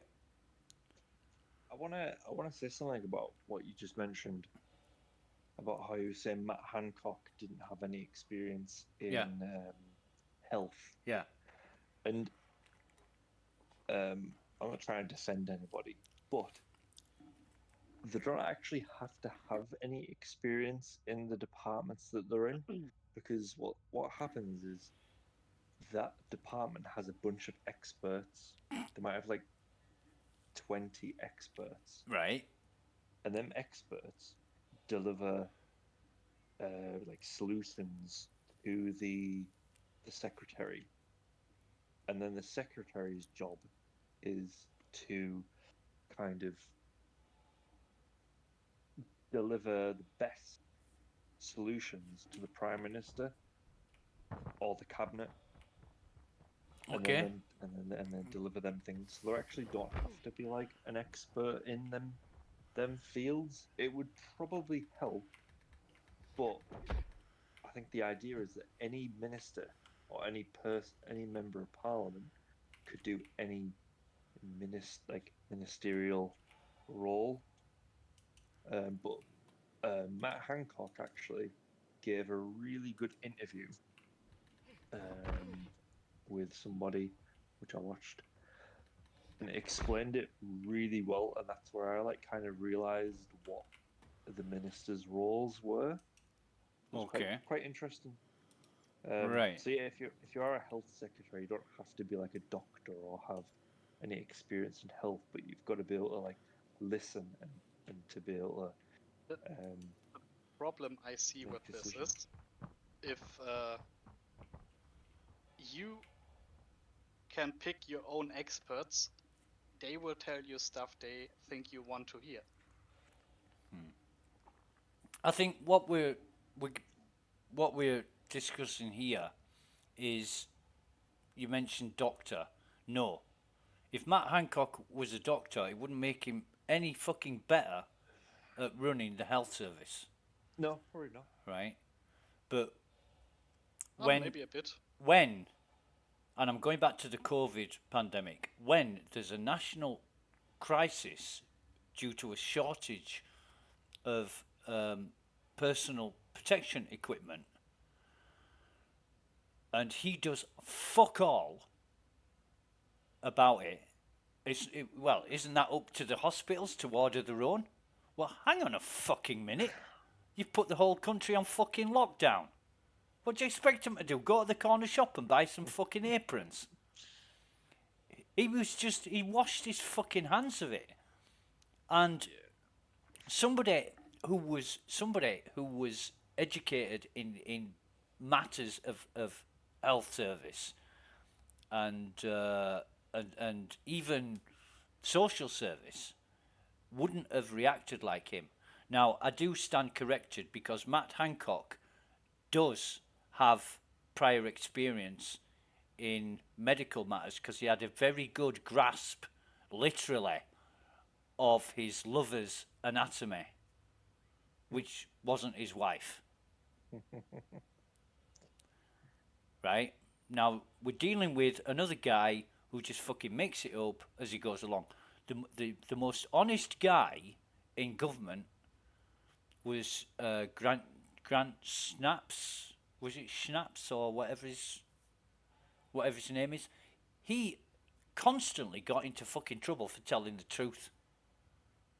And he was so, as a matter of fact about it, he used to come out with the fucking God honest truth, and it was like, hang on a minute, the government has said the exact opposite of that. Like the PPE.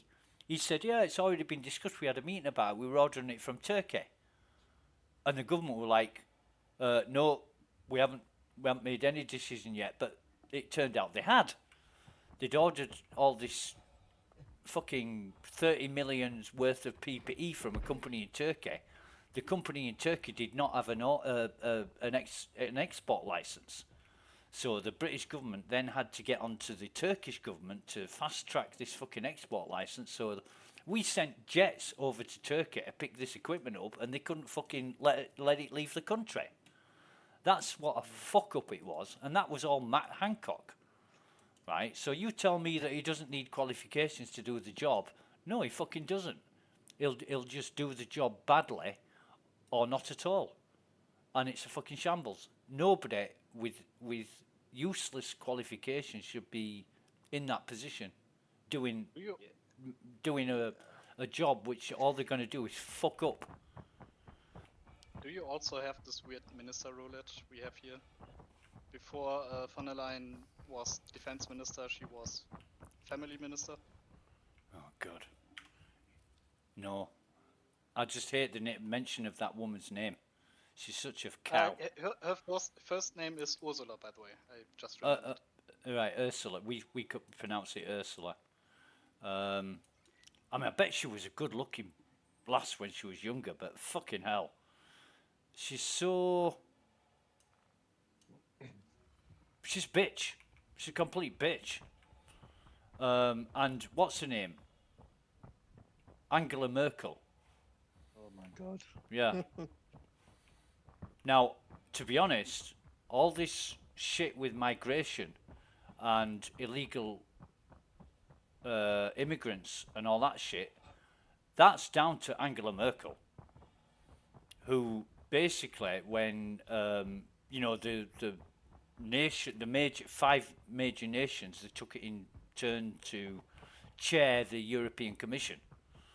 And when Germany were chairing the European Commission, Angela Merkel basically said, right, anybody from a country that's torn with political or other social and economic problems may come to Europe without a passport. Anybody whose life is in danger in the country that they're in can come to Europe freely, no matter who they are. So what do you think that turned into?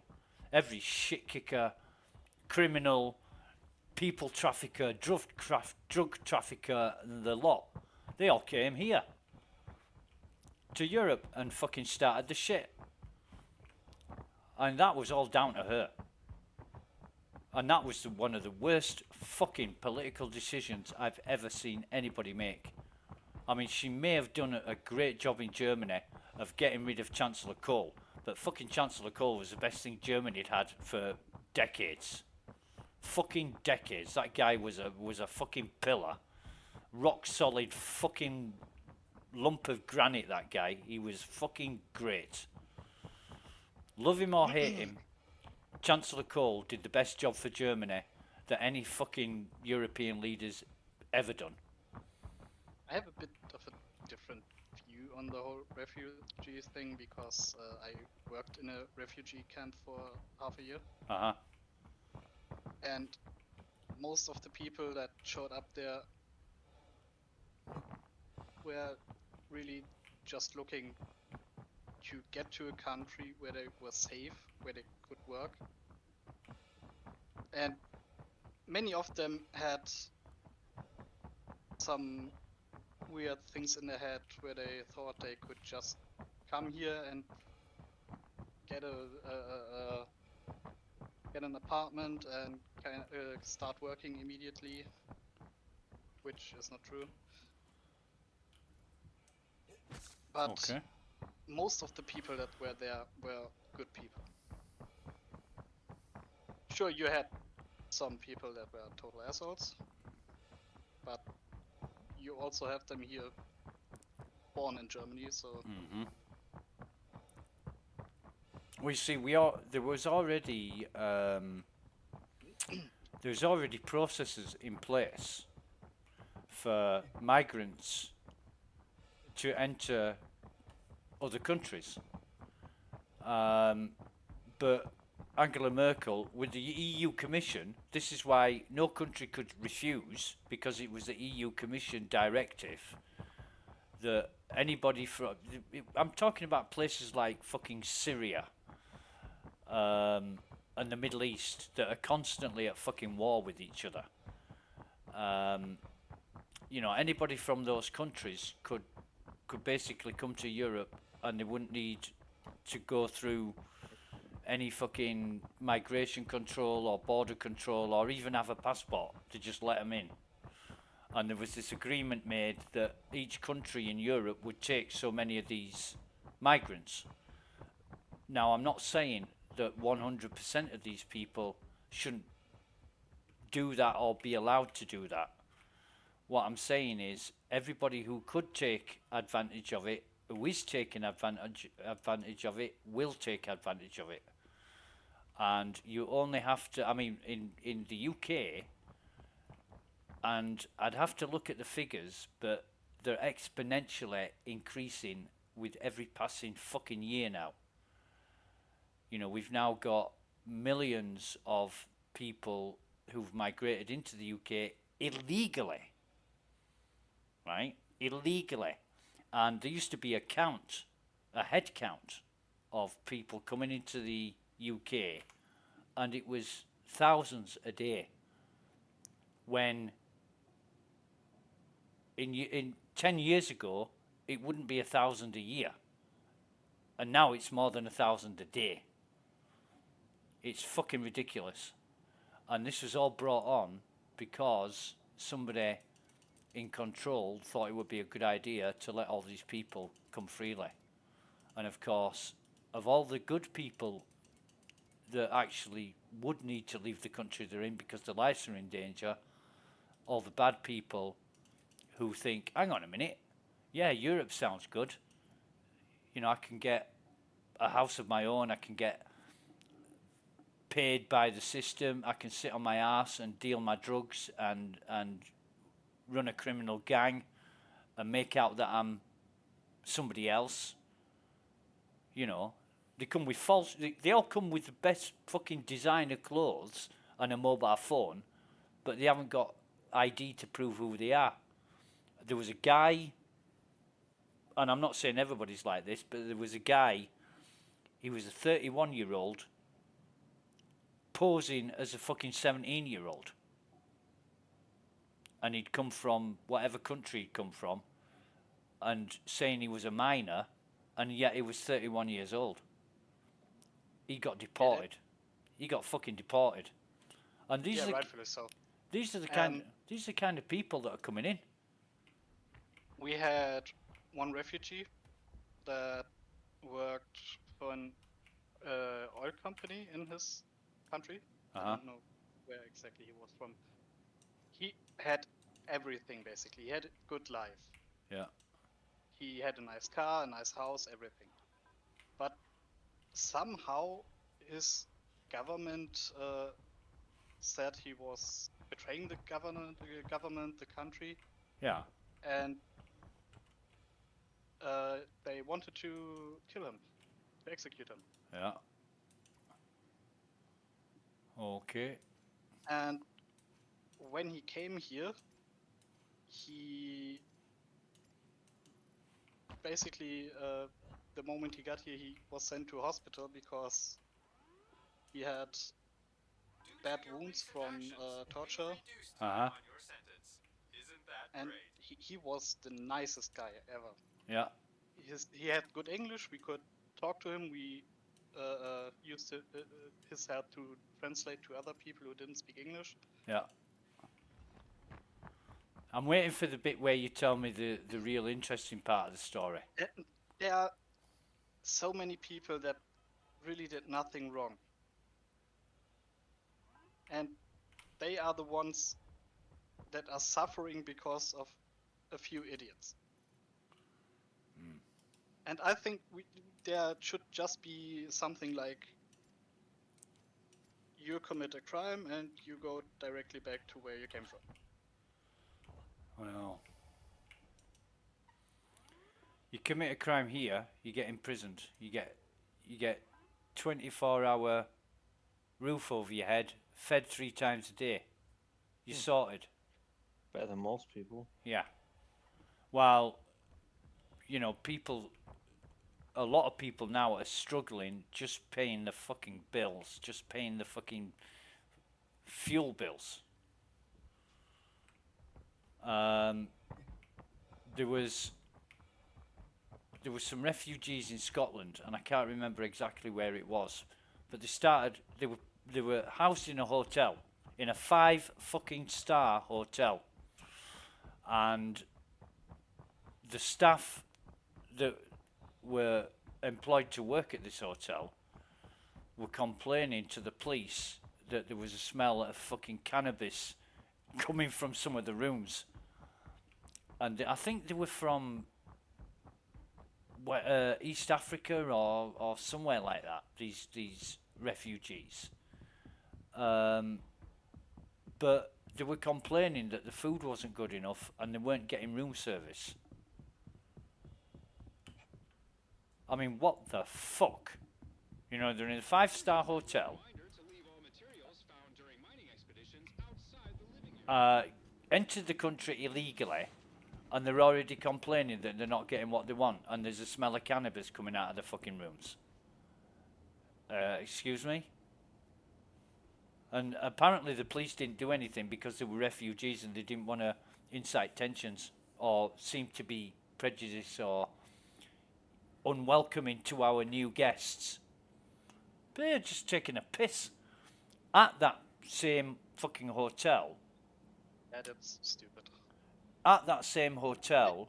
If you have something like this, you just should take action immediately. Well, at that same hotel, and I can't remember how long after that it was, there was a stabbing. Somebody got stabbed, and it was one of the refugees. You know, the migrants. That was the guilty party, and no details were released of the culprit, or you know, any information about them, because the authorities didn't want to seem to be acting against somebody who was, I don't know what they call it, protected status these days. Guys, I've got to go. Okay, mate. Anxiety, do you need to like close off this thing that we were doing? Right, mate. Really enjoyed our conversation tonight. It's been interesting. Well, it's a lot of opinions, isn't it? And I need to do this now, mate. Are you on tomorrow at all? I'll probably be on about the same time. Right. So, yeah, we'll do this bit in reverse tomorrow. Yeah, sure thing. Okay, mate.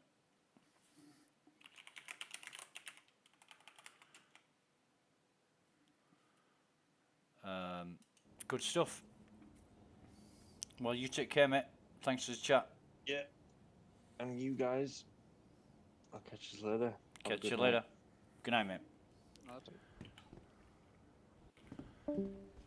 Yeah, I don't have a problem with people in need, if they are genuine people in need.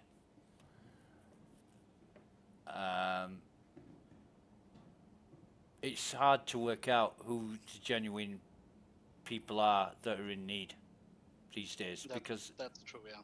You know, you tell me this story about the guy who's been oppressed by his government, beat up and put on a hit list. Well, look at the fucking doctor in Wuhan who dared to speak out about COVID.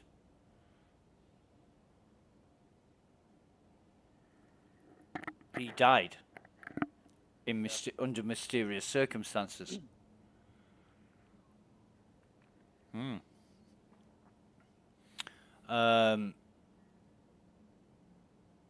You know, and it was said years and years before that biological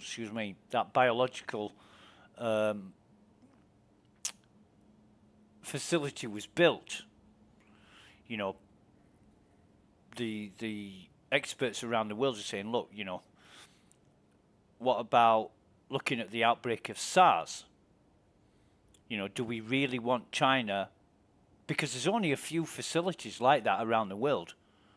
And they said the outbreak of SARS should be alarm bells enough not to allow the Chinese to have a biological facility of this level. And then,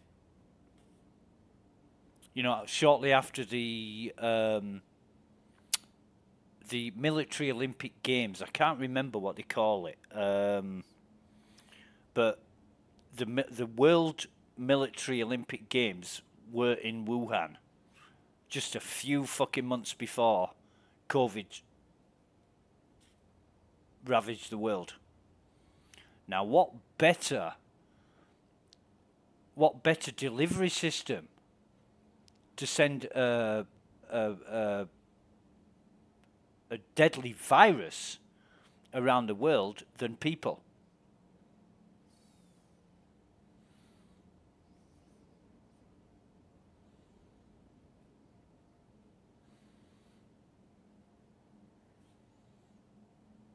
Now, you want to check up on all this. You know, I'm not a conspiracy theorist or anything like that, but you want to check up on this information. It's a fucking fact. Yeah, yeah. Viruses are a complicated thing. It is entirely possible that COVID-19 is something that just developed on its own. but might have been made in a laboratory. And until you have a laboratory that says, yeah, we made it, you can't really prove it. Well, that would be the World Health Organization demanding an inspection of said facility in Wuhan, and the Chinese denying them for 8 months, was it? It was quite a number of months. And the Chinese denied the World Health Organization an inspection and an investigation while they had time to do whatever they needed to do to get rid of the fucking evidence.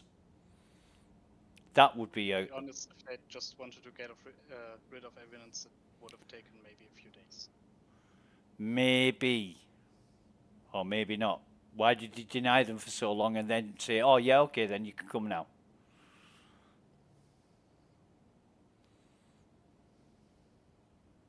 Or what? Don't know, maybe they were working on other things that they don't want people to see. That's entirely possible. I'm pretty sure there are many things the world doesn't know about. Which is reason enough. If they're going to have a facility like this and the world agrees to let them have a facility, why then would they be doing shit that nobody else knows about? What, you mean like working on things that they don't want anybody else to know about, like COVID-19? Not even COVID-19. COVID-19 is, if you compare it to other viruses, relatively harmless.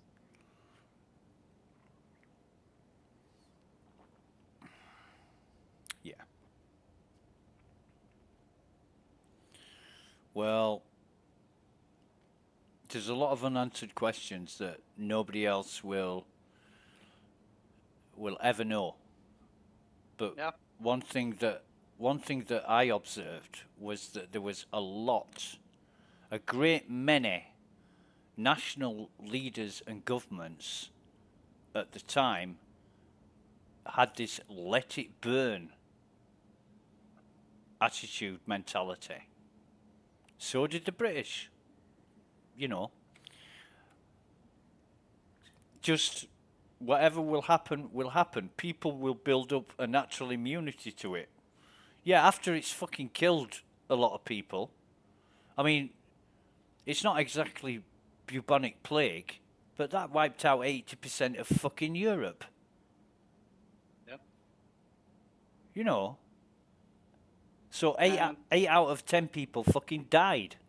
Fun fact, the bubonic plague is coming back. Not back, but there are way more cases than there were before. Well, it's never really gone away. It's not like you can eradicate it because bubonic plague is a bacteria. It's not a virus, and the difference between a bacteria and a virus is that a virus needs a host to survive. A bacteria doesn't. A bacteria can survive on its own. Also, a bacteria can replicate on its own, and a virus not. A virus needs a host cell to replicate. Yep. Well, that's it. That's the difference between a bacteria and a virus. Bubonic plague. I think scientists found the earliest strain they've ever discovered recently, within like the past 2 years. And it is astonishing how old this strain is. You know, it's one of the very, very oldest examples of bubonic plague strain that they've ever discovered. I can't remember exactly where they found it, but when it was analysed and examined, basically said if this thing took hold today, people would not live. You know, there'd be absolutely no immunity to it whatsoever. Yeah, there's a lot of shit out there that's that can kill us, and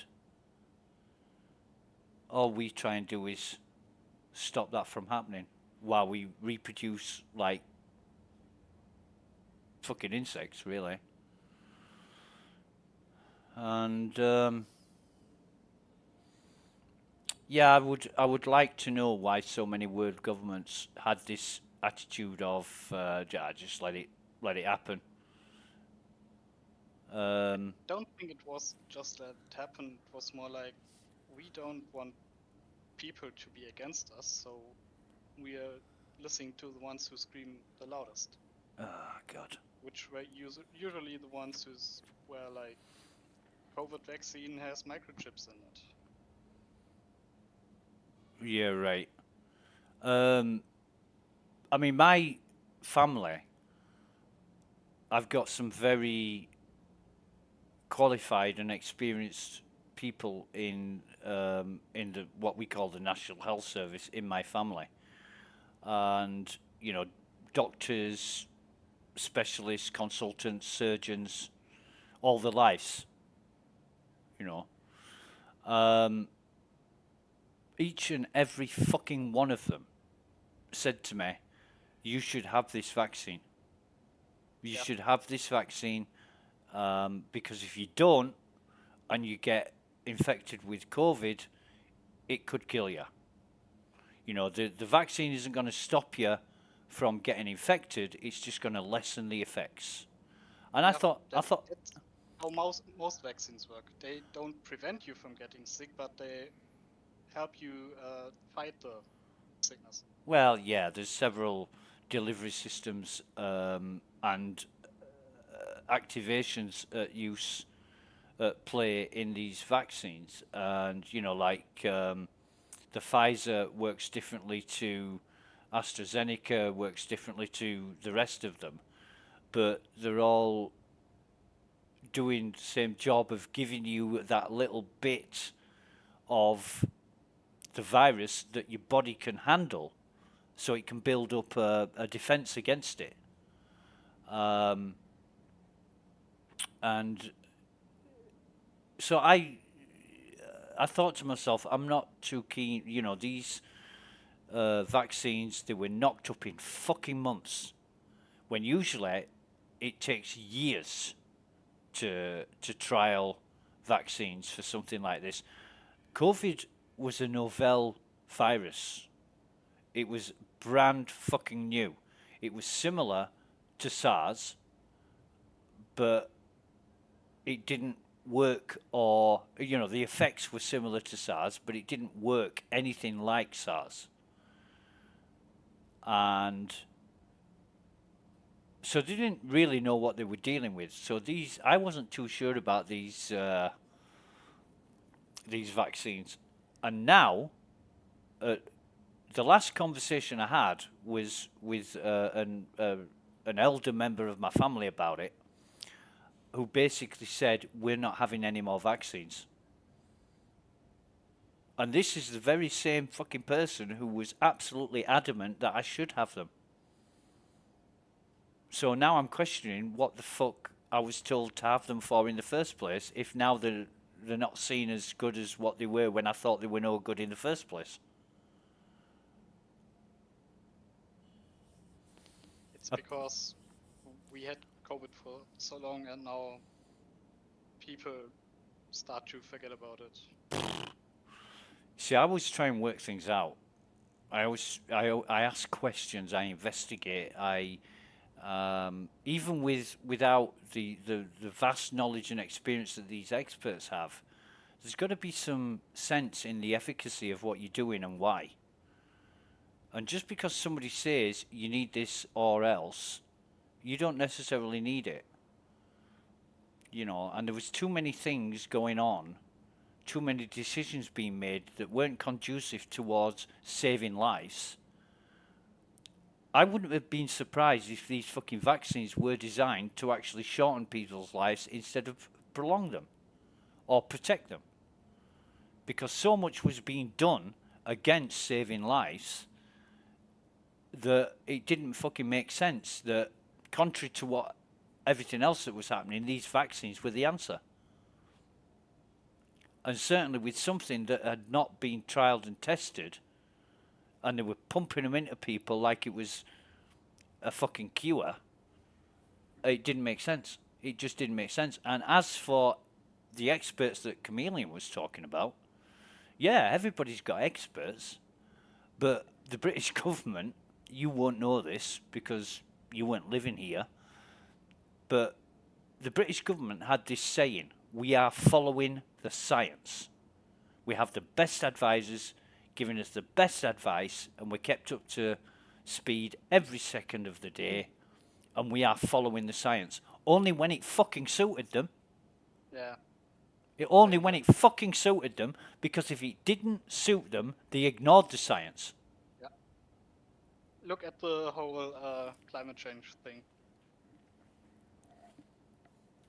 Experts have been saying for years, for decades, that something has to be done.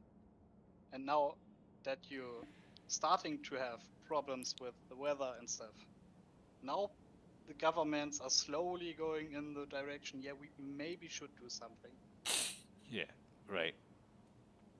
As long as it doesn't cut into our profits, yeah, we'll do something. Fucking wankers. You know, we come into this life with nothing, and we go out of this life with nothing. And we're so obsessed with accumulating everything we can fucking get while we're here. Usually at other people's expense. You know, the natural resources of the planet are not infinite. And we're using them. Most of them are pretty limited. We're using them up like you wouldn't fucking believe. For what? For what reason? So somebody can line their fucking pockets.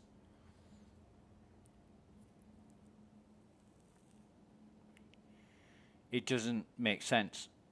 I read about a few months ago, I think, the oil countries like Arabian Emirates, and they have a group which controls most of the oil trading. Uh-huh. And they limit the amount of oil they extract to keep the prices higher so that they make more profits. Oh, I can believe that. I can believe that.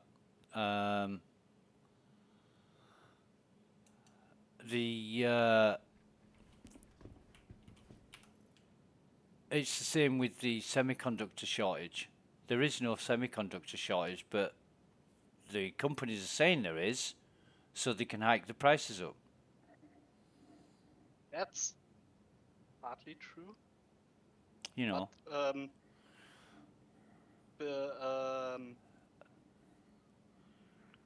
the factories from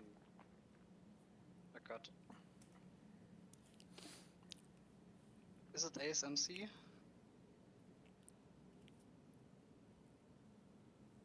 They have a lot of orders and they run on capacity. At least for the chips everyone wants now. Right.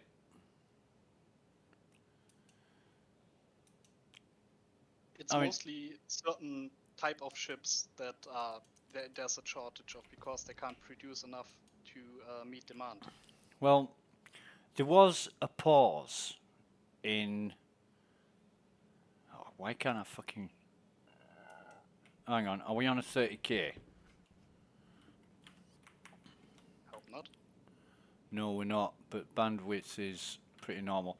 There was a pause in production. So profits weren't coming in because everybody was made to stay at home. Worldwide, there was a lockdown. So the people who were expecting to make, I don't know, let's call it 10 million a month, were not making 10 million a month.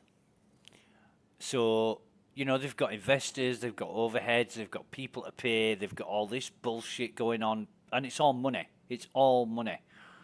The focus is not on extending people's lives. It's how much money are we losing?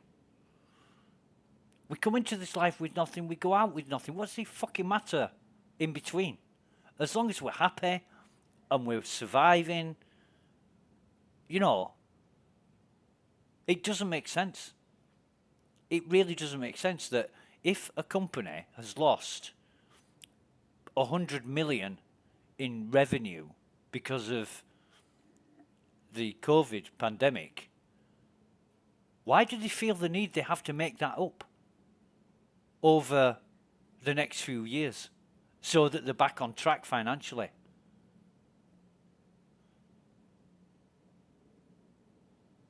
Because many people see money as the thing that makes them happy. Wow. Everybody else. And I don't think money makes you happy, but I think money makes your life easier, which makes it easier to be happy.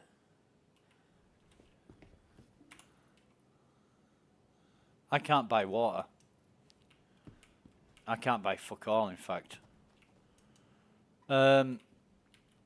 It does, and a lot of these people in government are already rich as fuck. So fuel prices being 3 times what they used to be isn't going to impact on them much because they've got the money to cover it. But somebody who's already struggling and on the breadline, you know, that they're going to suffer. You know, I've heard It was basically impossible to get flour or toilet paper when COVID hit. Yeah, you know why? Do you know why? Because people were stupid. Because they went out and panic bought. Yeah. We had, you know what CCTV is? Yep.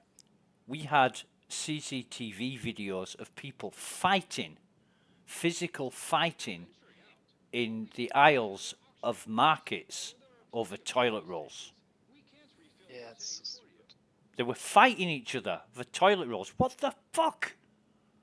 Fucking sunflower seed oil was at €5 per bottle. Yeah. I didn't buy any, I just bought another oil to cook. Yeah. Just stupid. And Well, it took forever to get down again. Now it's at around €2-ish per bottle, I think. Yeah, well, the problem is that when I go out now, I know how much I used to spend before COVID on shopping. And it was 25 euros a week. Now I'm spending between 50 and 60. Yeah, it definitely got more expensive. And I look at the price of things, and it's like during COVID, there was milk farmers, dairy farmers, and they were having to waste thousands of litres of milk because nobody was buying them. Right? The tankers couldn't come and pick the milk up. They couldn't get rid of the milk that they were producing, so they had to just throw it away. And now milk's is expensive as fuck. You know, and what used to be sort of €2 is now €4.50. And I'm like, why is it any more fucking expensive? The war in Ukraine, that's had a knock-on effect. Because most of the grain that Ukraine produces has been hampered or stopped as a result of the war. So they've had to, these people that were relying on that grain have had to go elsewhere. So now other places are overstretched who can't meet demand. It's fucked up a lot of things. And that's another reason why things have become a lot more expensive. And it's all greed. It's all fucking greed. It doesn't cost anymore. You know, if they think about it, you're not going to say, oh, well, you know, we're getting it from Kenya instead of Ukraine, so it has to come all that way from Africa, which means, you know, the boats, use more fuel to get the grain here and all that shit, blah, blah, blah. Oh, but then there's our profit and there's the shipping profit and everybody else in between profit. And they all add the little bit on because they all see a little margin that they can make. And at the end of the day, if you're interested in just keeping people alive, you won't be trying to make fucking massive profit out of it. The fuel bills, I don't know what your fuel bills are like in Germany, but ours have gone up by about 3 times. And what it is... You mean like gas for cooking and stuff? Yep, gas and electric. And what it is, the heart of it is, there's the government allowed anybody to start up their own energy company, right? So you could register yourself as Sasori Energy, and you could become an energy company reselling electricity to customers, or gas, or whatever, right? You then get into debt, and I'm not talking about a little debt, I'm talking about hundreds of millions of dollars of debt. Now, what happens when you cannot pay that debt? You go into liquidation. So then Sasori Energy is in debt to the tune of $100 million with no way of fucking paying it. However, that bill, that deficit, is then transferred onto the people that you owe the money to. And they want their fucking money back. Right? They're not going to give gas and electric away for fucking nothing. They want paying. So what happens? The 10,000 customers that you had at Sasori Energy, they now have to go to another company to get their gas and electric. But they take that fucking debt with them. So the $100 million that you owe is then put on these customers. But not only that, the customers of the companies that they've joined, that debt is also put onto them. So everybody collectively then has to pay more money in order to pay off the debt that was created by your company. So my electric bill, which, I don't know, let's call it €100 a month for the sake of argument, because of this $100 million debt, it's no longer €100 a month, it's now €300 a month. Because the people that originally sold the gas and electric want their fucking money back. And that's why energy bills are so expensive right now. Because somebody in, and I'm not talking about Germany here, I'm talking about the UK. Because the government in the UK allowed anybody to start up their own energy company without regulation. All you had to do was fucking register, and anybody could run their own energy company and run up debts of millions upon millions upon millions. I mean, I saw a list of companies that went bankrupt, and one of them owed $1.6 billion. That's a lot of money. $1.6 billion. And that was the worst one. But there was hundreds, so sorry. Not just a few, hundreds. And don't forget, the people that were running these companies, they've done all right out of it. They've got their houses paid for, they've got nice cars, they've got fucking millions in the bank. If you do it right, you can open a company, make some money, lose a lot of money, and don't have to pay anything. Yeah, exactly. But then who does? Who does pay the debt? Other people. Yeah. And what do you fucking care? Because it's no longer your debt. And that's the sad thing. That is why things are so fucking expensive these days. because other people's debt, I'm having to pay for other people's mistakes. And that's it. Because the British government cannot pay out that kind of fucking debt. So they're making the British public pay it through exorbitant fucking bills. And it's got a lot to do with Russian gas, because we bought a lot of fucking gas from Russia. Yeah, that's so stupid. And I mean, because... Go on, sorry.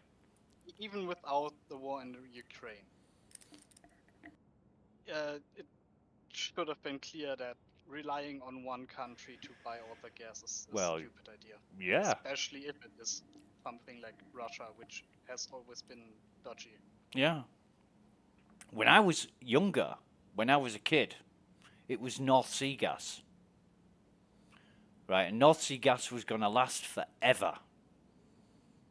But it didn't. It fucking ran out. It's also, if we're talking about energy, the whole thing here with shutting down the nuclear power plants. Shutting them down is not could be a good idea if you have the means to produce your energy in other ways, in cleaner ways. For example, renewable energy. But we did not invest anything in renewable energy until now. Now it's starting, but it's not enough. Now it could have been there like 20 years ago. Or 30 years ago. Yeah. Now it's too little too late. Now, you said it earlier, now they're realising that what they're doing is contributing to global warming. It's too fucking late. You know.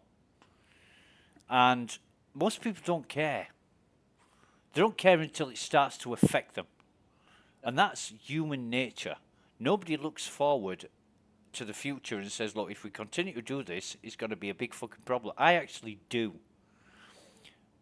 I remember, and I'm going to quote the COVID situation again. I remember when COVID was ravaging the country, and the government, they had this advisory. It was like not a law, but a mandate for hospitals, right?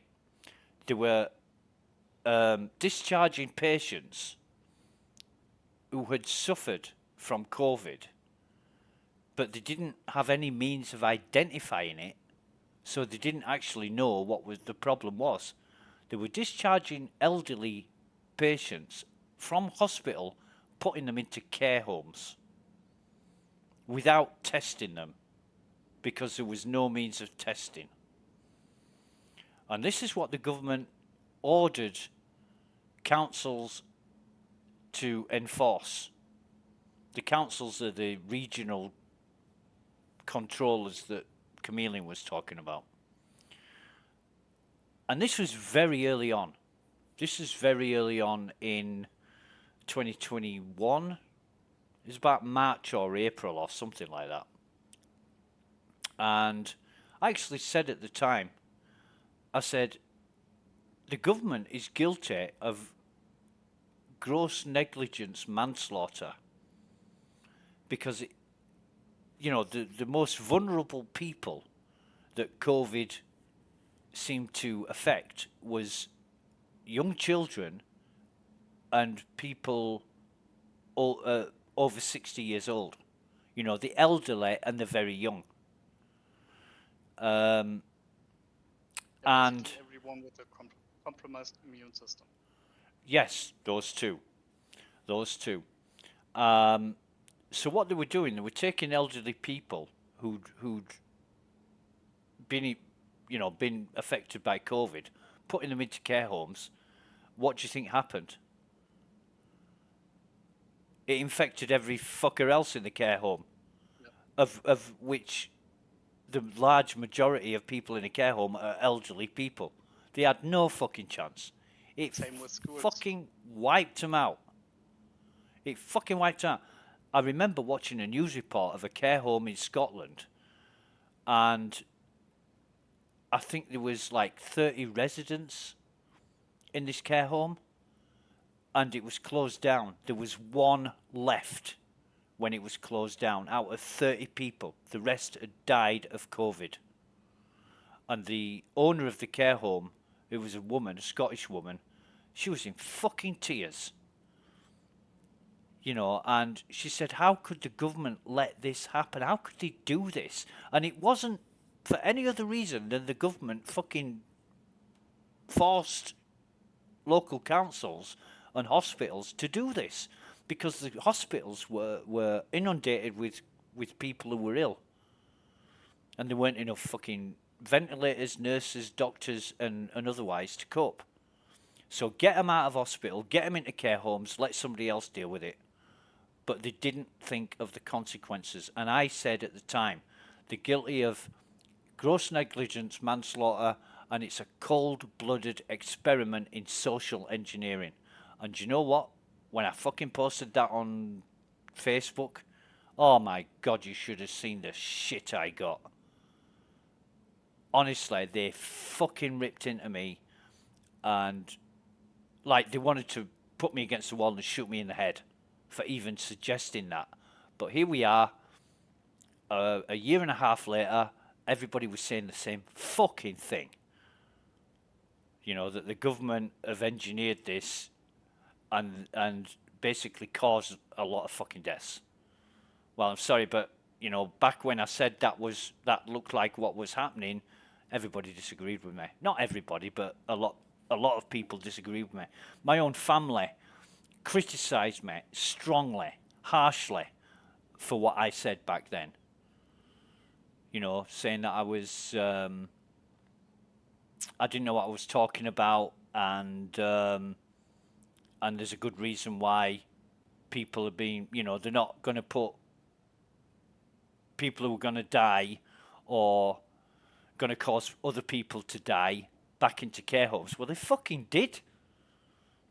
You know, there's still an investigation going on now. It's called the Sue something report, about what failings the government had to allow this to happen.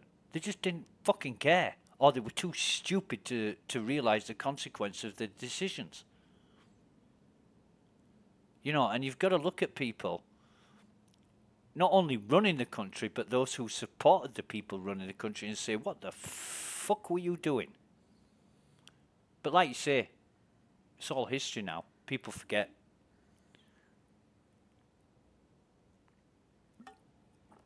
I don't forget. Next general election, when I get to vote, I know I'm not going to be voting for the current government. And I think the current government know, you know, they're in power now, but come the next general election, they're going to be fucking gone. Because they did such a fucking shit job. Bunch of fucking liars.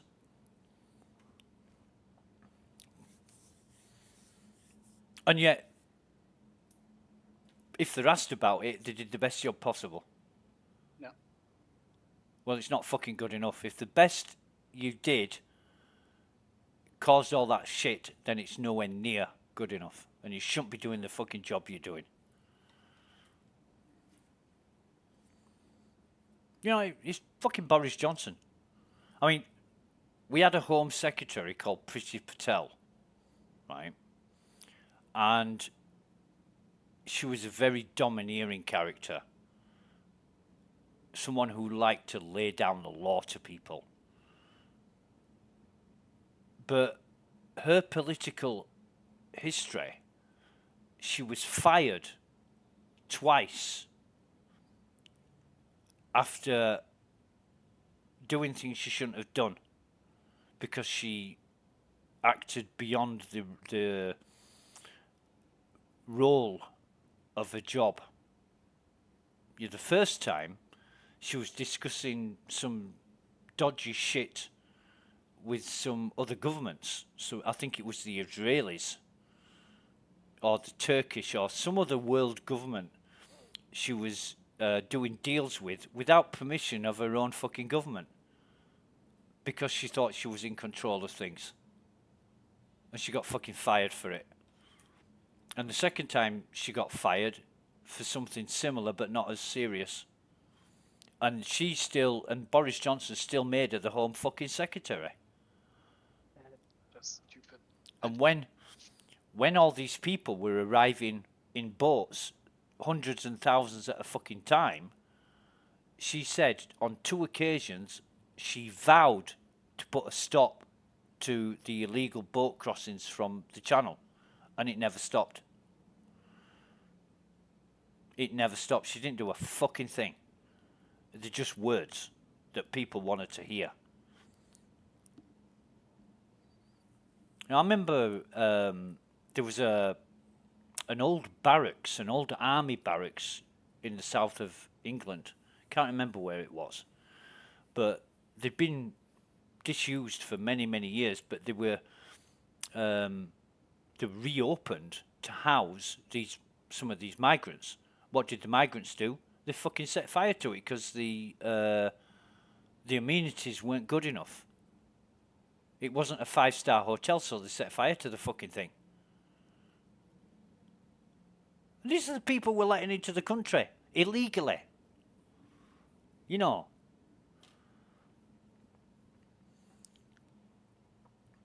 It doesn't make sense. Of course you want to help people. Of course you want to do the right thing. You don't want people to suffer unnecessarily. But when they turn up in fucking Nike and Adidas clothes with a mobile phone in the hand, you've got to ask yourself exactly what kind of life to live in and why they want to be here. I mean, I've seen pictures of people jumping off boats, rescued by the lifeguard out in the North Sea. And the first thing they do is get the fucking mobile phone out when they jump off the boat to ring whoever the contact is. It's ridiculous. And there's a lot of fucking people trafficking going on. And you hear a story once every so often, not too often, you hear a story of an illegal human trafficking gang has been busted in fucking Brussels or France or wherever. But it's still, people are still arriving on boats. Have you heard about the human trafficking at the Ukrainian border? Nope. Where they mostly take Ukrainian women to force them into prostitution and stuff. Yeah, I can believe that. I can believe that. People like this should be executed.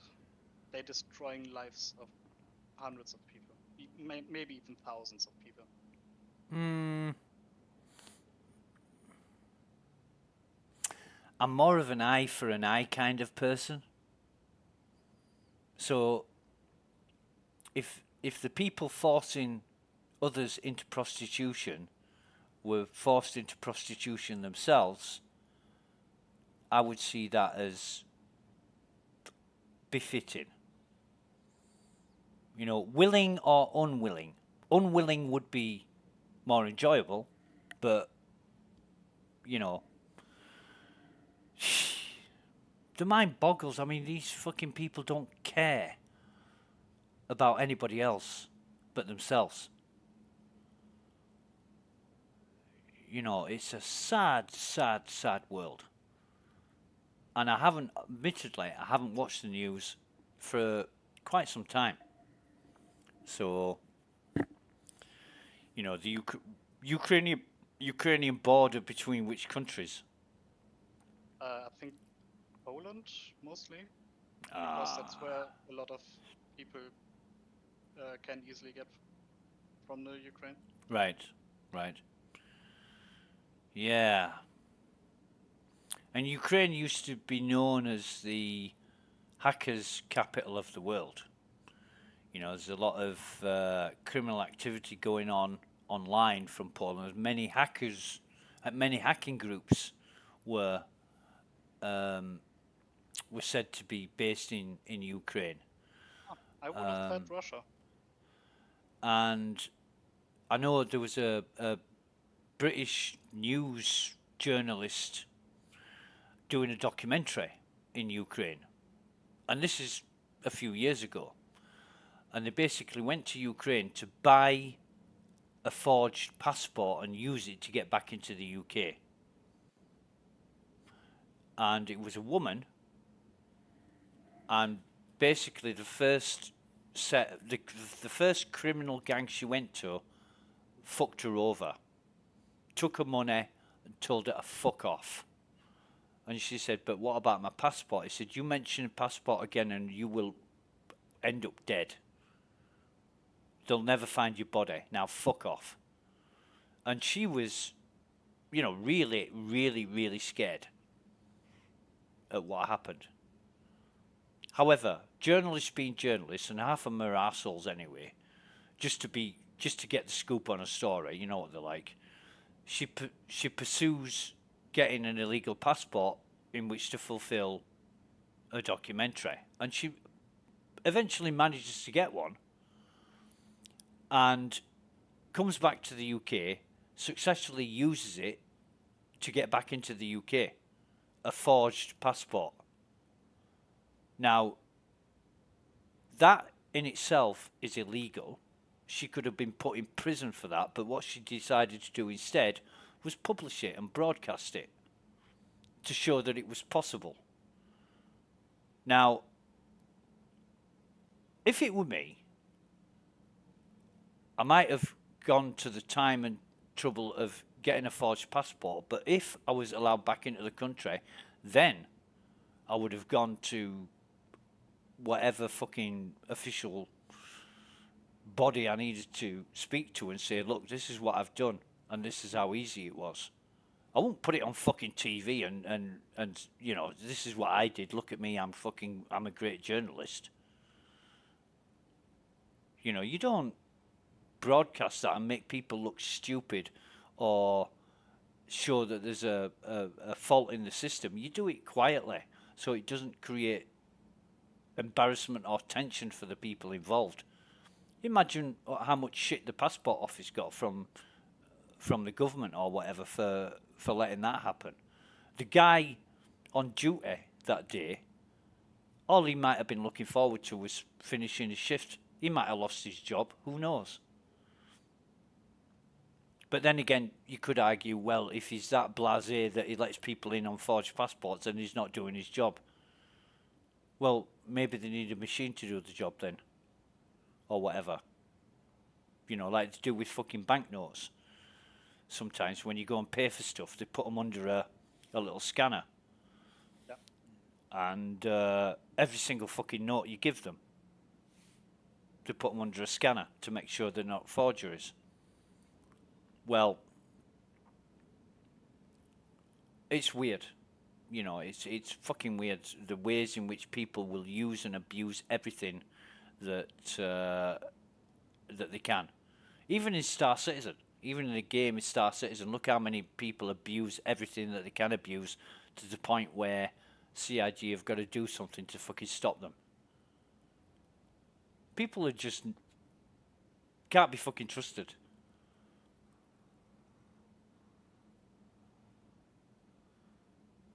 And I think these criminal gangs that force people into prostitution, I don't know what I'd like to do with them, but it would probably involve a lot of guns and setting people on fire. I don't know, because I've never been in that situation, but I can just imagine how horrible it is for the people that have been forced into this fucking prostitution thing. Jesus. And all the shit that comes with it. You know, the drugs and physical and mental abuse and all that shit. If it doesn't lead you to ending your own fucking life, then I don't know what would. It's fucking horrible. Yep. How did I not explode there? The constellation is pretty tough. Yeah. I just hit the ground way too hard and everything's still fine. Yeah.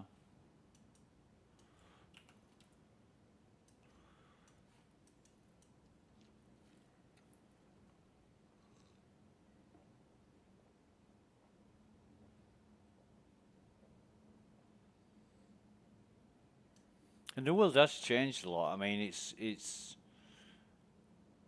a lot of bullshit at the minute is going on because we've got all this fucking,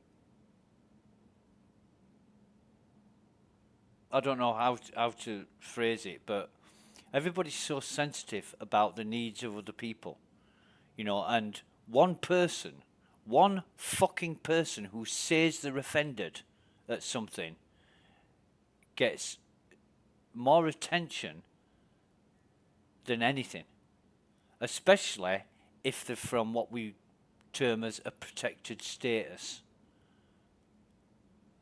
And knowing people like I do, they will use that at the expense of others if they can. You know, and like this Fulani fucking woman, I don't know if you heard about it in Germany, but there was an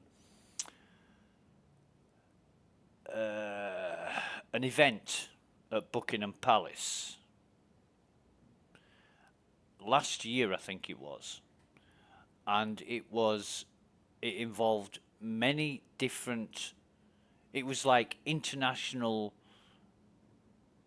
women charity thing where, you know, the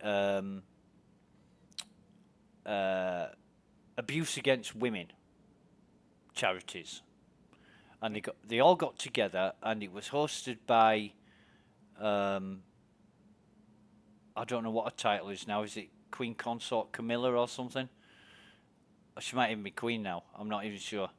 And it was hosted by her, and you got this woman turning up, and she wore what looked like African attire, and she had her hair in dreadlocks, and she had a fucking bone necklace or a bone shell necklace. I think I got at least part of that, where people were screaming about how that you can't wear clothes or tie your hair in certain ways because it's from a different culture. Yeah. Well, this woman, she was an African woman, right? She looked like she was African. And so the lady in waiting, the Queen's lady in waiting, whose job it is to go out into the audience and find out about people that the Queen may be interested in speaking to, she asked this woman where she's from. And this woman gave her short, sharp, one-word answers. Didn't even attempt to answer the question fully or like you would expect.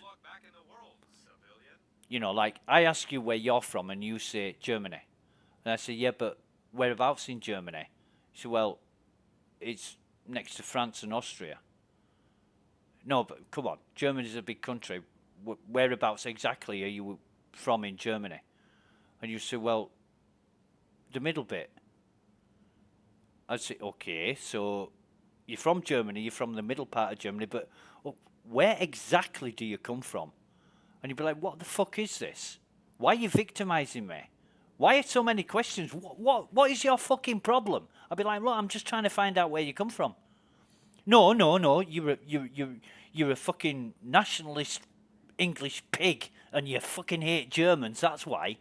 Because you're trying to oppress and abuse me. I'd be like, what the fuck's the story? Calm down a bit. No. You know, you asked me where I'm from. I told you I'm from fucking Germany. That should be enough. But no, you keep pressing it, don't you? You keep asking questions that you're not entitled to know the answer to. And I'd be like, what? I'm insulted. I feel oppressed. I'd be like, well, fucking hang on a minute. And then I'd be getting arrested for hate crime. And that's exactly how this fucking woman did it. And the lady in waiting resigned. Why?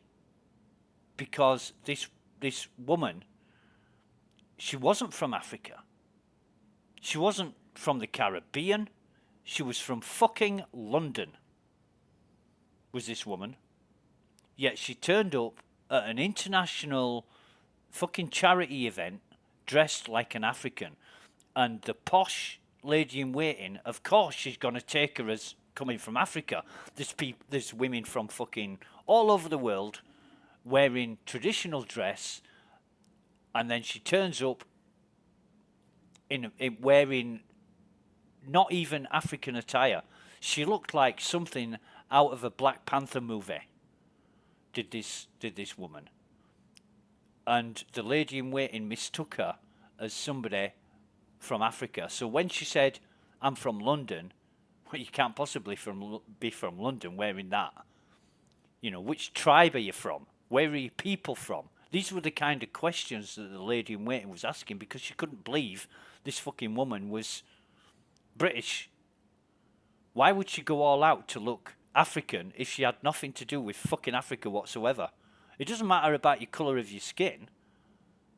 But apparently it did. This woman went there with an agenda to feel insulted, and to try and engineer that this lady in waiting or the royal family were racist.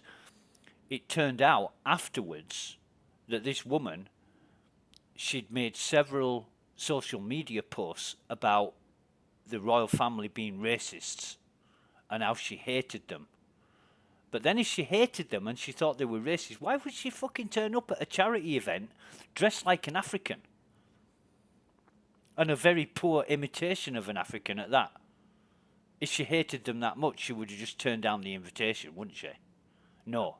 She went there with a fucking agenda, and she got what she wanted because the lady in waiting had to resign. And the just want to be offended, and it's so stupid. Well, being offended is like having a... I've got a head... Sorry. Talking to you is giving me a headache. You should feel bad about that. Now, how are you going to prove that I really do not have a headache and I'm just saying that to make you feel bad? The answer is you cannot. You cannot prove that I have not got a headache just by talking to you. But me saying I've got a fucking headache, for whatever you've said that's giving me a headache, I can say that and nobody can prove it. It isn't true. And I can scream blue murder until the sun goes down. That's what's happened, whether it's true or not. And you are not going to prove that anybody is offended that really isn't offended. And that's the problem. That these people who can take advantage will take advantage. You know, it's like all this Black Lives Matter, right? You can go around saying Black Lives Matter forever, and people will support you and say, yes, brilliant. You say White Lives Matter, well, it's fucking racist. Well, hang on a minute. Isn't that a little bit fucking stupid? Isn't that racist within itself? You say White Lives Matter, oh, that's racist. Yeah, that's stupid, but... You know what I mean? I get why people get offended about it, because it's meant to show something that's not right, and saying bad words. Well, it's not right. They don't want to be devalued. It's not right because it's giving the wrong impression. It's not using the right words. When people say Black Lives Matter or White Lives Matter, they're missing the word "to" off the end of it, right? Because everybody's life matters as much as anybody else's. And all this culture, ethnicity fucking thing is racism. Right? As soon as you include somebody's ethnicity into any fucking conversation where it isn't warranted, it becomes racist. Like, you know, you talk about who's like Denzel Washington. Do you know who Denzel Washington is? Yeah. Actor. Yeah. Yeah. Do you know who Morgan Freeman is? Yeah. Do you know who Muhammad Ali is? Yes, I do. Right. These guys, they're all of African descent, right? I don't look at any of them because of the color of the skin. I, you know, see a Denzel Washington movie coming out, I fucking watch that. I love that guy. Morgan Freeman, awesome. I always call him God because he played God in. Oh shit! What was that movie called now? I know. I think I know which movie. Yeah, you but mean. he was God, right? So I always think of him as God. And Muhammad Ali, fuck me. You know, in his prime, Muhammad Ali, what a fucking athlete he was. He was fucking awesome. And I never looked at these guys as being black. It's never crossed my mind that they're inferior or they're not as good as what they would be if they were white. In fact, much the fucking opposite. Right? I don't sort of say, oh, I'm not watching Denzel Washington because he's a black man. I just love the way that he does his acting. And Morgan Freeman, I love his voice. Morgan Freeman's got such a great voice. You know, just love his voice. If I ever have someone narrating my life, I want it to be Morgan Freeman. Oh, I'd love it to be James Earl Jones. Oh, yeah, that would also be nice. Mainly because me and him share the same birthday. Oh. Which is mid-January. But James Earl Jones, another actor who I wouldn't say is a fantastic actor, but it's his voice. It's that deep baritone, growly kind of voice that, yeah, it's powerful. Really powerful. But yeah, I don't look at people because of what they look like. If they're assholes, they're assholes, and it doesn't matter what fucking colour of skin they are. Yep. You know, and it's just become a world of sensitivity. And we should drop all this shit. You know, we should fucking drop all this shit. We should take people on merit.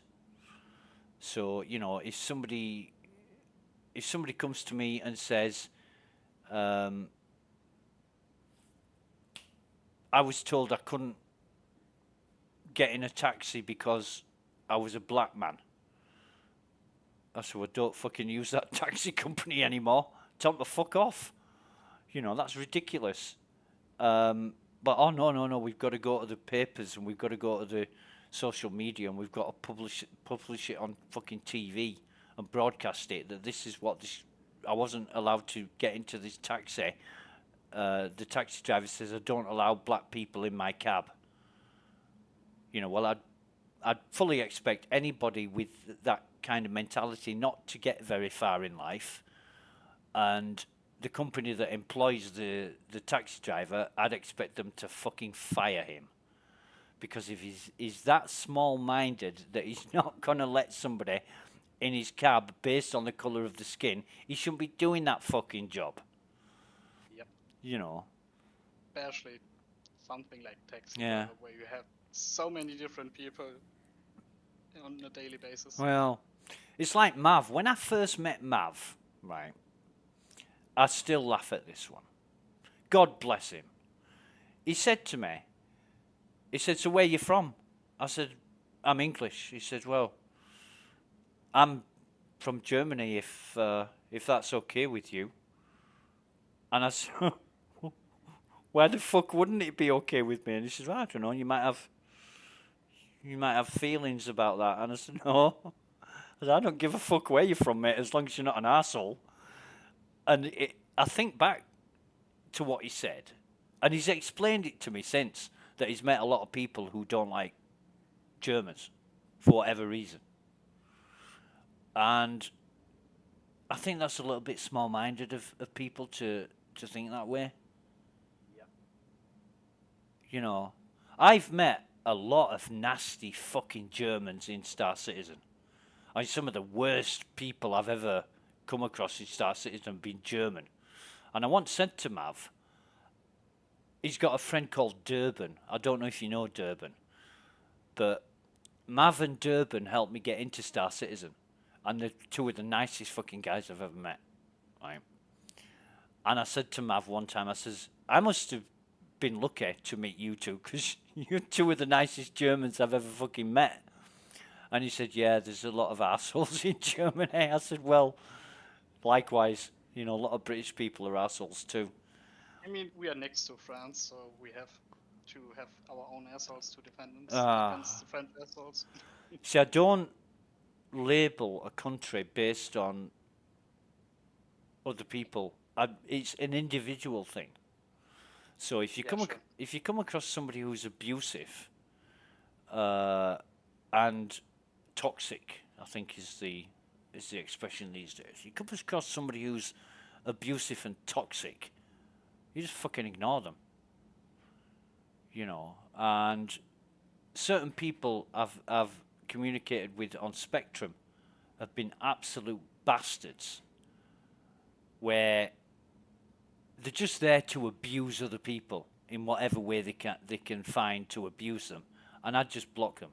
I just put them on block. Doesn't mean I'm going to block the whole fucking lot of them.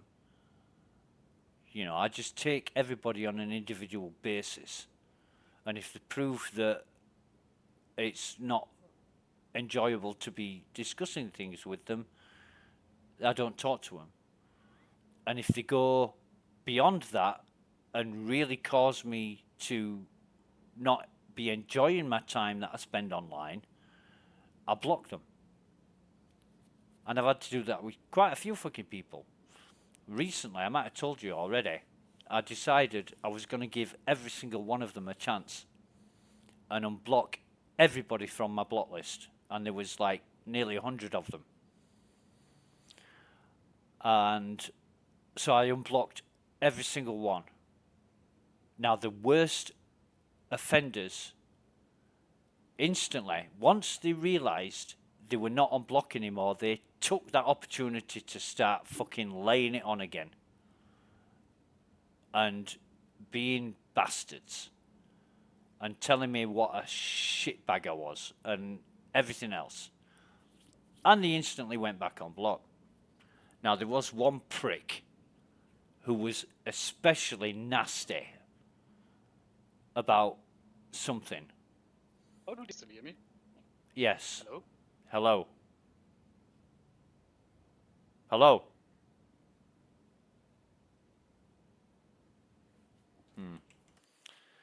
I'll type it then. Okay, I think I had it. I can hear you. Okay. Can you hear me? I can. Okay, I think my internet was a bit... Right, okay. I was just saying, I took everybody off my block list. Did you get that bit? Yeah. Right. I got most of what you said. There was only like 2 seconds I didn't hear. Yeah. Right, so... How did they know that you unblocked them? Because I told them. I said, right, I've wiped my block list. Nobody's on block now. I've given you all another opportunity to prove what good and decent people you are. And I know if you try hard enough, you can make me appreciate that. And a lot of them didn't. A lot of them made me pay for my mistake. So quite a few of them went back on block, except for one guy who was an especially nasty bastard, but he put himself out in the community as somebody who is a good, helpful kind of person. And yet, to me, he wasn't. He was awful. He was a real nasty piece of work, this guy. So what I thought to myself, after 2 or 3 days of his abuse, I thought to myself, I'm going to really find out what this guy is like. So I messaged him, private messaged him, and said, you know, I don't know what your problem is, and I don't really care, but I'd like to try and work it out so that you know, there isn't all this friction going on. So whatever I've done, I can't imagine what I've done to anger you, but there's absolutely no need for it. And you see, then I gave him a plinth, a platform on which to reconsider or go all out. And he went all out in the worst fucking way possible, which I was happy with because I was making a video of it while I was doing it.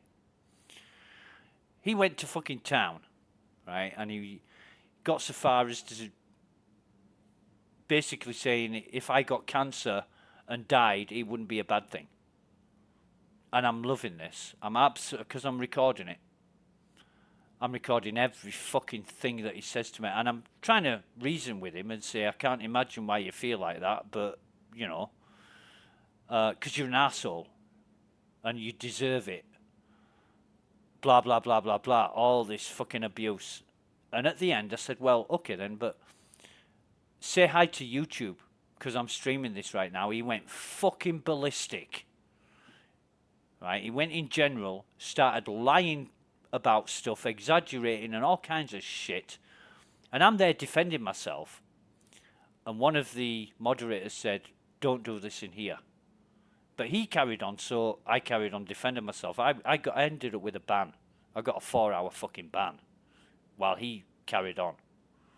Was it the guy with the Corsair? Yeah.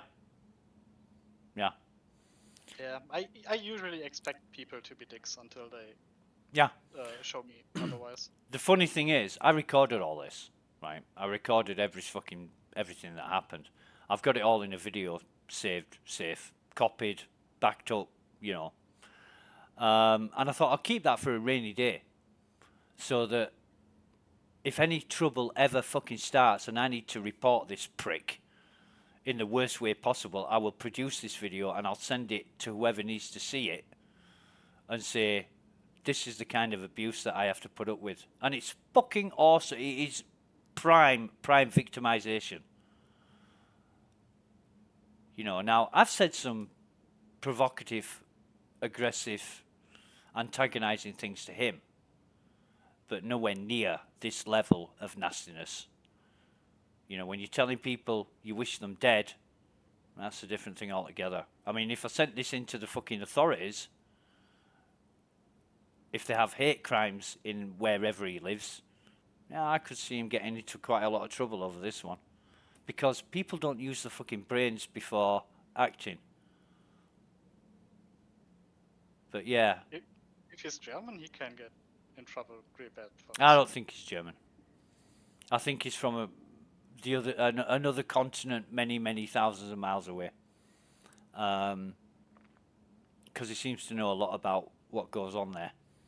So I'm guessing. I don't really know where he's from. I don't fucking care. But yeah, you got to protect yourself against people like this, and it's a shame that you have to. Because somebody like Nugget came on the other day and said something really funny. Something like, fuck you, you wanker. And I'm like, yeah, all right, mate.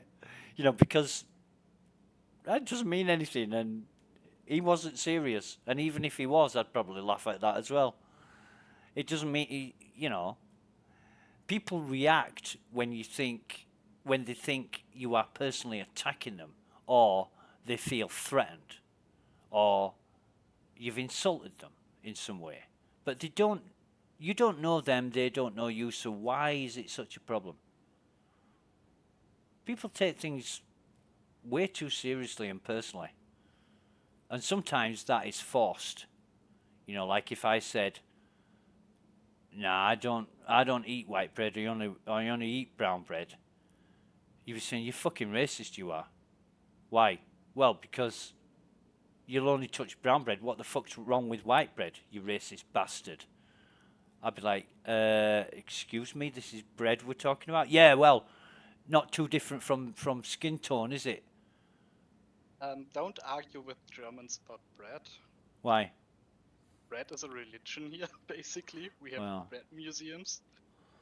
Okay, well, you got something good going on there then. I fucking love bread. And my favourite bread is just give me bread with fucking seeds in it. You know. German bread is awesome.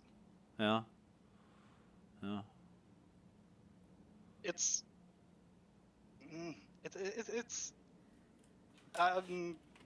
many bakeries are closing because they are getting more and more expensive, Yeah. and people don't want to buy there anymore because it's too expensive. Uh-huh. And they buy their bread from the supermarket where they have those cheap bakery sections Oh, where Jesus. they just get the pre-made bread. They just have to Yeah. bake. Well, it's the same fucking bread, just in a different shape. So if you It's buy... it's not the same. It is here. Oh, Jesus, it is here. So if you buy, like, a tiger loaf, which is, I don't know what you call it, but it's oval. It's, like, stretched, you know. Mhm. Or you buy a batch loaf, which is one that you'd slice into sliced bread. It's the same fucking bread, just in a different shape. It's a crime. It is a crime. Because, as you know, all bread is different. If I go to Lidl, for example, I can get probably 40 different kinds of bread. Oh, nice. Yeah. I mean, you can here. And the bread you get there is a completely different story from what you get in a real bakery. Mm. The bread you buy in a real bakery tastes good even after a week. It gets dry if you don't store it properly, but Yeah. it still tastes like it's supposed to. Yeah. While Yeah. the stuff you get at Lidl is only edible. You call it if it's older than Lidl. Is that how they say it in Germany? Lidl. yeah. We call it Lidl. Lidl. Lidl. Nice. Bear with me 30 seconds, be right back.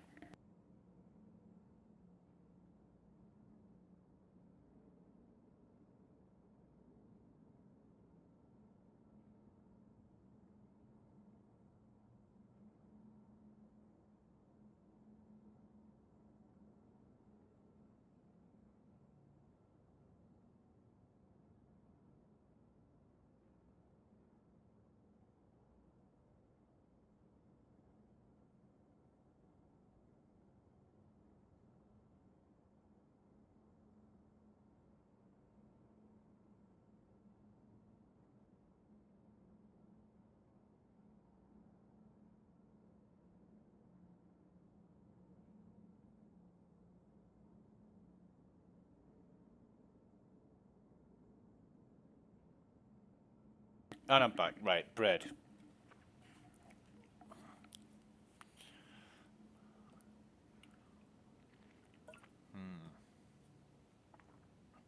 And when I used to live in Lausanne, there was a bakery. And it was a small family-run bakery. And they used to have these... it looked like a balloon. And they actually called them bannel. Because the bread was shaped like a balloon. And it was very crusty on the outside, very firm. It was tough, so you could put your finger through it, but the bread inside was so fucking soft, it was like marshmallow. And it tasted gorgeous. And they were like £1.30 each. So, you know, we'd have these for lunch, we'd have them in the afternoon, and by dinner time, we couldn't eat our dinner because we ate so much fucking bread.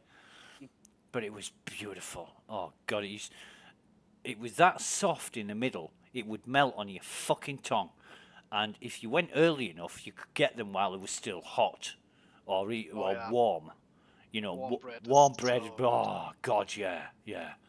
And they used to do these croissants. And again, you put them on your tongue and it just melted. The flavour, it made love to your tongue like you were having fucking sex with it. And they were beautiful. And I used to think this was the best bakery in the world. But I soon learned that there were better bakeries than that, taste-wise. But yeah, I remember that. Beautiful place. Lived there for 2 years. And almost 2 years. About 18 months. And yeah, what a great place. But weird people, the Swiss. Very untrusting. Very untrusting. Once they learn you're not Swiss, you don't get invited round for drinks and cheese anymore. You know, you're all right, but stay away. And if you invite them round for any reason, you know, you're having a party or a birthday party or anything, there's always some excuse. Always some excuse. But if you're a rich celebrity, then you're accepted. Because they're fucking snobs, a lot of them. Yeah. Remember, every apartment building has a concierge, somebody who looks after the building. And these people are respected for the job that they do. They are, you know, he's the concierge, he's the man, or she's the woman. And the apartment block that we lived in, the concierge was a guy. And believe it or not, our apartment building was like 2 buildings away from David Bowie's fucking Swiss residence. He had a house up the road, very private. You know, the gates were 12 foot fucking high, and the walls were the same height. You couldn't get into it. It was like Fort Knox. But he used to say David Bowie was the best Englishman in the world, and everybody else wasn't worth looking at. And I used to think to myself, well, not really, because, you know, David Bowie's not got that good a reputation, and he certainly didn't do any performances in Switzerland at the time that I was there. So why he had such a high opinion of David Bowie, I don't know. You know. But, yeah.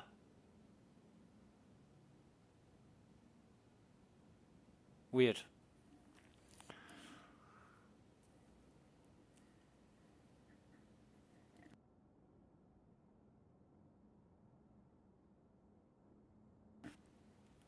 Yeah, Route du Signal is where we used to live. Route du Signal 12. I haven't been around many Swiss people. Yeah. But that was the French Swiss. You know, they speak 4 languages in Switzerland. German, French, Italian, and Romansh. And Romansh is like... it's one of the oldest and less spoken languages, but it's still a language. I guess it's like Gaelic or Welsh in an English sense, you know, where they have their own language and dialect. But yeah, it's a very small part of Switzerland actually speaks Romansh.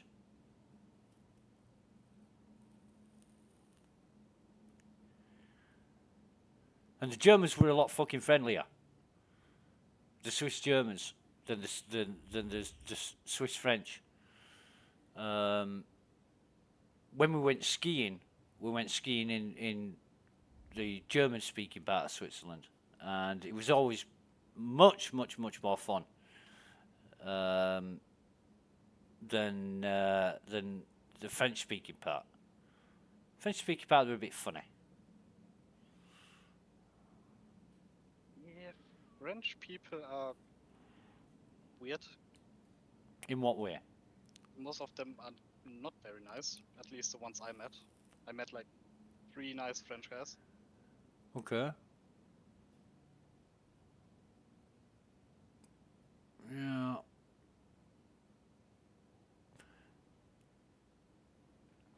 It's again. And they tend to refuse to speak English to you even if they know English. Ah, I've had that. Yeah. And the communication problem is you need to improve your French. Yeah. Yeah. I speak French to them if they speak German to me. Huh. Yeah. I don't know any French, but I can answer with baguette and croissant. Fromage. Bien sûr. It's basically my French. Oui, bien sûr.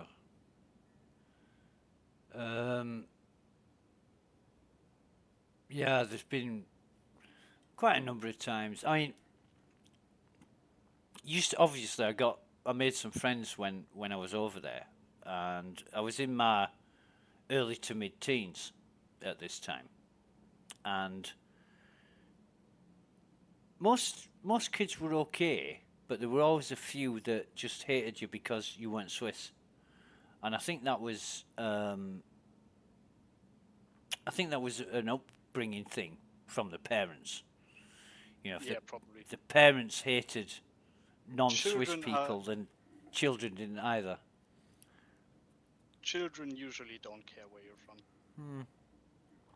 Yeah, unless it was good. they got teach to hate people from anywhere else. Well, they have this game in Switzerland, and I think it's popular in France as well. You'll be driving down the road and you'll see these little, like, sand pits, sort of, I don't know,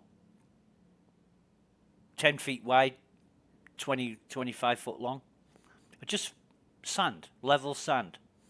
And they have a game called, it's boules, where they throw these balls, these heavy balls into the sand. Sometimes they're wood, sometimes they're metal, depends what you're playing with.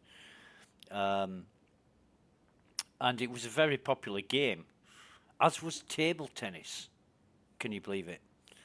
Absolutely suck at table tennis. And yeah, the problem was I was quite good at bowls. For somebody who's only picked it up since, you know, because I had good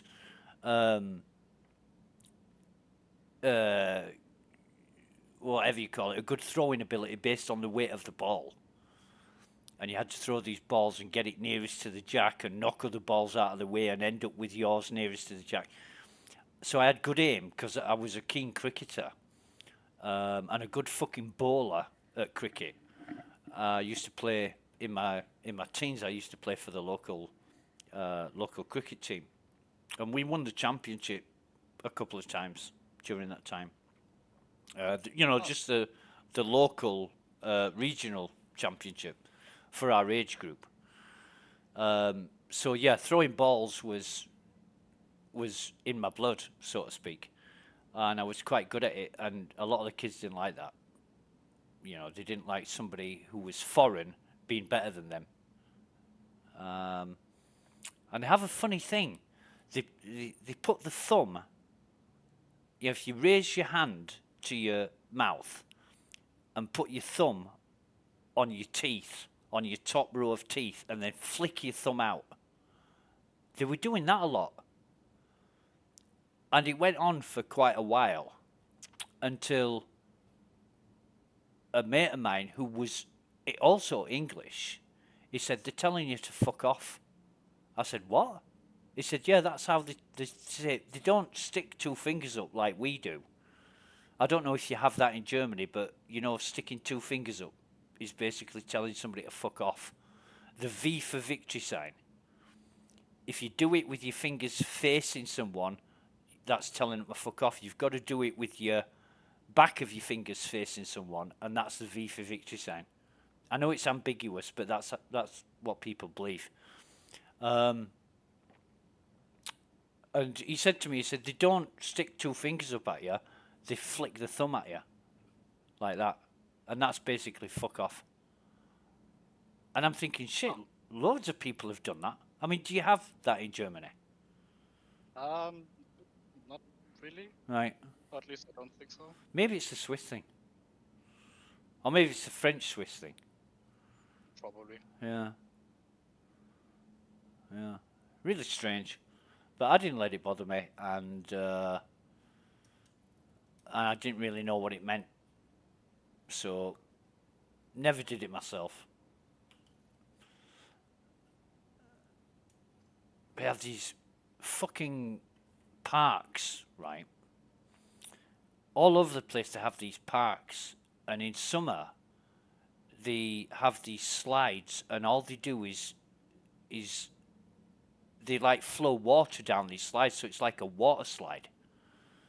And there's loads of these parks all over the place with these water slides, and you can just go and you know, enjoy yourself. And yeah, I used to love doing that in summer. Spent days and days at these parks.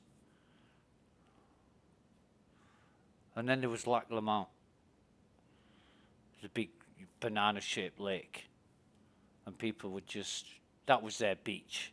You know, they go, they take the picnics and sunbathing stuff, and just go down there and crash out on the side of the lake. And it was so fucking still.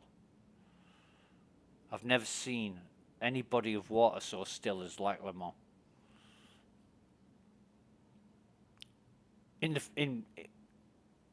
When I woke up in the morning, I used to open my curtains, and you could see the lake directly out of my bedroom window, and the reflection of Mont Blanc was in the lake. So you could see the beauty of the mountain and its reflection on the water, and I'll never forget that. You know, I used to think to myself, how much would people pay for this view? You know, people who were bothered about beauty, natural beauty. And there was a town across the lake. Let me look this up. I forget the name of the town, but if I see it,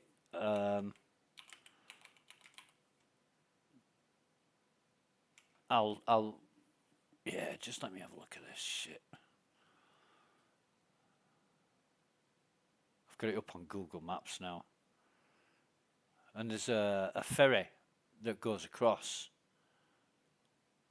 Evian-les-Bains. Excuse me. Basically, it's a town that had baths, right? The old Roman baths, as we know baths. And nobody called it Evian-les-Bains. Everybody just called it Evian. And we once went there for a day trip, just because it was somewhere different. And we were told by the skipper of the ferry, who was a Swiss guy, he said, don't talk to anybody if you don't have to. He said, don't get in a conversation because they will fucking ignore you. We're like, what? What's the problem? He said, they don't like Swiss people, the French. We got there and we decided to go buy some drinks from a shop, you know, just like a confectionery shop. And we got to the checkout, and well, it wasn't a checkout, it was like a counter, and we put all our bottled drinks on the counter, ready to pay for them. And it was my family member turned round to me and said, you know, do you want anything else? And he said it in English, and as soon as he spoke English, the fucking guy behind the counter walked off and didn't come back. And we were just waiting there to pay for about 3 or 4 minutes, and then a woman came out, and she was like very short with the words, didn't say thank you or good day or anything. It was just like how much it was, took the money, gave it the change, we said goodbye. She just looked at us. And I'm thinking, now I know what the skipper meant by don't speak to anybody. Because, you know, they're all sort of smiling at you, ready to serve you. And as soon as they realise you're not French, you can fuck off. Really weird. Evian. Yeah. And that's more or less straight across the lake from Lausanne. And I remember that.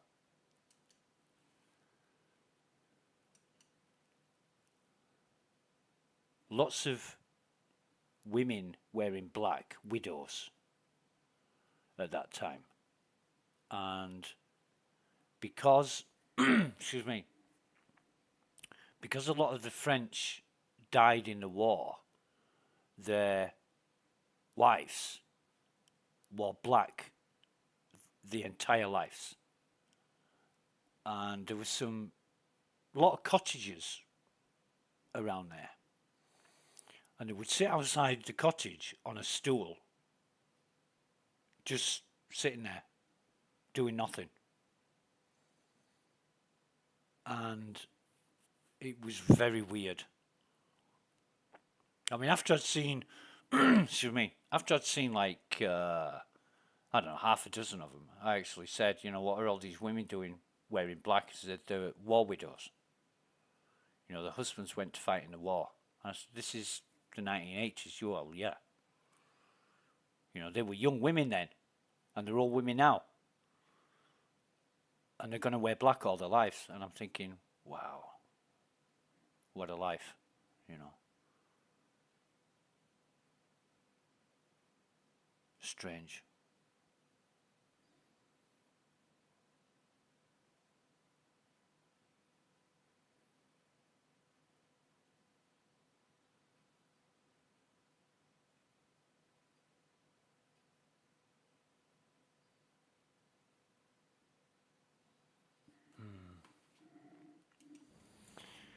Anyway, I think, excuse me, I need to get out of this fucking prison.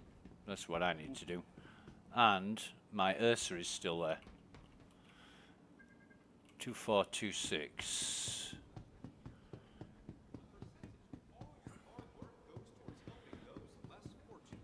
Together, we can turn your wrongs into a whole lot of right.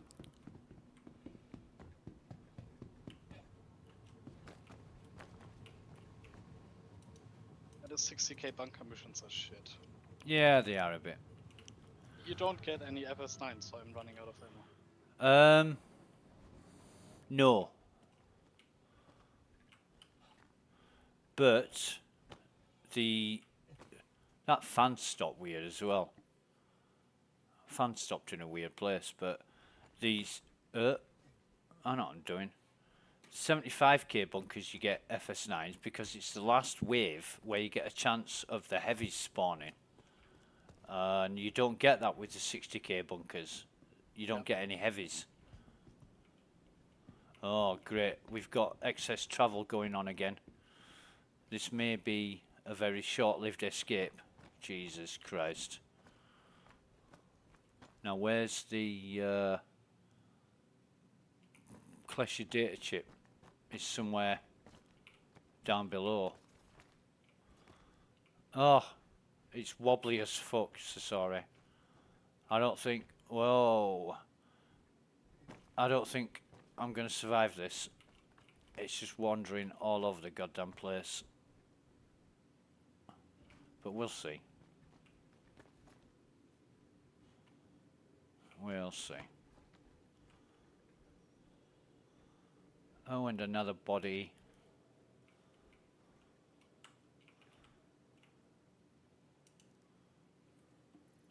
Who's this? Klinger Mezda. Has he got anything in his backpack? No. And this bloke, who's he? Might have to come by this way again.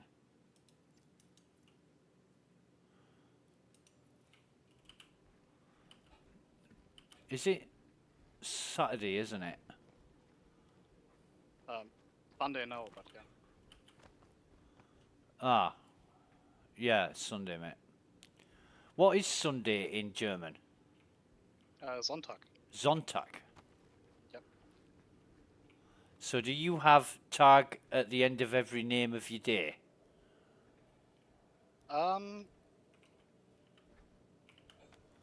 Not every day.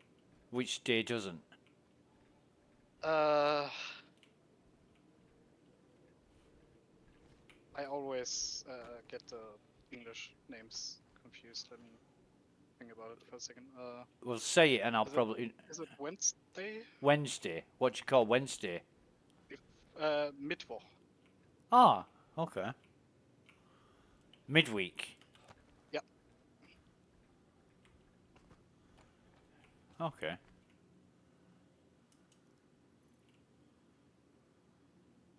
Whoa, this guy. What's he got in his backpack? Fuck all. He's got 2 multi-tools, though. By the way, how is Wednesday written how it's written when it's completely differently pronounced? Good question. Wednesday. I don't know the origins of Wednesday, but This was so confusing to learn. yeah,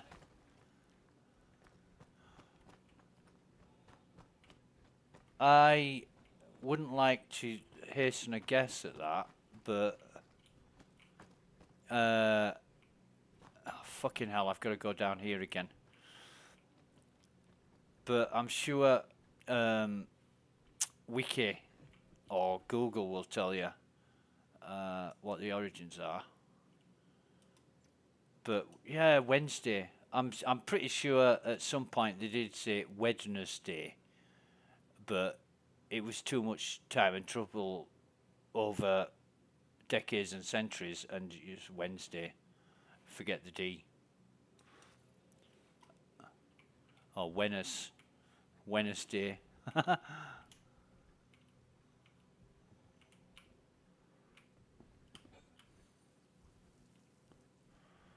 mean, English was not too hard to learn for me. Yeah. Because many words are similar. Yeah. The sentence structure is a bit different. Okay. But you can get used to it if you want to. Yeah. Well, what I really don't understand is all the silent E's in your language. Silent E's? Yeah, like horse. Why is there an E at the end? If you would write it without an E, you would... Because if you would say it, it would be the same word. if it wasn't an E on the end, it would be horse. But it's horse. So horse, I'm trying to think of a word with an E on the end that's pronounced differently without the E. Like, excuse me, spat, right? The word spat. And that is totally different to spit. And spit has an E on the end and spat doesn't.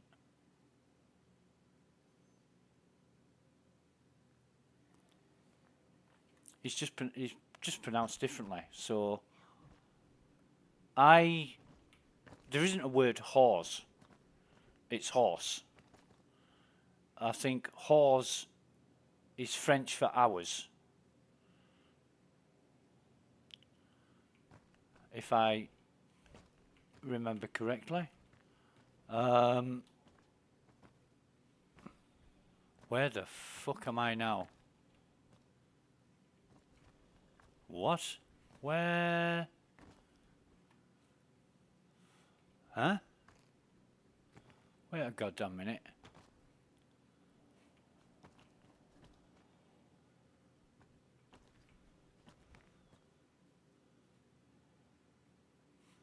Oh, man, I don't know. I know what I'm doing here. I think I'm fine. Yeah, I am. A lot of dead people here, though.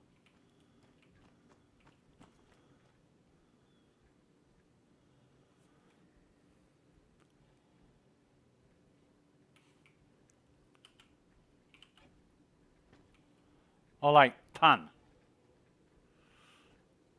Pan and pane. Pane as in window pane.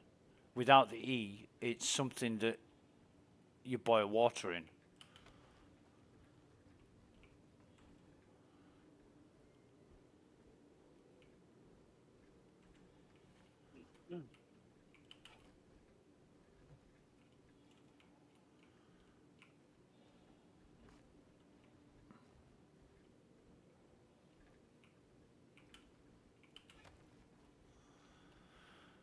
So, it's just language, isn't it? Language is developed over time by people, you know. Colloquialisms and different pronunciations become normal. And, you know, words that were made up by somebody who's too lazy to speak proper English are now in the dictionary. Yeah.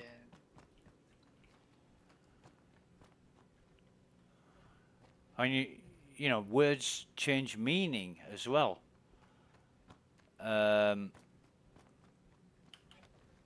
mean, when I remember as a kid using words that were completely acceptable that you wouldn't even fucking mention them today now. You know, especially if it's a slur or something that insults people or makes fun of them.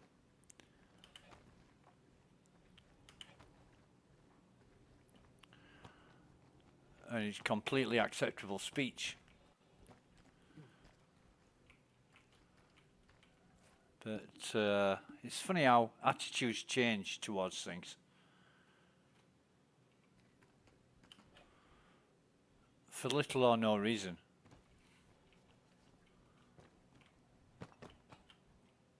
I've heard this somewhere, and I don't know if it's true, but it didn't mean gay happy. Yep. In Old English. Absolutely. If you said somebody was gay, it would mean they were joyful. You know, they were elated. But I think gay has definitely changed. You know, when I was younger, gay wasn't really used like it is now. Now it means definite thing.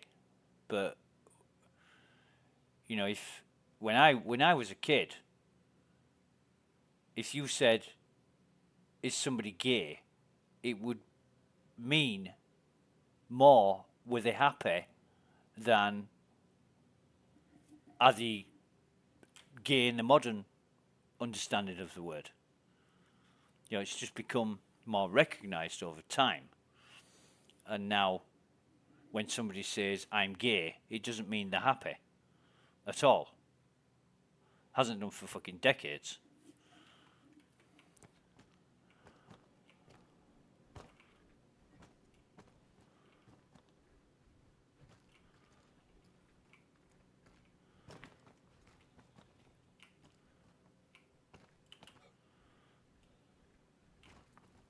It's funny, you know, words that were accepted are now totally intolerable.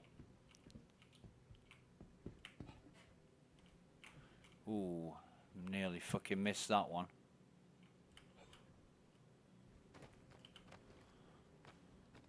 And it's just people's perception and understanding of words.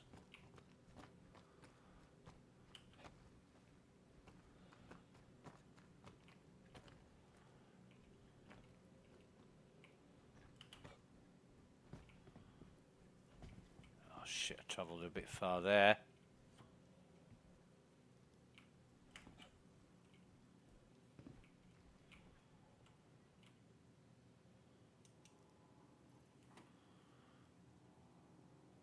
Cine Games DE. Oh, okay. Cine Games DE is deaded. He's a deaded.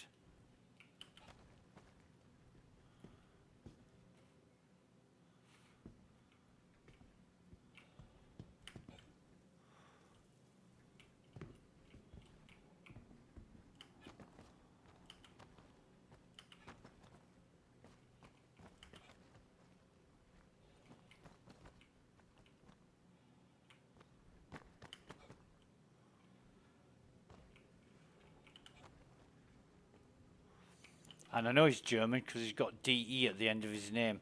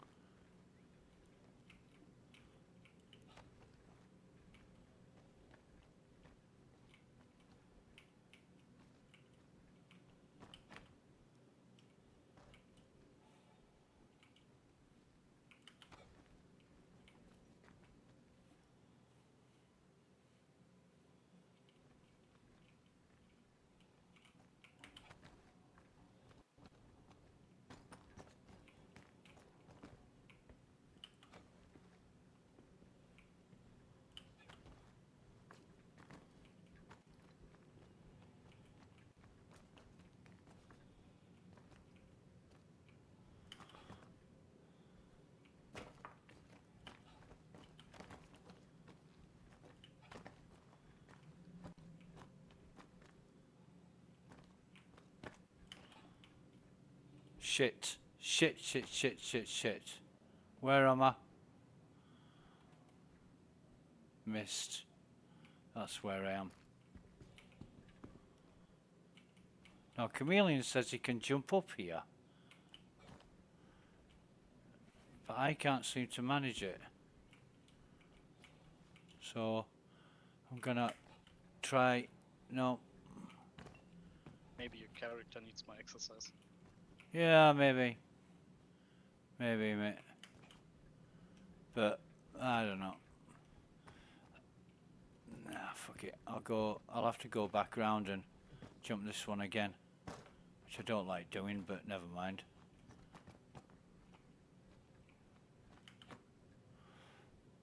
There is a lot of wobble. I feel, it's weird to say, but I feel like my character's unstable on his feet.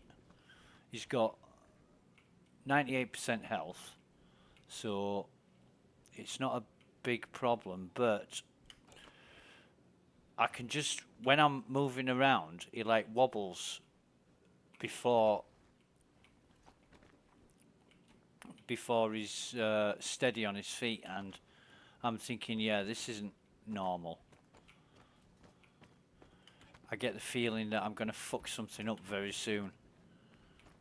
Like a misjump, and I just had a bit of a misjump there, but it didn't really cause me any damage.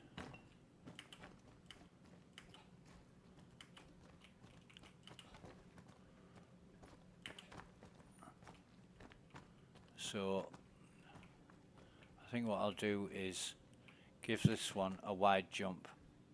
Okay.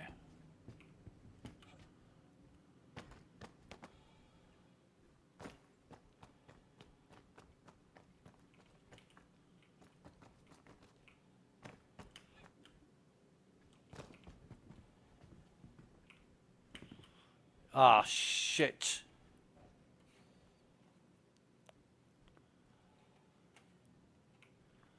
So, am I back? Oh, God. Yeah, I'm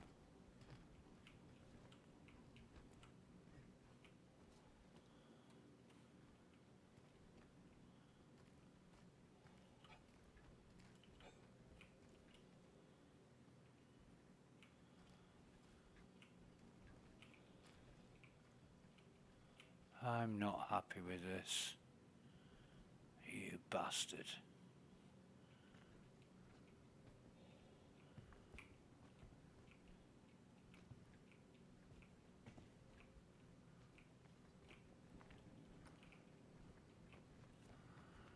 Fucking hell.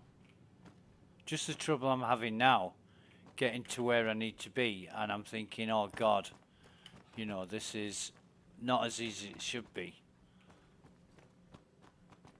It's very, well, it doesn't fill me with confidence. Am I pleased? Like a bit of input lag or... No. It doesn't seem to be much lag. It's more like wobbliness. You know, it's not responsive and as assured as what you would expect. However, I'm gonna try and that's better. I jumped just a fraction earlier than what I did before.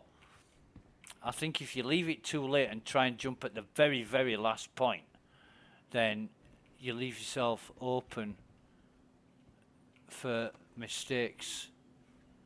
And I've got a fucking backpack here. Oh, Jesus, don't blow up on me. Don't fucking blow up on me.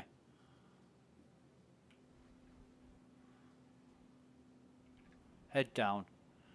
Don't let there be any fucking bodies under the floor to blow me up. I think I'm fine. Yeah, I think I am fine.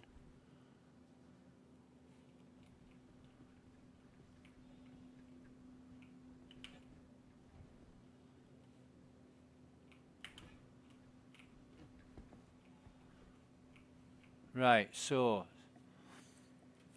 let me write this shit down. 7408. 7408 and 4935. Well, I'm not going to use the second one. I'll just use the first one and see if I can get out of here. Now, there should be by my... Oh, there's another deaded player. And who's this? Oh, Fresh Dax. Oh, Fresh Dax 2010. Fresh Dax. Yeah, what's that mean? I don't know if there's a translation for it. He's got a data key in his backpack.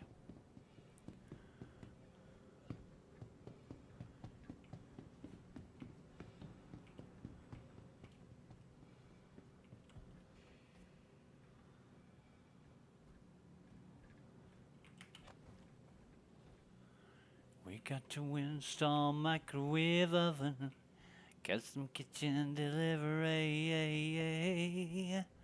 Right, so I am... Wait on a minute. I know what I'm doing. So I'll give myself an injection of one of those, and... Google translates it with cheeky. Okay. Okay, well... I guess that fits, but... Yeah. Okay, cheeky.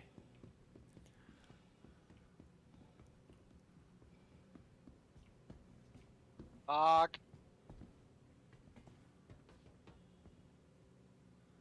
I had a guard run in front of me and now my Andromeda's under fire. Oh, brilliant.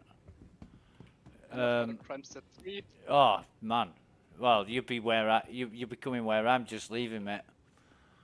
Probably. Yeah. Come on, don't blow up.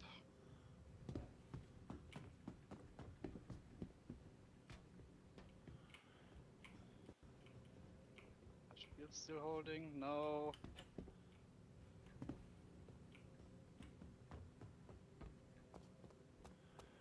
If you can get out quick enough, you're sorted. But you usually can't get out quick enough. Yeah, I'm at the ship right now. I'm hoping to get away. Yeah. Come on, stupid elevator.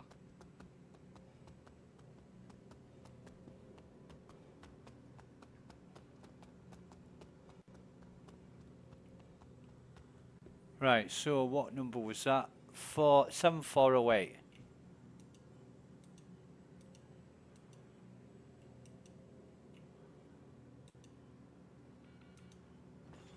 Oh, my ship survived. Nice, but Next stop Grimex, I guess. I've got something making a hell of a noise. Like an engine noise. And it seems to be the it seems to be the Ursa that's making the engine noise. However, I can't work out what it is.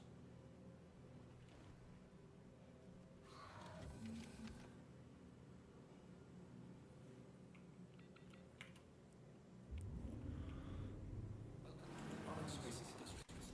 Enjoy the ride. System check.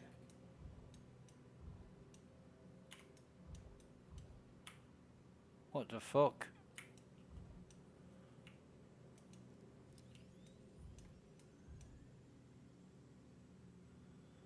Hey?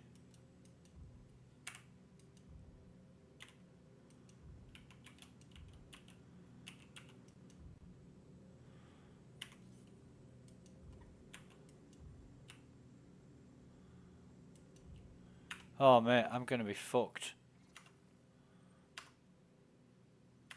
Just a minute.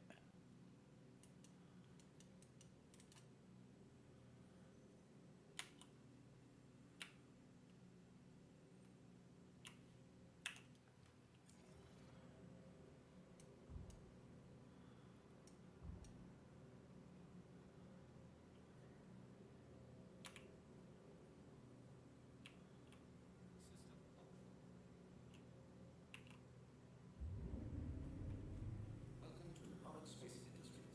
Enjoy the ride. System check. System off.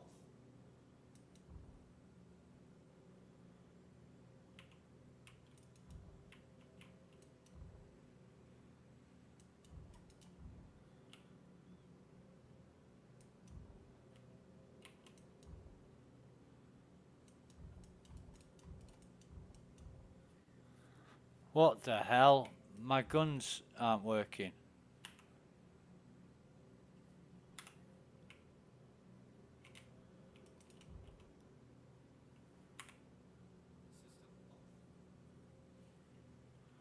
What the fuck is...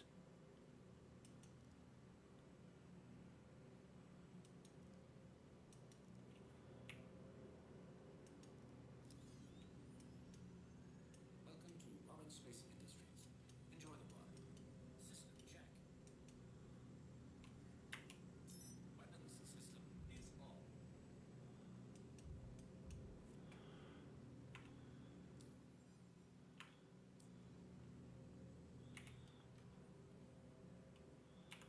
Shields are on. Welcome to Product Space Industries. Enjoy the ride. System check.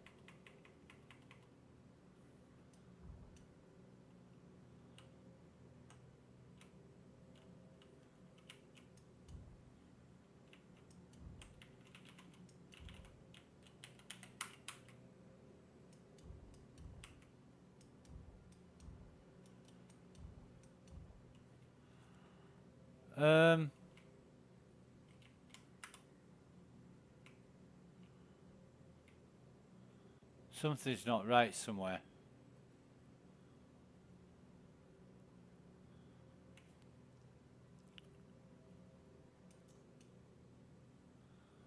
Weapons.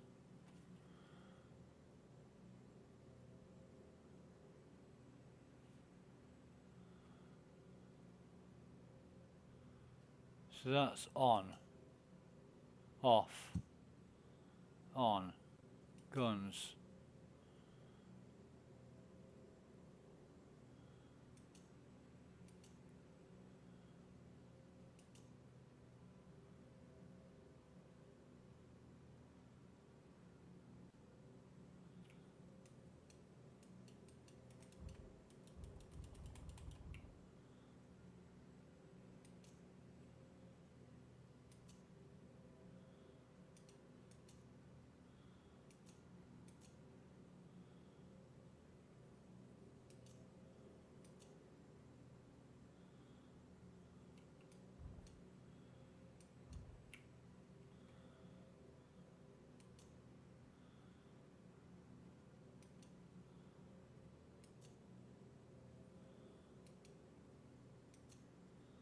My guns aren't firing.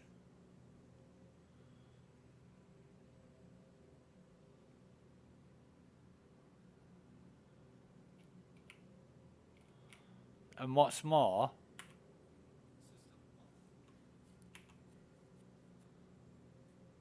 Welcome to Onyx Space Industries.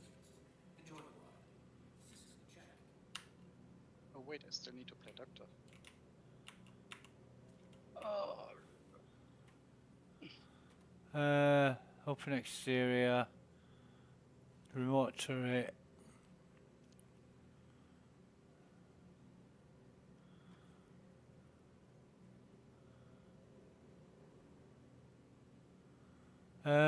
I'm fucked. Nice.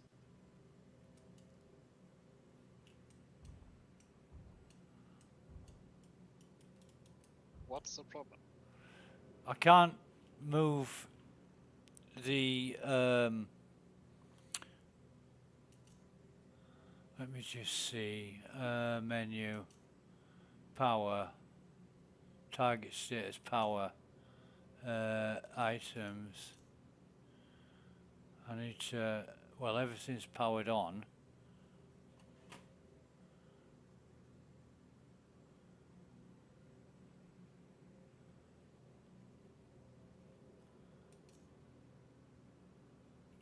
The system has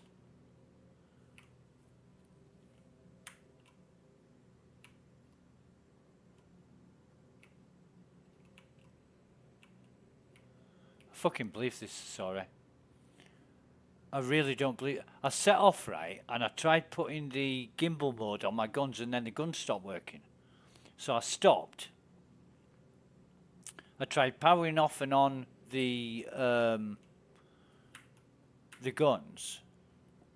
I mean, the turret fucking works, right? I can get into the remote turret, and it works as expected, but it's not fucking firing when I try and. That's not nice. Yeah.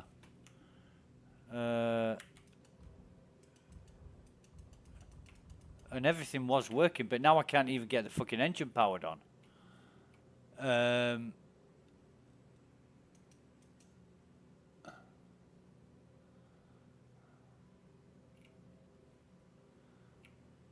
It's just.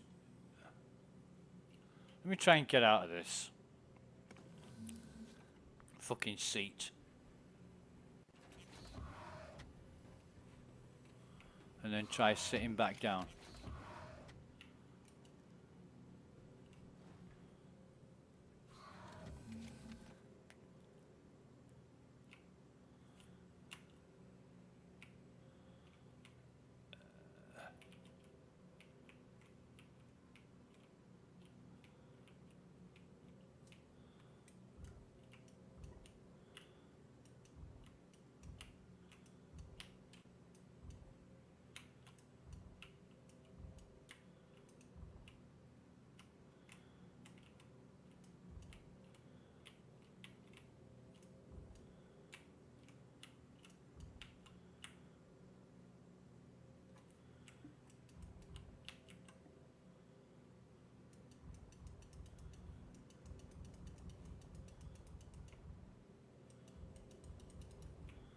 I can't drive it.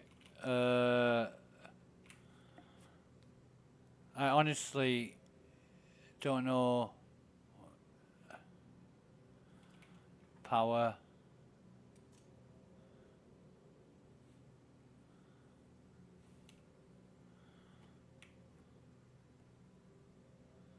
Press to unlock.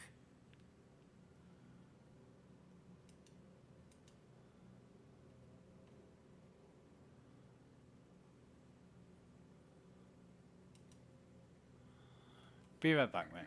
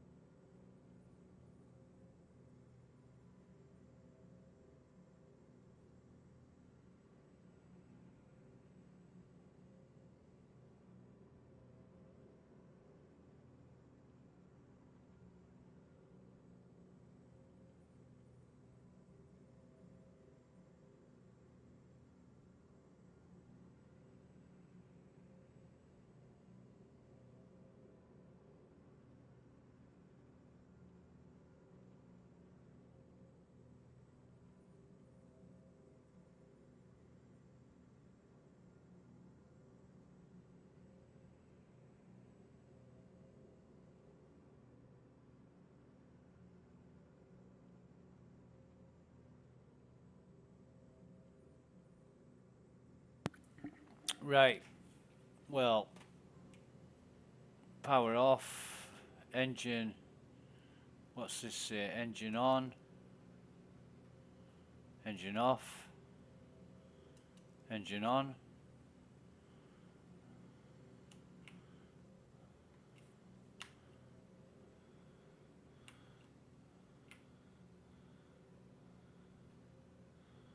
I don't get it.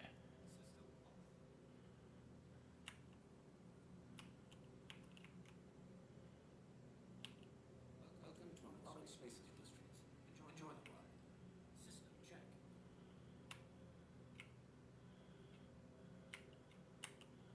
Shields are off. Shields are on.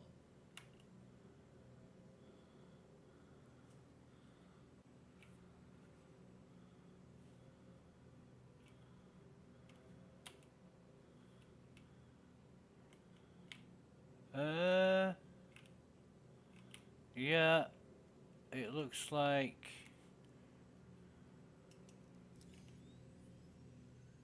Welcome to Robbing Space Industries.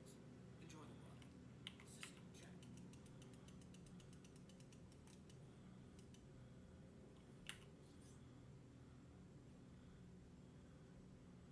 There's an Aegis Retaliator. 762 meters.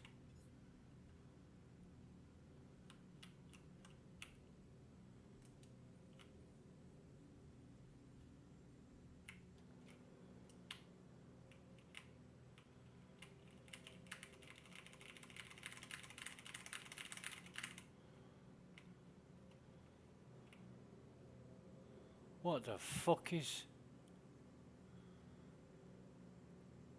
Oh, it's fucked, that's why.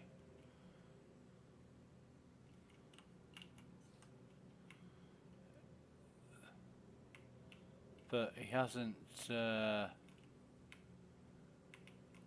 What the fuck has gone on here?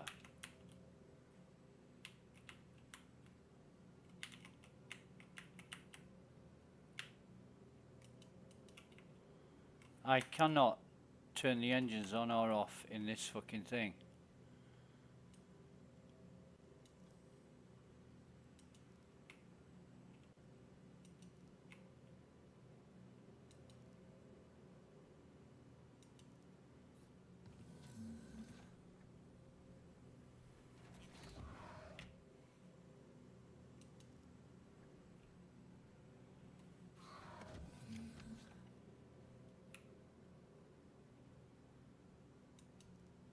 Weapons system is off. Welcome to Robbing Space Industries. Enjoy the ride. System check.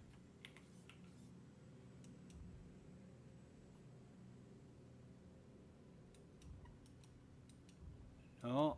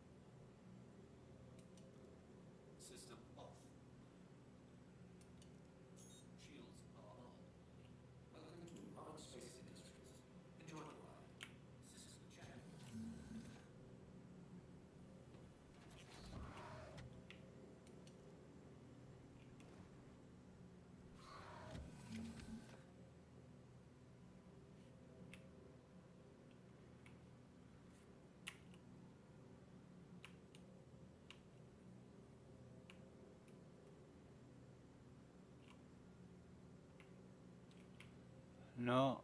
It'll turn. Shields are off. Weapons system is off.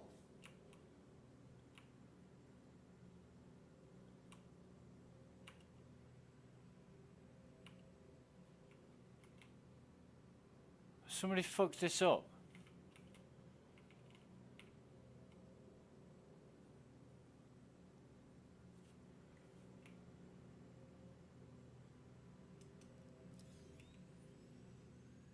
Welcome to Roman Space Industries.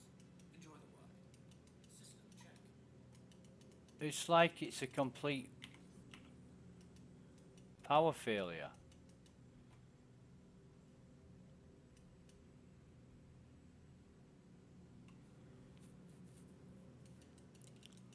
Of some kind, but it was fucking working.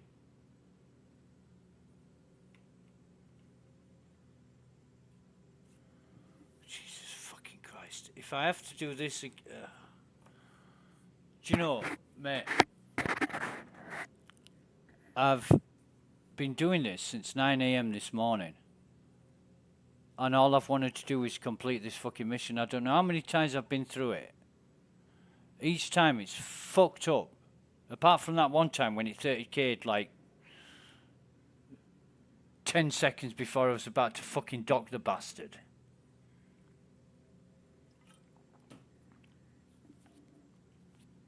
I don't know what the fucking problem is. I really have not got a clue what the problem is.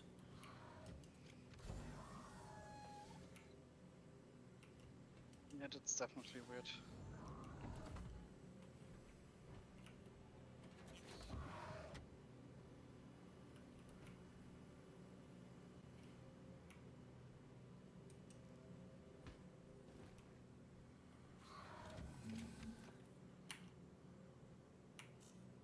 The lights are working. Weapons system critical. System weapons system power is low. System power is low. Shields are off. Shields are on. So let me have a look at power.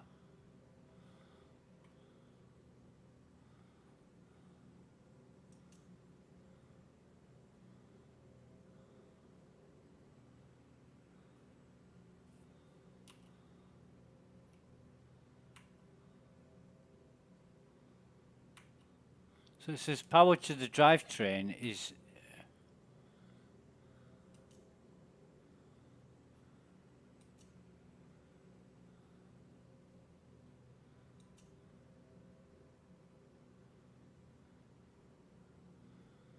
and I can't turn the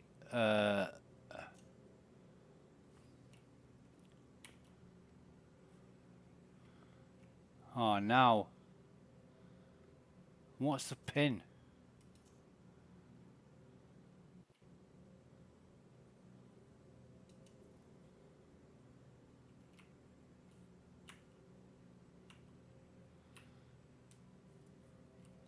It says power is on.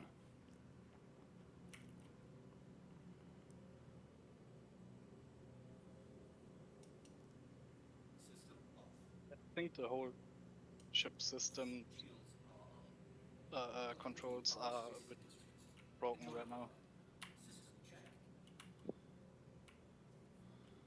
When I lost an engine on my Cutlass, Yeah? I try to turn off the other engine so that I can at least handle the ship while flying, and it didn't work.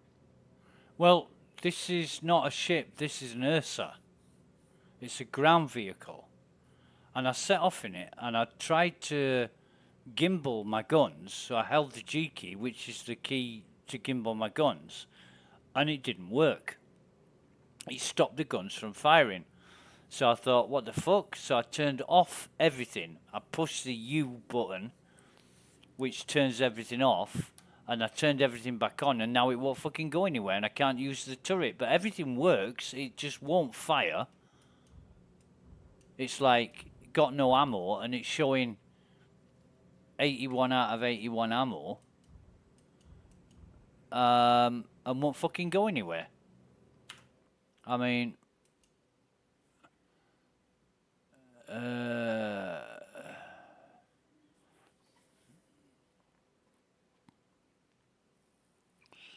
vehicles, ground weapon, gimbal, default.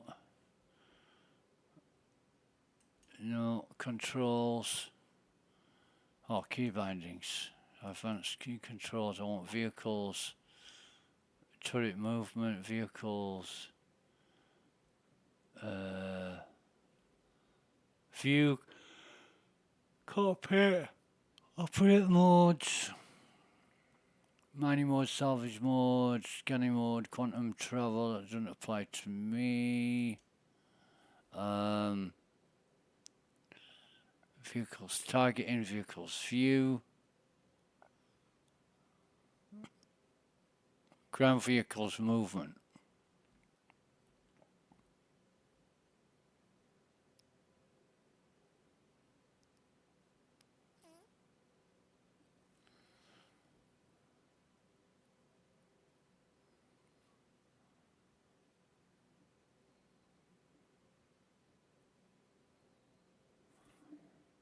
Doesn't make fucking sense.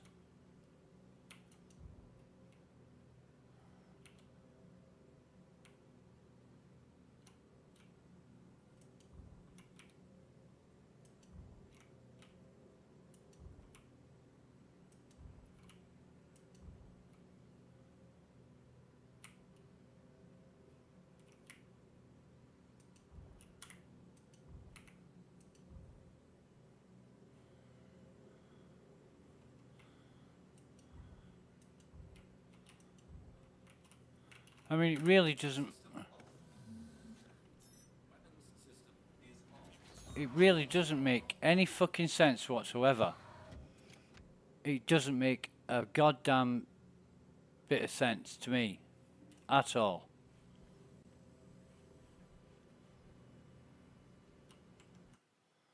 Let me just...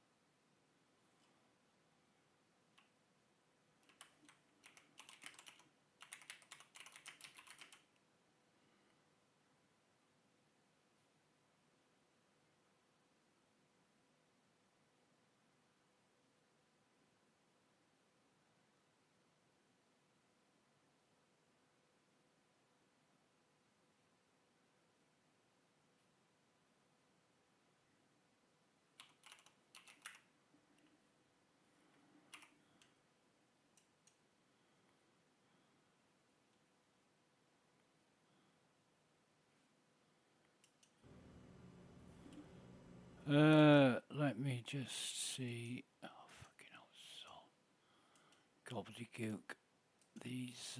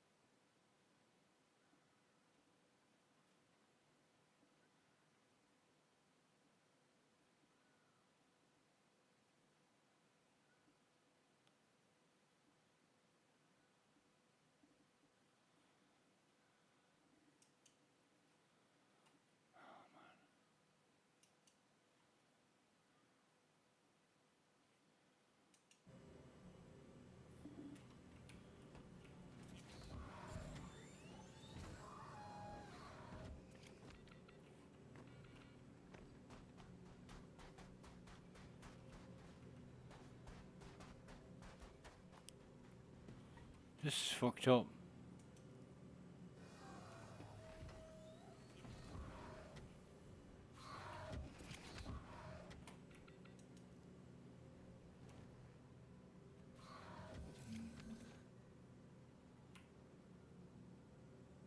Welcome to Roman Space Industries. Enjoy the ride. System check.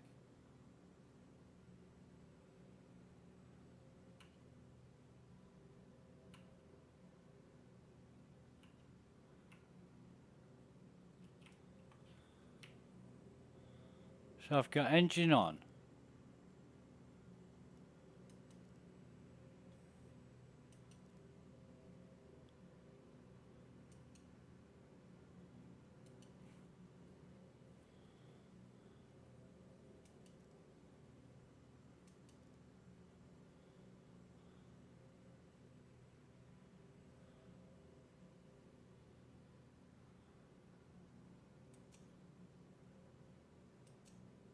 System off.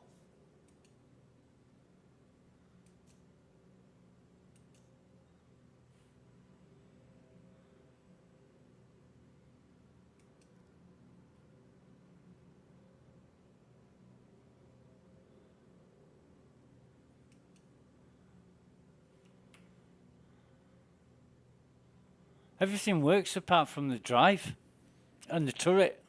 The two fucking things that I need to get anywhere. And yeah, isn't it? Jesus. And it was great until it wasn't great, and now I can't get fucking anywhere. I mean, it just doesn't.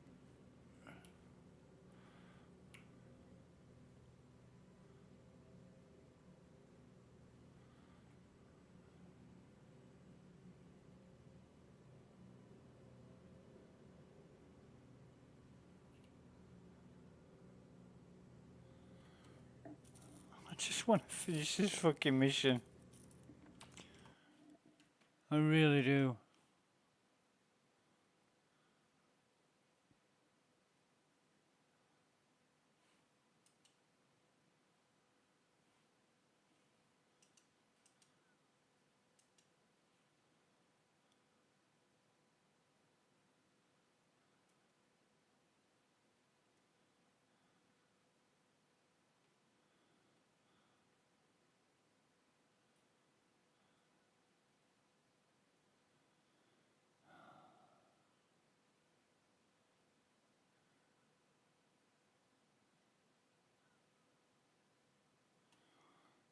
But I suppose. Oh God, sorry. Do you know what I'm going to probably end up doing?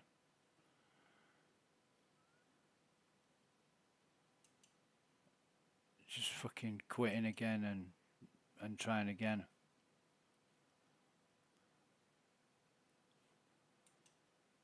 But I'm tired now, mate. I just wanted to finish this mission and go to bed. And I honestly don't know. I honestly don't fucking know what the fuck is going on here.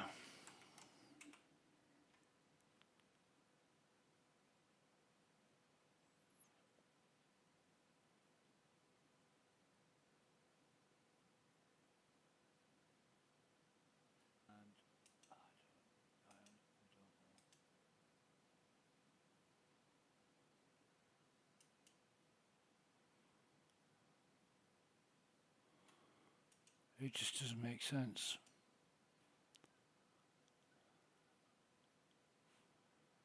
At all.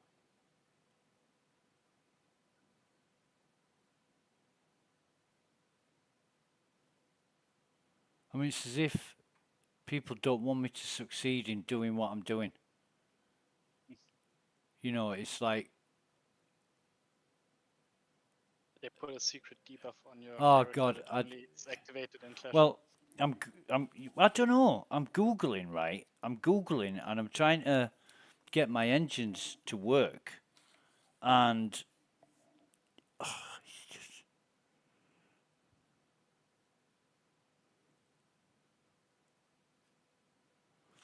And I'm thinking, what could be the problem? It's like somebody's disabled. It's like I've got a fucking EMP.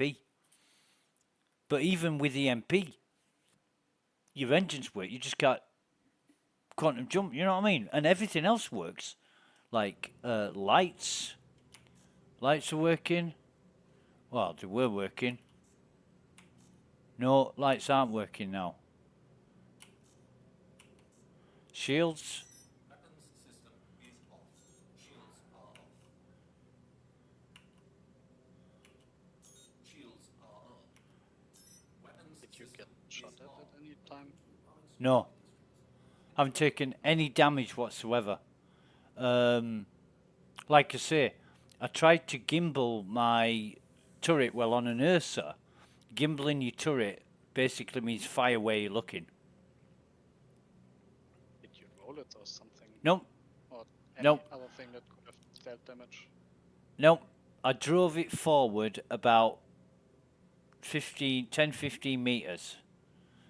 Realised that my turrets were fixed, not gimbaled, so they were only firing straight forward. So I held the G key down to gimbal my turrets, and the turrets stopped working. And I'm like, what the fuck? So then I went into my external view, enter remote turret. Still wasn't firing. In fact, if I do that now, it'll just go when I try and fire. Yeah. Like it's out of ammo or something.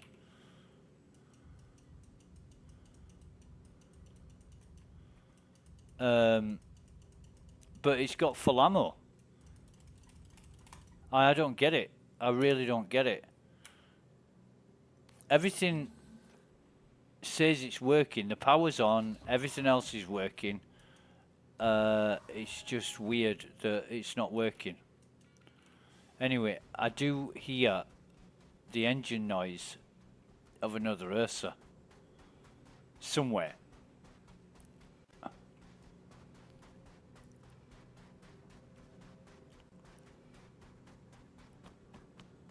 But I can't tell where it's coming from. It seems to be coming. Nugget said that it's like 40 meters underground.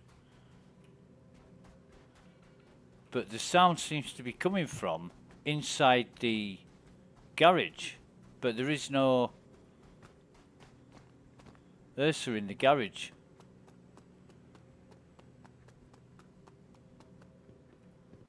Weird. Yep.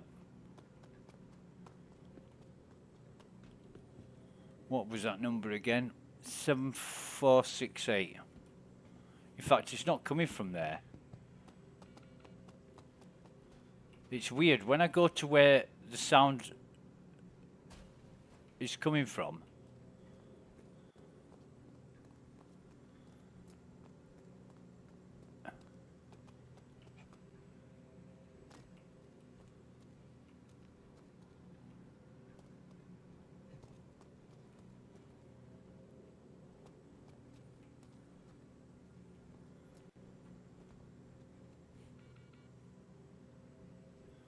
oh, for fuck's sake.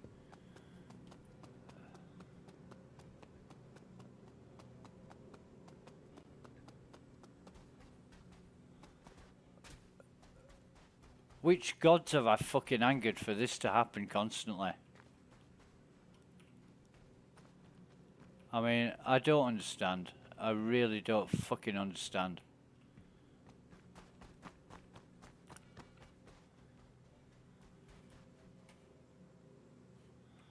I mean, I literally drove. Yeah, I buy Legatus. That's what I need to do. I literally drove it forward, maybe 20 meters. Right, the doors are working. The shields say they're powered on. The weapons say they're active, but there's something not fucking working. I've had a look at my options.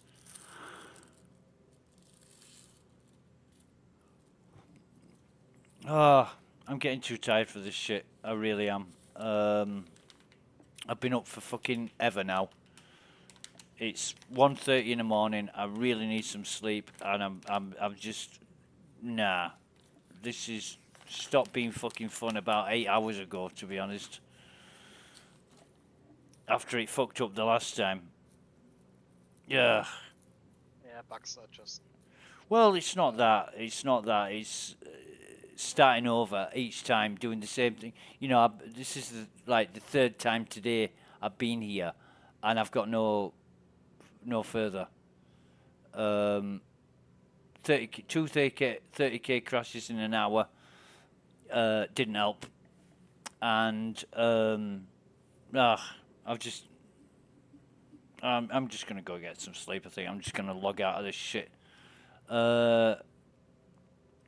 If I turn everything off, which it hasn't turned everything off.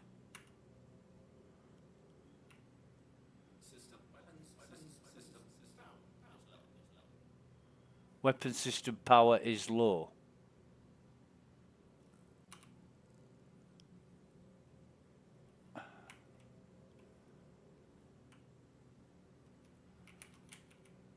I'm still. I don't know what it could be. I don't know what it could be.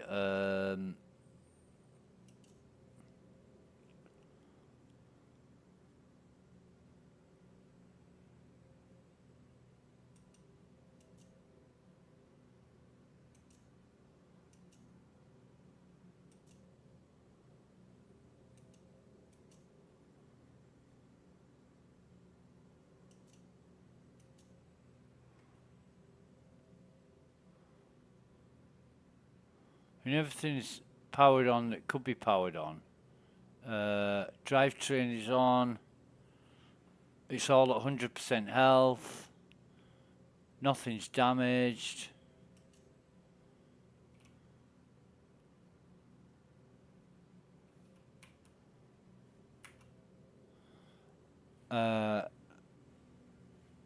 You know, I turn my engine on.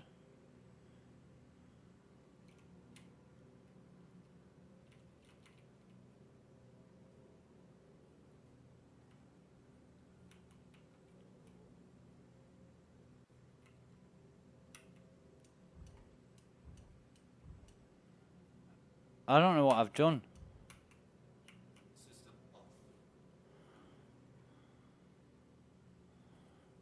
How many people we got on the server? 51. I suspect there's more than that, but I don't know. I really don't know.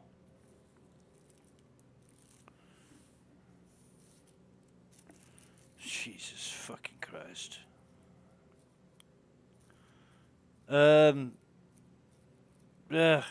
got all my shit in here as well. Let me just get up. Let me get up. And fucking hell. I'm gonna put all this shit in my backpack. Because I really don't feel like fucking around anymore. So all the weapons and everything else, and then I'm just gonna exit to menu, and I think this last time I tried it with Nugget, this didn't work. Just like my fucking Ursa right now, to be honest. That ain't fucking working either. If it ain't one thing, it's another. And I can't get any further forward through normal gameplay. And I don't know if I'm not doing something right or I should have done something that I haven't done.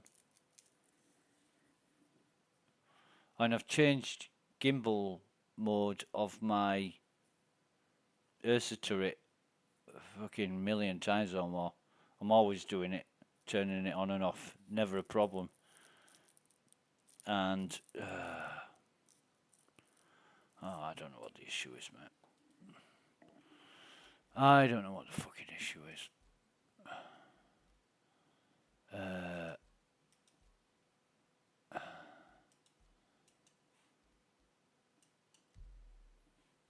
Let me try and log back into that. If you don't log me into the same server, I don't give a fuck. I really don't care.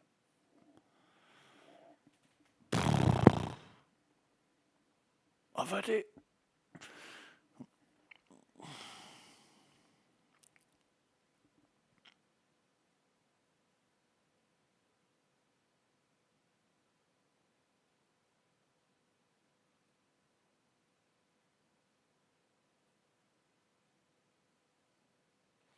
But that server was acting weird. There's a lot of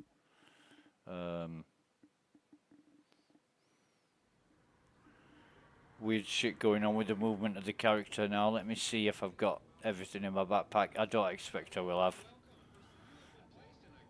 And I have. I've got everything. So... oh, fucking hell. Right, well... I guess my Ursa isn't there anymore. And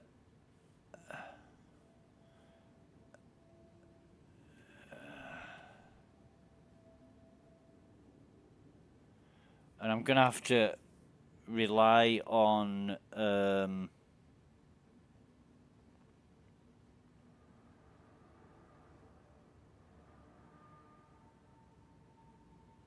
going to have to rely on somebody else's help to get out of this now. Unless I can get enough med pins together to run 4 fucking kilometers, manage to kill all the guards, and then find some way out of there. Fuck this. I'm just gonna log out.